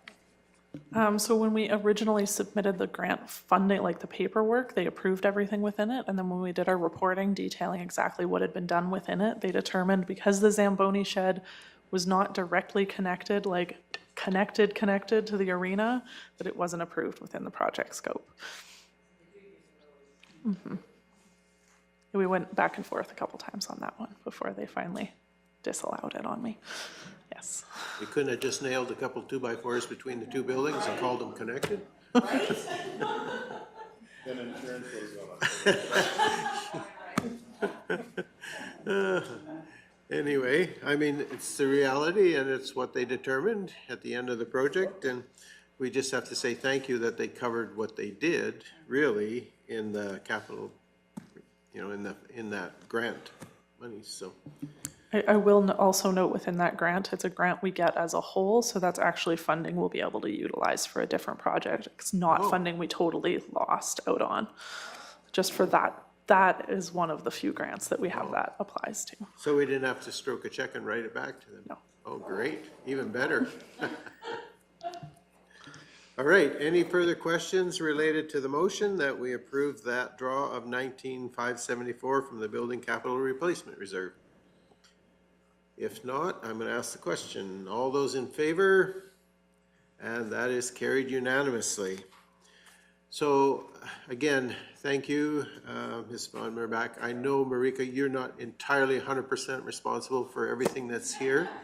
However, you get to be the face and the delivery, and I just need you to know that as council, we very much appreciate the efforts, not only of yourself, but of all the staff that contribute to making this happen. And so if you would pass our thanks along to the appropriate people, and the managers are sitting here in the room, and we can task them with that similar job. It is very much appreciated. We recognize that our staff is working hard in the background, and oftentimes they don't get thanks for doing that, and so it's important that we acknowledge those efforts. And so I'll say thank you to you, but thank you to you and everyone else who's involved. So thank you.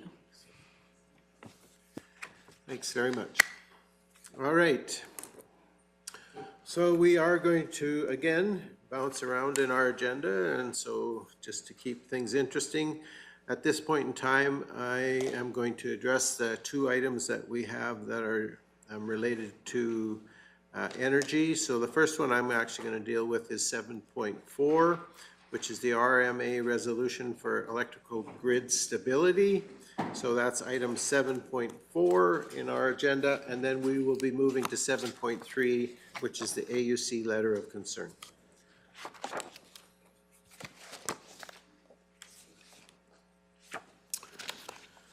All right. I'm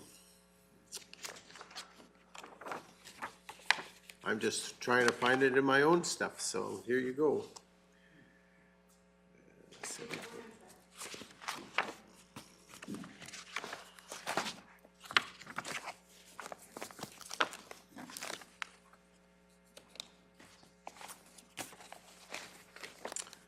All right, so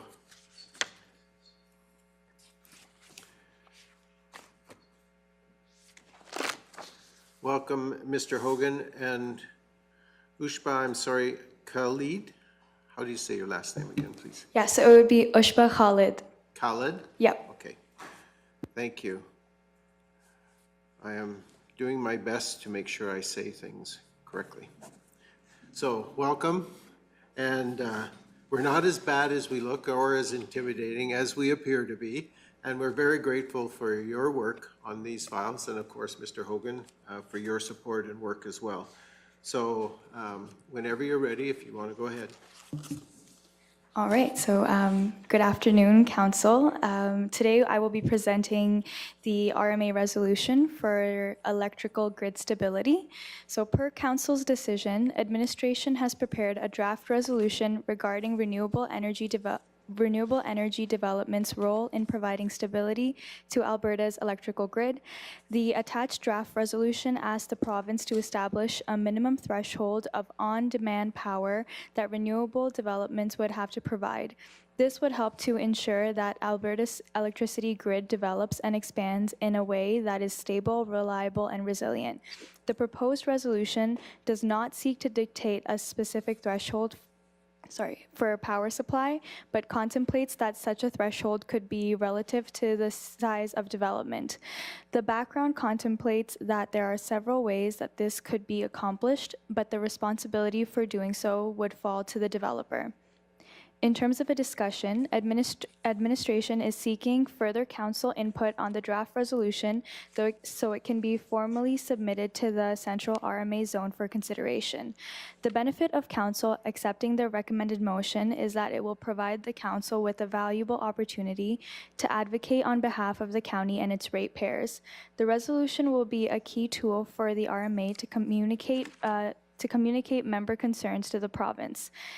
As for disadvantages, there are no perceived disadvantages to the recommended motion. Okay, thank you for that. And again, thank you for the work that went into developing this potential resolution. I will open it up for council discussion and comment.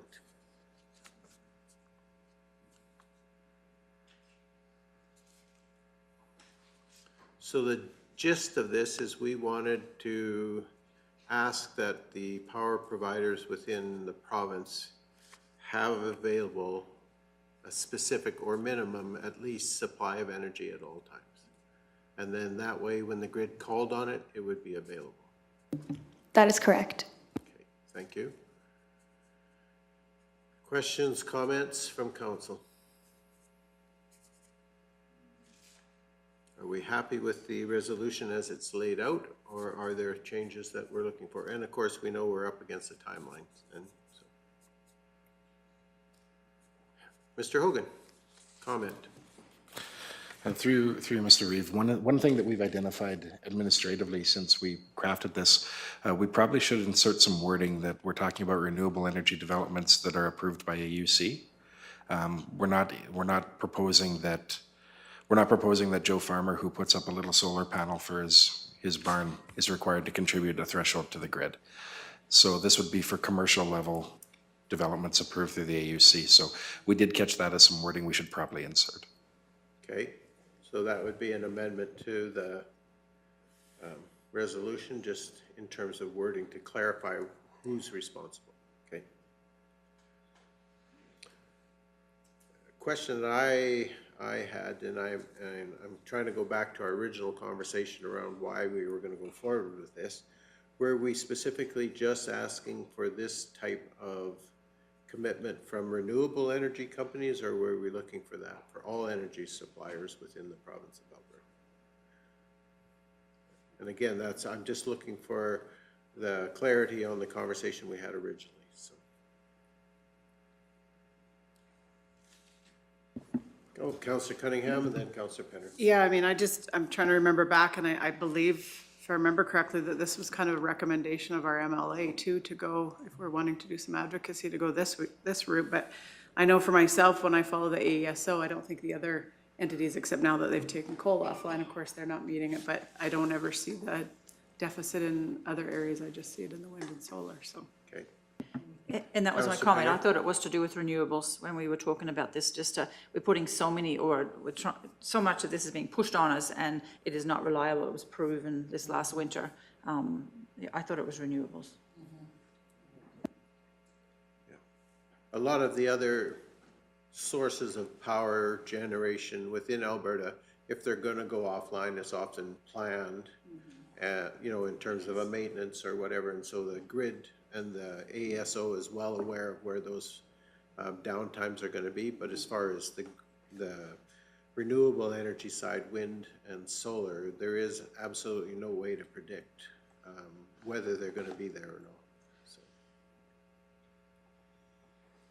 Okay, any other comment or question? Councillor Christie.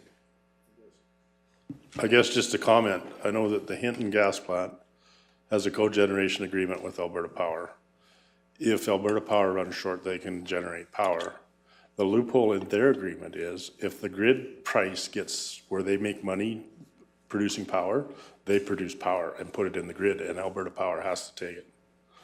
They make huge money on their power plants. Well, and I guess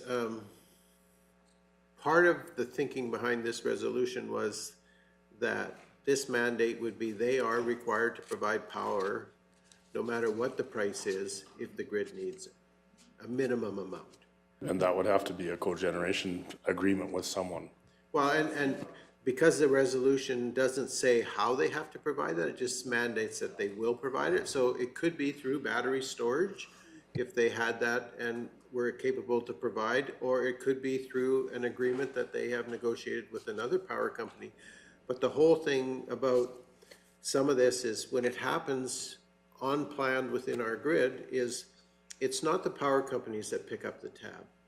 It's us as consumers, because they go out in the market and they buy power on a spot price, which could be very disadvantageous to us as consumers, but it doesn't matter because the power needs to be there. And so at least in my own thinking behind this is that why should I as a consumer be picking up something that's being caused by an unreliable power source? Councillor Cunningham. It's that good old economic withholding piece too that me and Mr. Newdorf keep talking about, but, just because this kind of falls right in line, I recently did have the opportunity to hear Premier Smith speak. And so she did speak to this. She said in Montana and Manitoba, they've been talking a lot about this, about adding more wind and solar. And her comment was the idea is if you're going to offer 50 megawatts of wind or solar, you have to always be able to offer that. You have to develop your own backup, whether that's battery, pump storage, or a peaker plant backup. That's the model we're moving towards, and that's the way you reward reliability. So, I mean, I think this is the plan, but as we know, I think the comment was that was a couple of years out still. So I guess our resolution here is just another little push in that direction, encouragement. Councillor Penner. And I think as a rural municipality, we really need to push for this because it has been noted that we get the blackouts and not further west where the population is. So as a rural municipality, we need to speak very, very loud. It should make a darn difference where you live. Everyone can, if there's to be blackouts, everyone can have blackouts. So, yeah, I'm all for this resolution to speak loud and clear. So if they are saying to us that part of our contribution to the provinces is the fact that we have to host these developments, then one of the rewards we should get is we should be first in line. When rolling blackouts come along, that we get them last. But have that discussion with somebody, it's going to be a very difficult one. So really what we're asking for here is for them to provide some stability to the grid and some security in terms of power supply. So that some of that unpredictability and some of those blackouts that are happening won't happen because there is alternative supply there. Councillor McGee. The secondary that we don't address in here, but we all kind of know, is that I really appreciate that this also will make, when we ask for sustainable energy, we're saying don't give grants of enormous amount of money to a renewable energy source that will not accommodate that. To me, we are sacrificing land and way of life for unproven ability to have that power. And I think with this resolution, it puts that layer in there as well that I think is what we're hearing from residents. If you're going to make this big of a change in the public good, be sure the public good comes through with a decent amount of energy.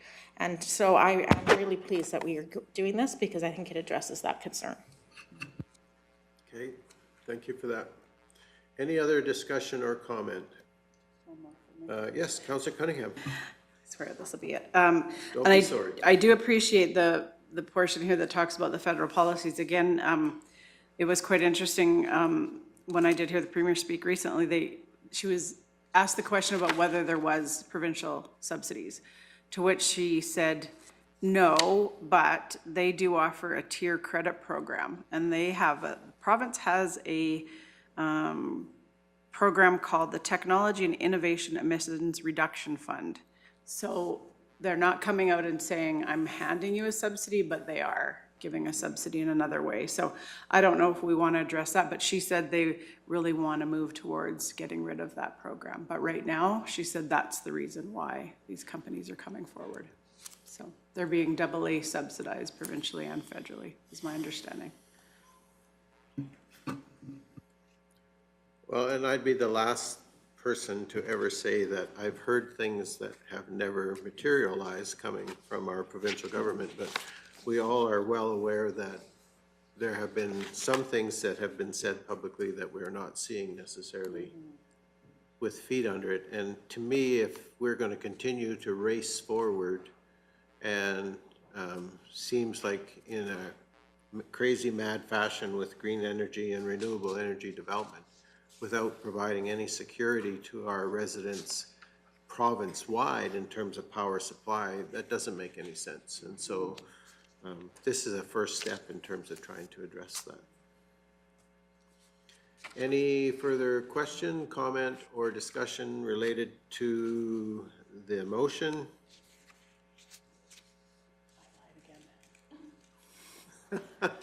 Councillor Cunningham. And this is just a quick one, yeah. Hi.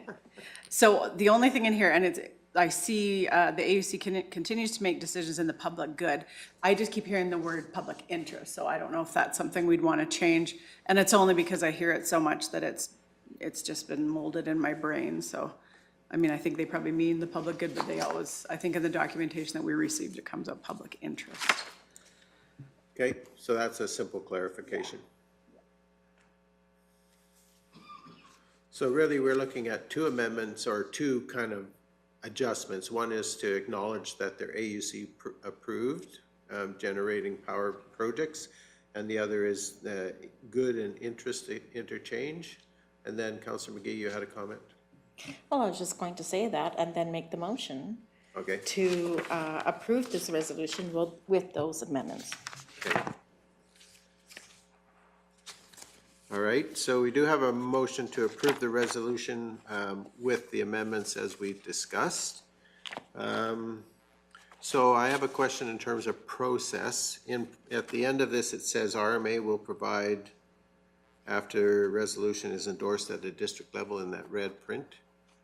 And while I was reading through this, my OCD kicked in, and there is a word, these failures, and it's just missing a T, so.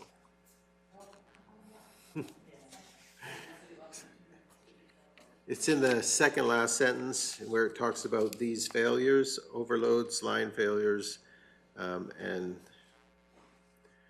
there's a slight T missing there.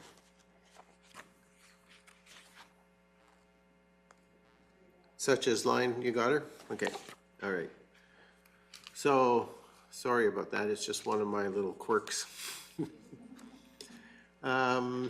So we have a motion to approve the resolution as amended. And so the process would be, at this point in time, it would go from us to Central Zone for endorsement. And we will need a seconder, which I don't think will be too difficult to get based on my conversation at the last South Central RMA Zone Directors meeting. I don't think we'll have difficulty. Okay, so the motion is to approve the resolution as amended and direct administration to submit it for presentation to the Central RMA group. Any further discussion? Okay, seeing none, I'm going to ask the question. All those in favor? And that's carried unanimously. The next item on our agenda that we're going to move to is going to be 7.3 because it's very timely as well, and that is the AUC Letter of Concern. And again, thank you, Ushba, for your efforts on this. Very much appreciated again. And appreciate your patience as we've gone through this conversation around what it is that we really wanted to enunciate. So if you want to go ahead and present whenever you're ready. At the July 23rd, 2024 council meeting, administration was directed by council to draft a written submission as a part of the AUC Rule 007 review. The rule is related to the application of power plants, substations, transmission lines, industrial system designations, hydro developments, and gas utility pipelines. The AUC has identified 3 specific topics for the purpose of gathering feedback and input. That would be methodology for visual impact assessment, draft municipal engagement form, and appropriate value for the field of view in glare assessment for solar power plant applications.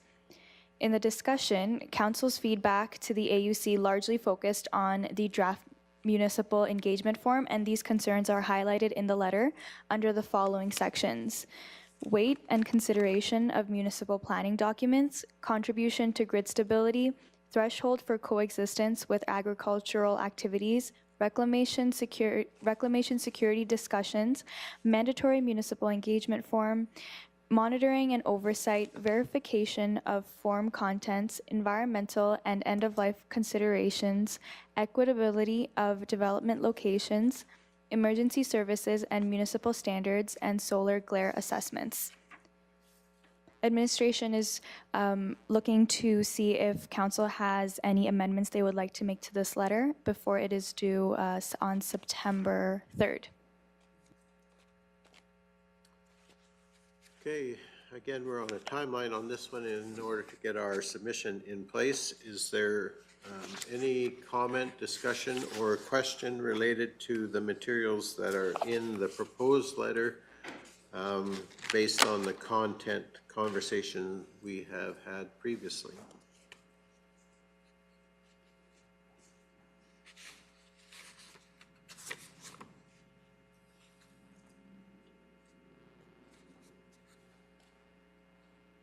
So basically, my understanding is if we didn't have a lot of editorial work done here, that the letter that's laid out there is basically what we would be submitting under my signature to AUC. So I guess we're looking for clarity that council is okay with what's there. Councillor Cunningham. I'm happy with what's here, and just, I think we could probably alter this every week, because I don't know if, seriously though, I don't know if you heard Ms. Tainch comment. Premier Smith has publicly said setbacks actually that would be further than what we currently have are. So it seems like every week, every month, we're getting different information. It's changing. I'm just happy that they're going to hear from us. They're going to know, hopefully, that we're invested and engaged. So like I said, we could change it every week for the next 2 years from what I'm understanding, but I'm happy with what we have. So thanks for the work you've done. And I think it's important that we recognize that within our own planning documents, maybe we can move a lot faster than some of this stuff is happening here. And so if the province, for whatever reason, was to change those requirements, we can adapt our documents much quicker than perhaps what's reflected in the process that we've been engaged with AUC on this Rule 7.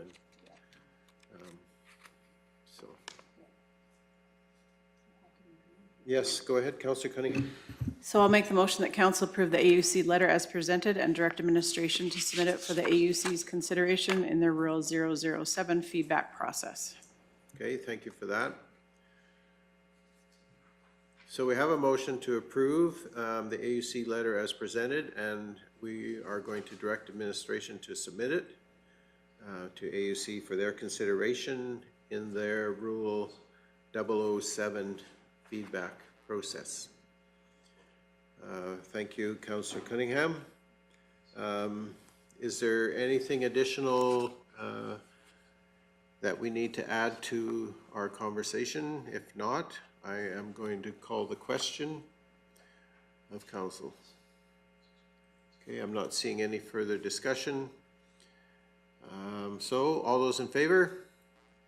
And that is again carried unanimously. And once again, I just want to say thank you, Wishpa. Your help and assistance in this is greatly appreciated. Never think that it's not being noticed, and we certainly appreciate your efforts. and Mr. Hogan for the coaching and the help and assistance you've provided us as council, and of course to our municipal intern is appreciated as well. So Well, thank you for that. And I think what we've learned here today is we're going to have USHPA present everything.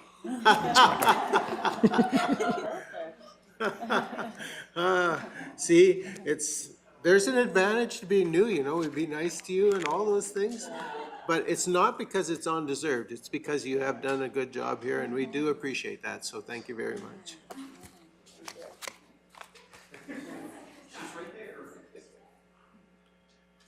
Okay, now, again, I'm keeping my eye on the clock, so if you don't think I'm paying attention, I am.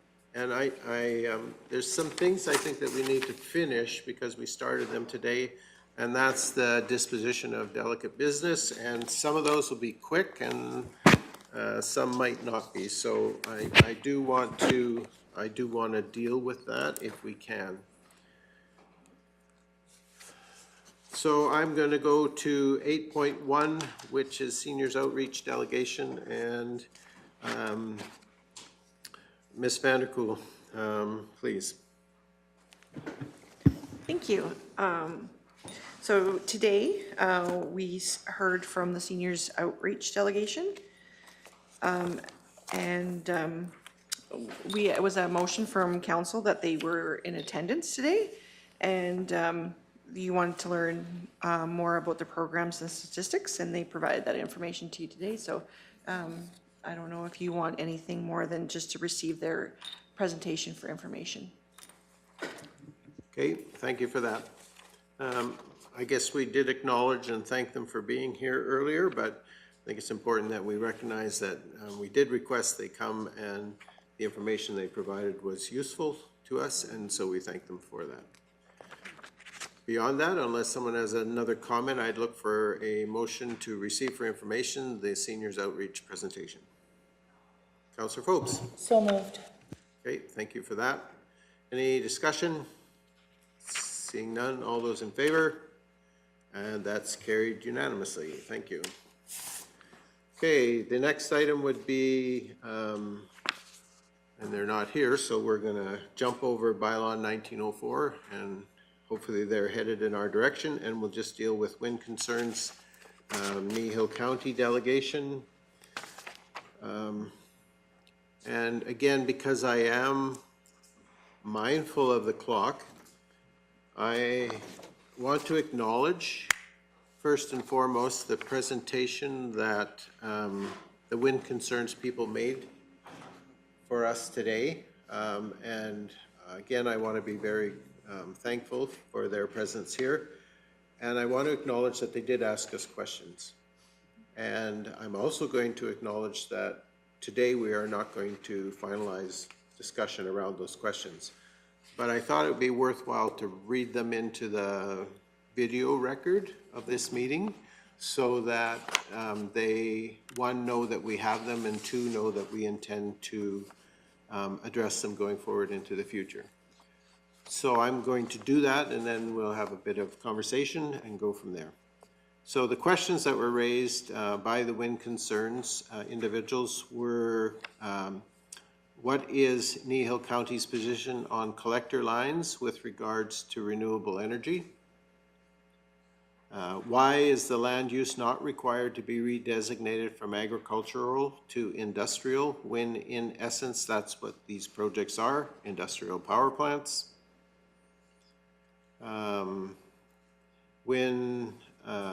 The third point was around the private airstrip within the bounds of the proposed wind project, and were we aware that it's there? And when projects such as this start to interfere with existing businesses such as crop spraying and in this instance flight training, what recourse do we as a county have?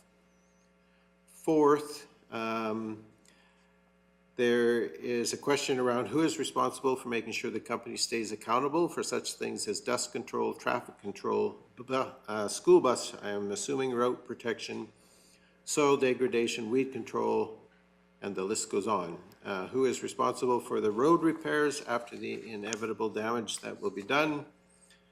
And the question is raised, is it the county? And in essence, the ratepayers. Their fifth concern was the importance of viewscapes and the importance of addressing that, and what constitutes a pristine view, and will council be addressing this with AUC? I know we have addressed it, and I'm sure we can respond back to them as far as our future plans. The sixth item they raised was with concerns regarding setbacks from wind energy conversion systems, and they referenced the Premier's suggestion that the setbacks could be made much larger, particularly for residences. And the question is, would our council agree to looking at increasing the setbacks to adjacent land as at present the setbacks are not nearly large enough? And lastly, their final question was, or point was, we know our municipality has been frustrated by previous proceedings with the AUC. We're also aware that we, council, are in process, the municipality, of drafting a document for AUC Rule 7 review. And then they asked for clarification of where we stand on this. And so if they were watching our conversation around AUC Rule 7, that would give them that, but we will also, I committed to providing a response to them. So, and then they give us a little bit of additional information that they got from Daryl Bennett. And I also want to acknowledge the fact that they have been looking at other decisions that AUC is making and how they might apply to our municipality. And as I said to them at the time, it's very important that they continue doing that work and that they be aware of what the inconsistencies in the decision process that AUC has engaged in. So, all right. And again, thank you to Wynn's Concerns and to that delegation. Is there any additional comments that council or a councillor would like to make regarding Wynn Concerns?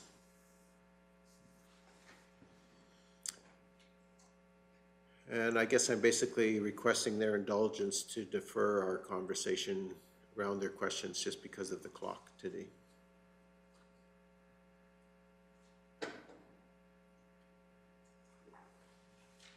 I'm not seeing any further discussion, so would someone care to make a motion that's currently being crafted? Councillor Christie. I think it's quit moving. I'll make the motion to defer the discussion on the wind concerns Kneehill County to the September 10th, 2024 regular council meeting. Okay. And again, I just, my comment is we're begging their indulgence to give us the time and to give a fulsome discussion to their concerns rather than just superficially deal with them here today. And I apologize for where we find ourselves.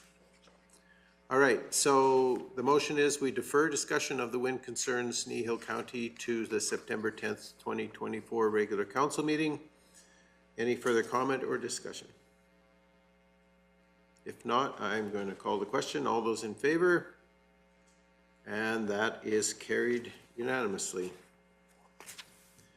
Okay, we're going to go backwards to 8.2, bylaw 1904 redesignation agriculture to recreation. And welcome back, Ms. Keever. And thank you for your patience and for keeping an eye on us so you know where we're bouncing around in our agenda today. Appreciate that. No, good afternoon.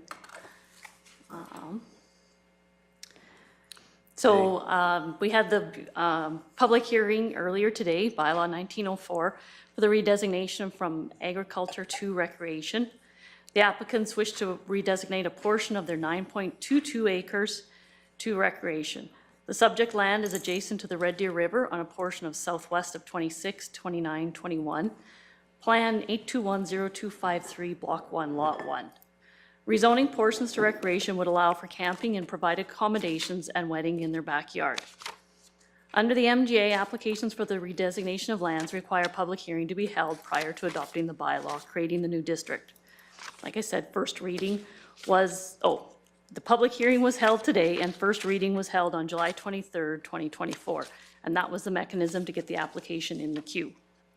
The public hearing process is a legislative process. As per the MGA, council must hear any person or group of people who claim to be affected by the proposed bylaw.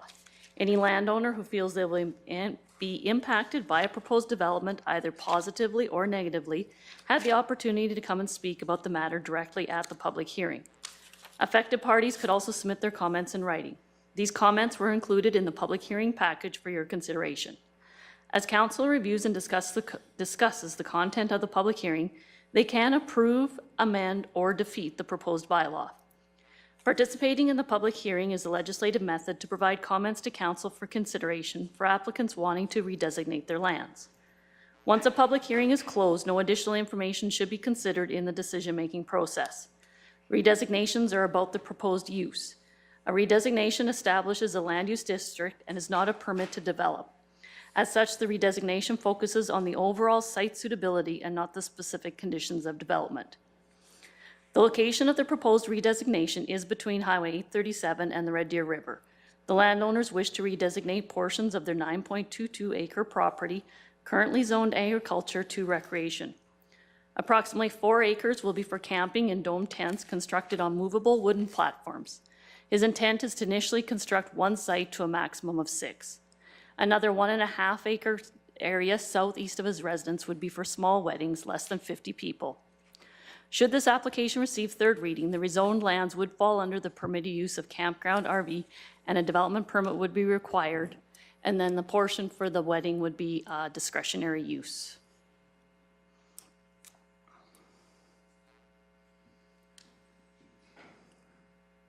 Okay, thank you for that. Are there any questions for the planner? I know I have a couple, but Councillor Penner.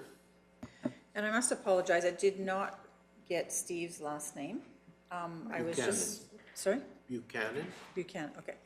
I was just. Or are you talking about the applicant? Oh, no. You were talking about the land? Sorry, the opposed. Oh. Right, so that was Steve, that's Steve. his name, right? Steve? Oh, yeah, sorry. opposed, Did yeah, all, yeah. did D-E-D-E-D-A-L? And that's okay, it's okay. I was just wondering where he is situated on that plan. I can show you if, I just need control. If you can get your stars back again? Sorry. I'm sorry. I thought planners have all the control. No, we have a 0. Can I have control back? So this gentleman was right here.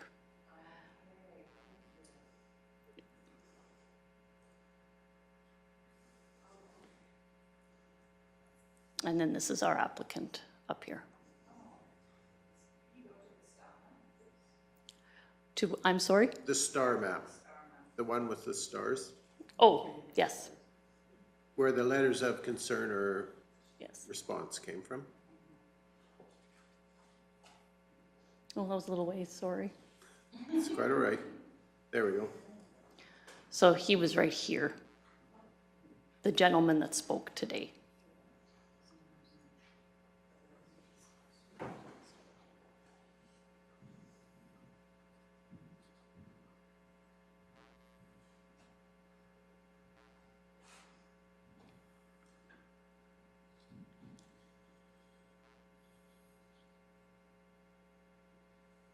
Okay, since no one else is jumping in, I am going to jump in. So if we rezone to recreational, the portion that is immediately adjacent to his neighbor, so I'm going to say that's the portion on the east end of the property. Right. And that gets zoned recreational, even though his intent is to hold small weddings. There is no restriction on him or future property owner under our permitted uses to develop that property under a permitted use once it's zoned recreational. Right, once it's zoned right, like he would then be allowed to do any of those uses. Permitted uses. Exactly. His intent is to have the weddings, and that's what we would take a development application for. But you're right. I guess the thing is, once it is rezoned, They still have to apply to us, like if the land changed hands and there was some other idea, they still would have to apply to us, and we would have to determine whether it does fit in our land use bylaw in that area. But if it's a permitted use, it fits within our land use bylaw. Right, and we would have the authority within administration to approve that without presenting to Municipal Planning Commission. And so his application to do wedding events in that location, is that considered discretionary? Correct, that's how we're taking it. So when he comes back to apply for his discretionary permit, that goes through our process. Yes. However, and would, our Municipal Planning Commission would likely see that application because it's discretionary. But if he came back and said, I've changed my mind, I'm now going to do a campground there. Right. It's a permitted use. Right, I think we would. So in our process, what would happen? We would still have to take a look at the application, because there's other things we do have to consider, even if it is a permitted use. Is there good emergency access? How does it affect the adjacent landowners? I mean, transportation, yeah, you are still adjacent a highway. Would the area of land allow what he would be proposing? Like, was this campground for 10 RVs, 20?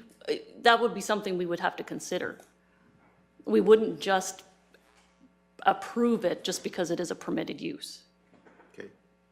Because we would have to take a look at the use of the land, and is there enough land to accommodate what he is now presenting to us? Yeah. And I guess my concern is I understand the intent of the current owner and what his plan is for that property. Mm-hmm. And I also recognize that he plans to live there for the next 25 years. Well, I plan to live where I am for the next 25 years unless my wife tells me otherwise. So all I'm saying is there are unknowns in life. Mm-hmm. And the redesignation stays with the property. Mm-hmm. And I know that he says his immediately adjacent neighbor currently does not have a problem with his development and in fact is in favor. But that immediately adjacent neighbor isn't always necessarily going to be there either. Mm-hmm. So I have a concern about the redesignation of that area on the east end of the property.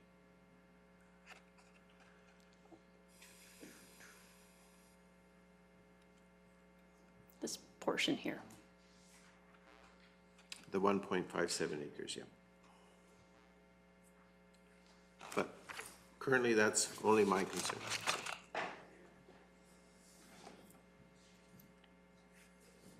Ms. Hazelton, did you wish to make a comment? I will. As council, you can certainly amend this prior to. So if you're not satisfied with that portion, it can come off the map, but I would not give third reading until we give you a clean map that shows exactly. So if you're not comfortable with that side of it, it can be amended. That is your role as council. You can certainly do that. Okay, so then my next question would be, is if this gentleman came in and did what he said he wanted to do, which is 1 or 2 wedding events per year, within our bylaw, do we have a permitting process that would allow him to hold a special event on that property, even though it's zoned agriculture, that would allow him to still hold 1 or 2 wedding events per year? So we do have a special events bylaw.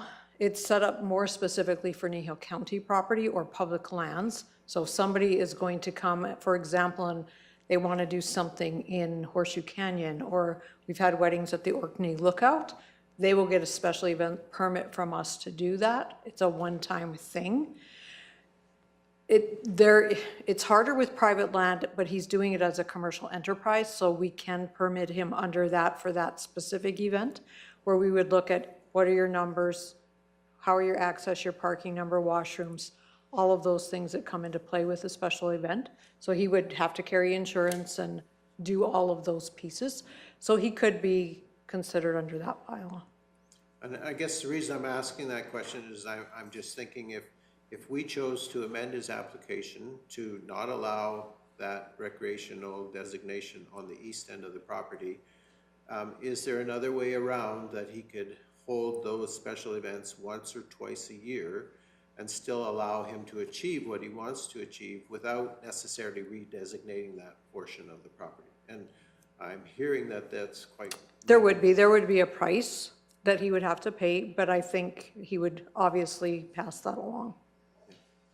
There's a permit fee. I guess personally, I'm not trying to impede what he wants to do, but I am very concerned about the long-term redesignation of that section of property. So that's why I'm just seeking alternative ways around for him. Mr. Gannon. Thank you. If I can indulge through the chair and council, if we can just have a 5-minute recess to discuss those two items, because I have a different thought process as far as the permitting position versus the planning position. One of the conflicts I'm having, just so council knows, and I just want to clarify with the planners, is one permit system is not meant to take away from this process of planning. So if an individual is putting in a requisition to do a special events, and it's going to be an ongoing business type of application, this should not be allowed through a special events permit. That's removing from a process of planning and determining that land as a profitable business application. And I just want to confer with their planning department if the actual program is built that way or not. Okay, certainly we can have a recess for that to happen. I just want you to know you're hard up against the clock. Understood. And we need this decision made prior to 3. It won't take long. Thank you. You have a 5 or less minute recess. Thank you. Yes.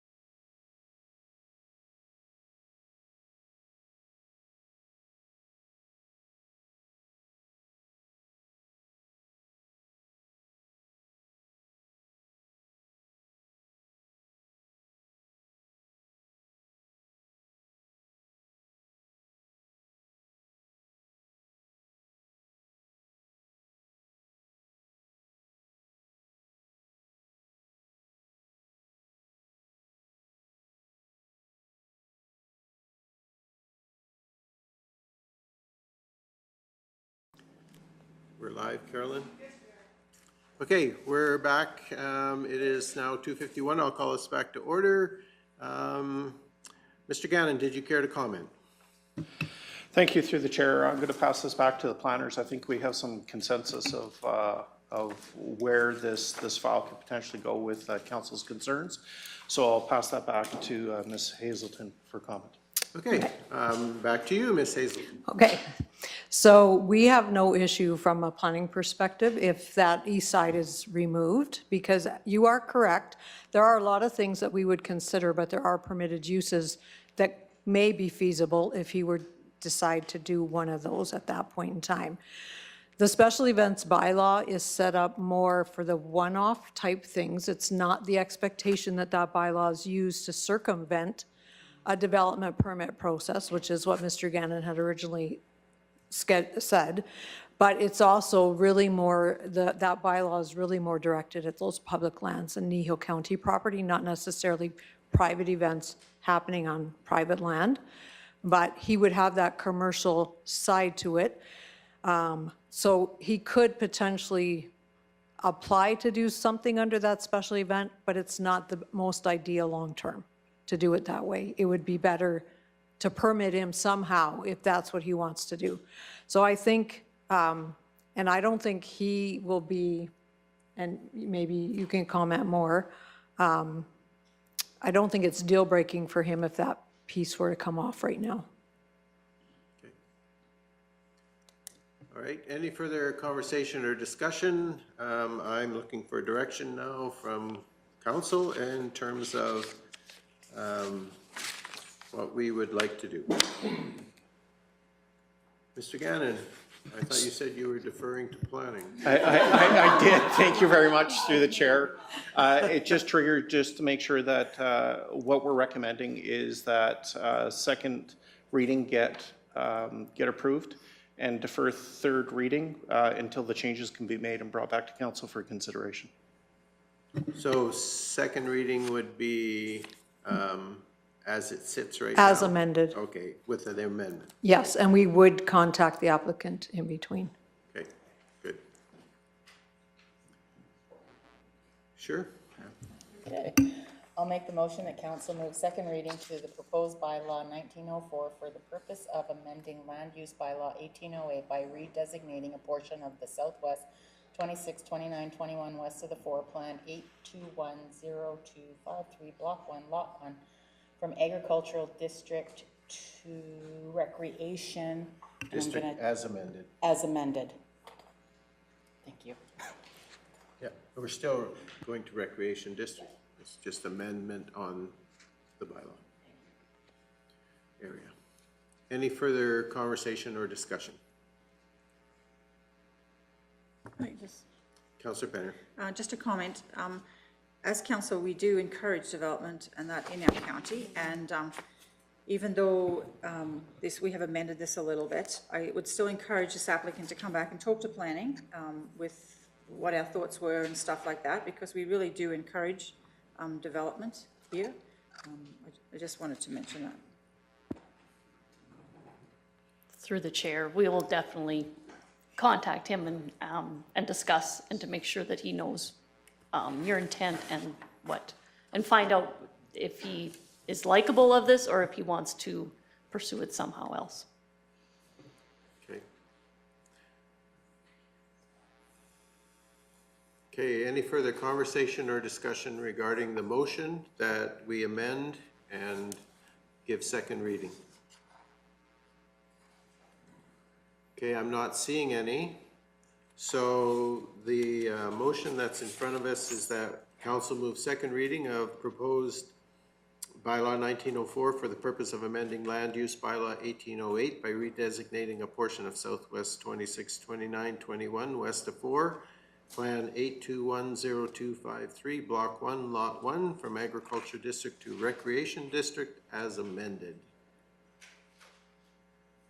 Seeing no further discussion or question, I'm going to call the question. All those in favor? Opposed? The motion is carried. All right. Thank you very much. Ms. Hazelton and Ms. Keever, appreciate your time. Okay, now, no, I'm going to adjourn.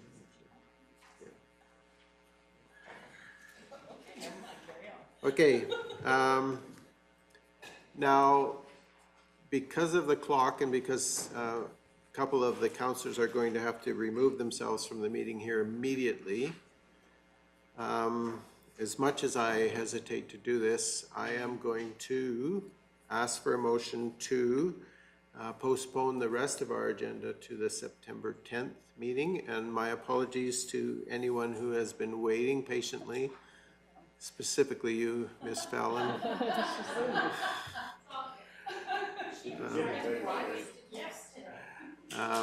Does that mean we get another hat next time?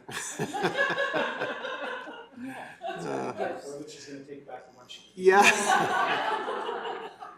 And my apologies. I recognize that staff has done a lot of work and prepared to be here in front of us today. However, due to circumstances certainly beyond my control, I don't want to continue a council meeting with just 4 councillors. So thank you for your patience. And so would someone care to make a motion to postpone the remainder of our agenda until our next meeting, which is September 10th? I move that we defer the remaining agenda items until September 10th, 2024 council meeting.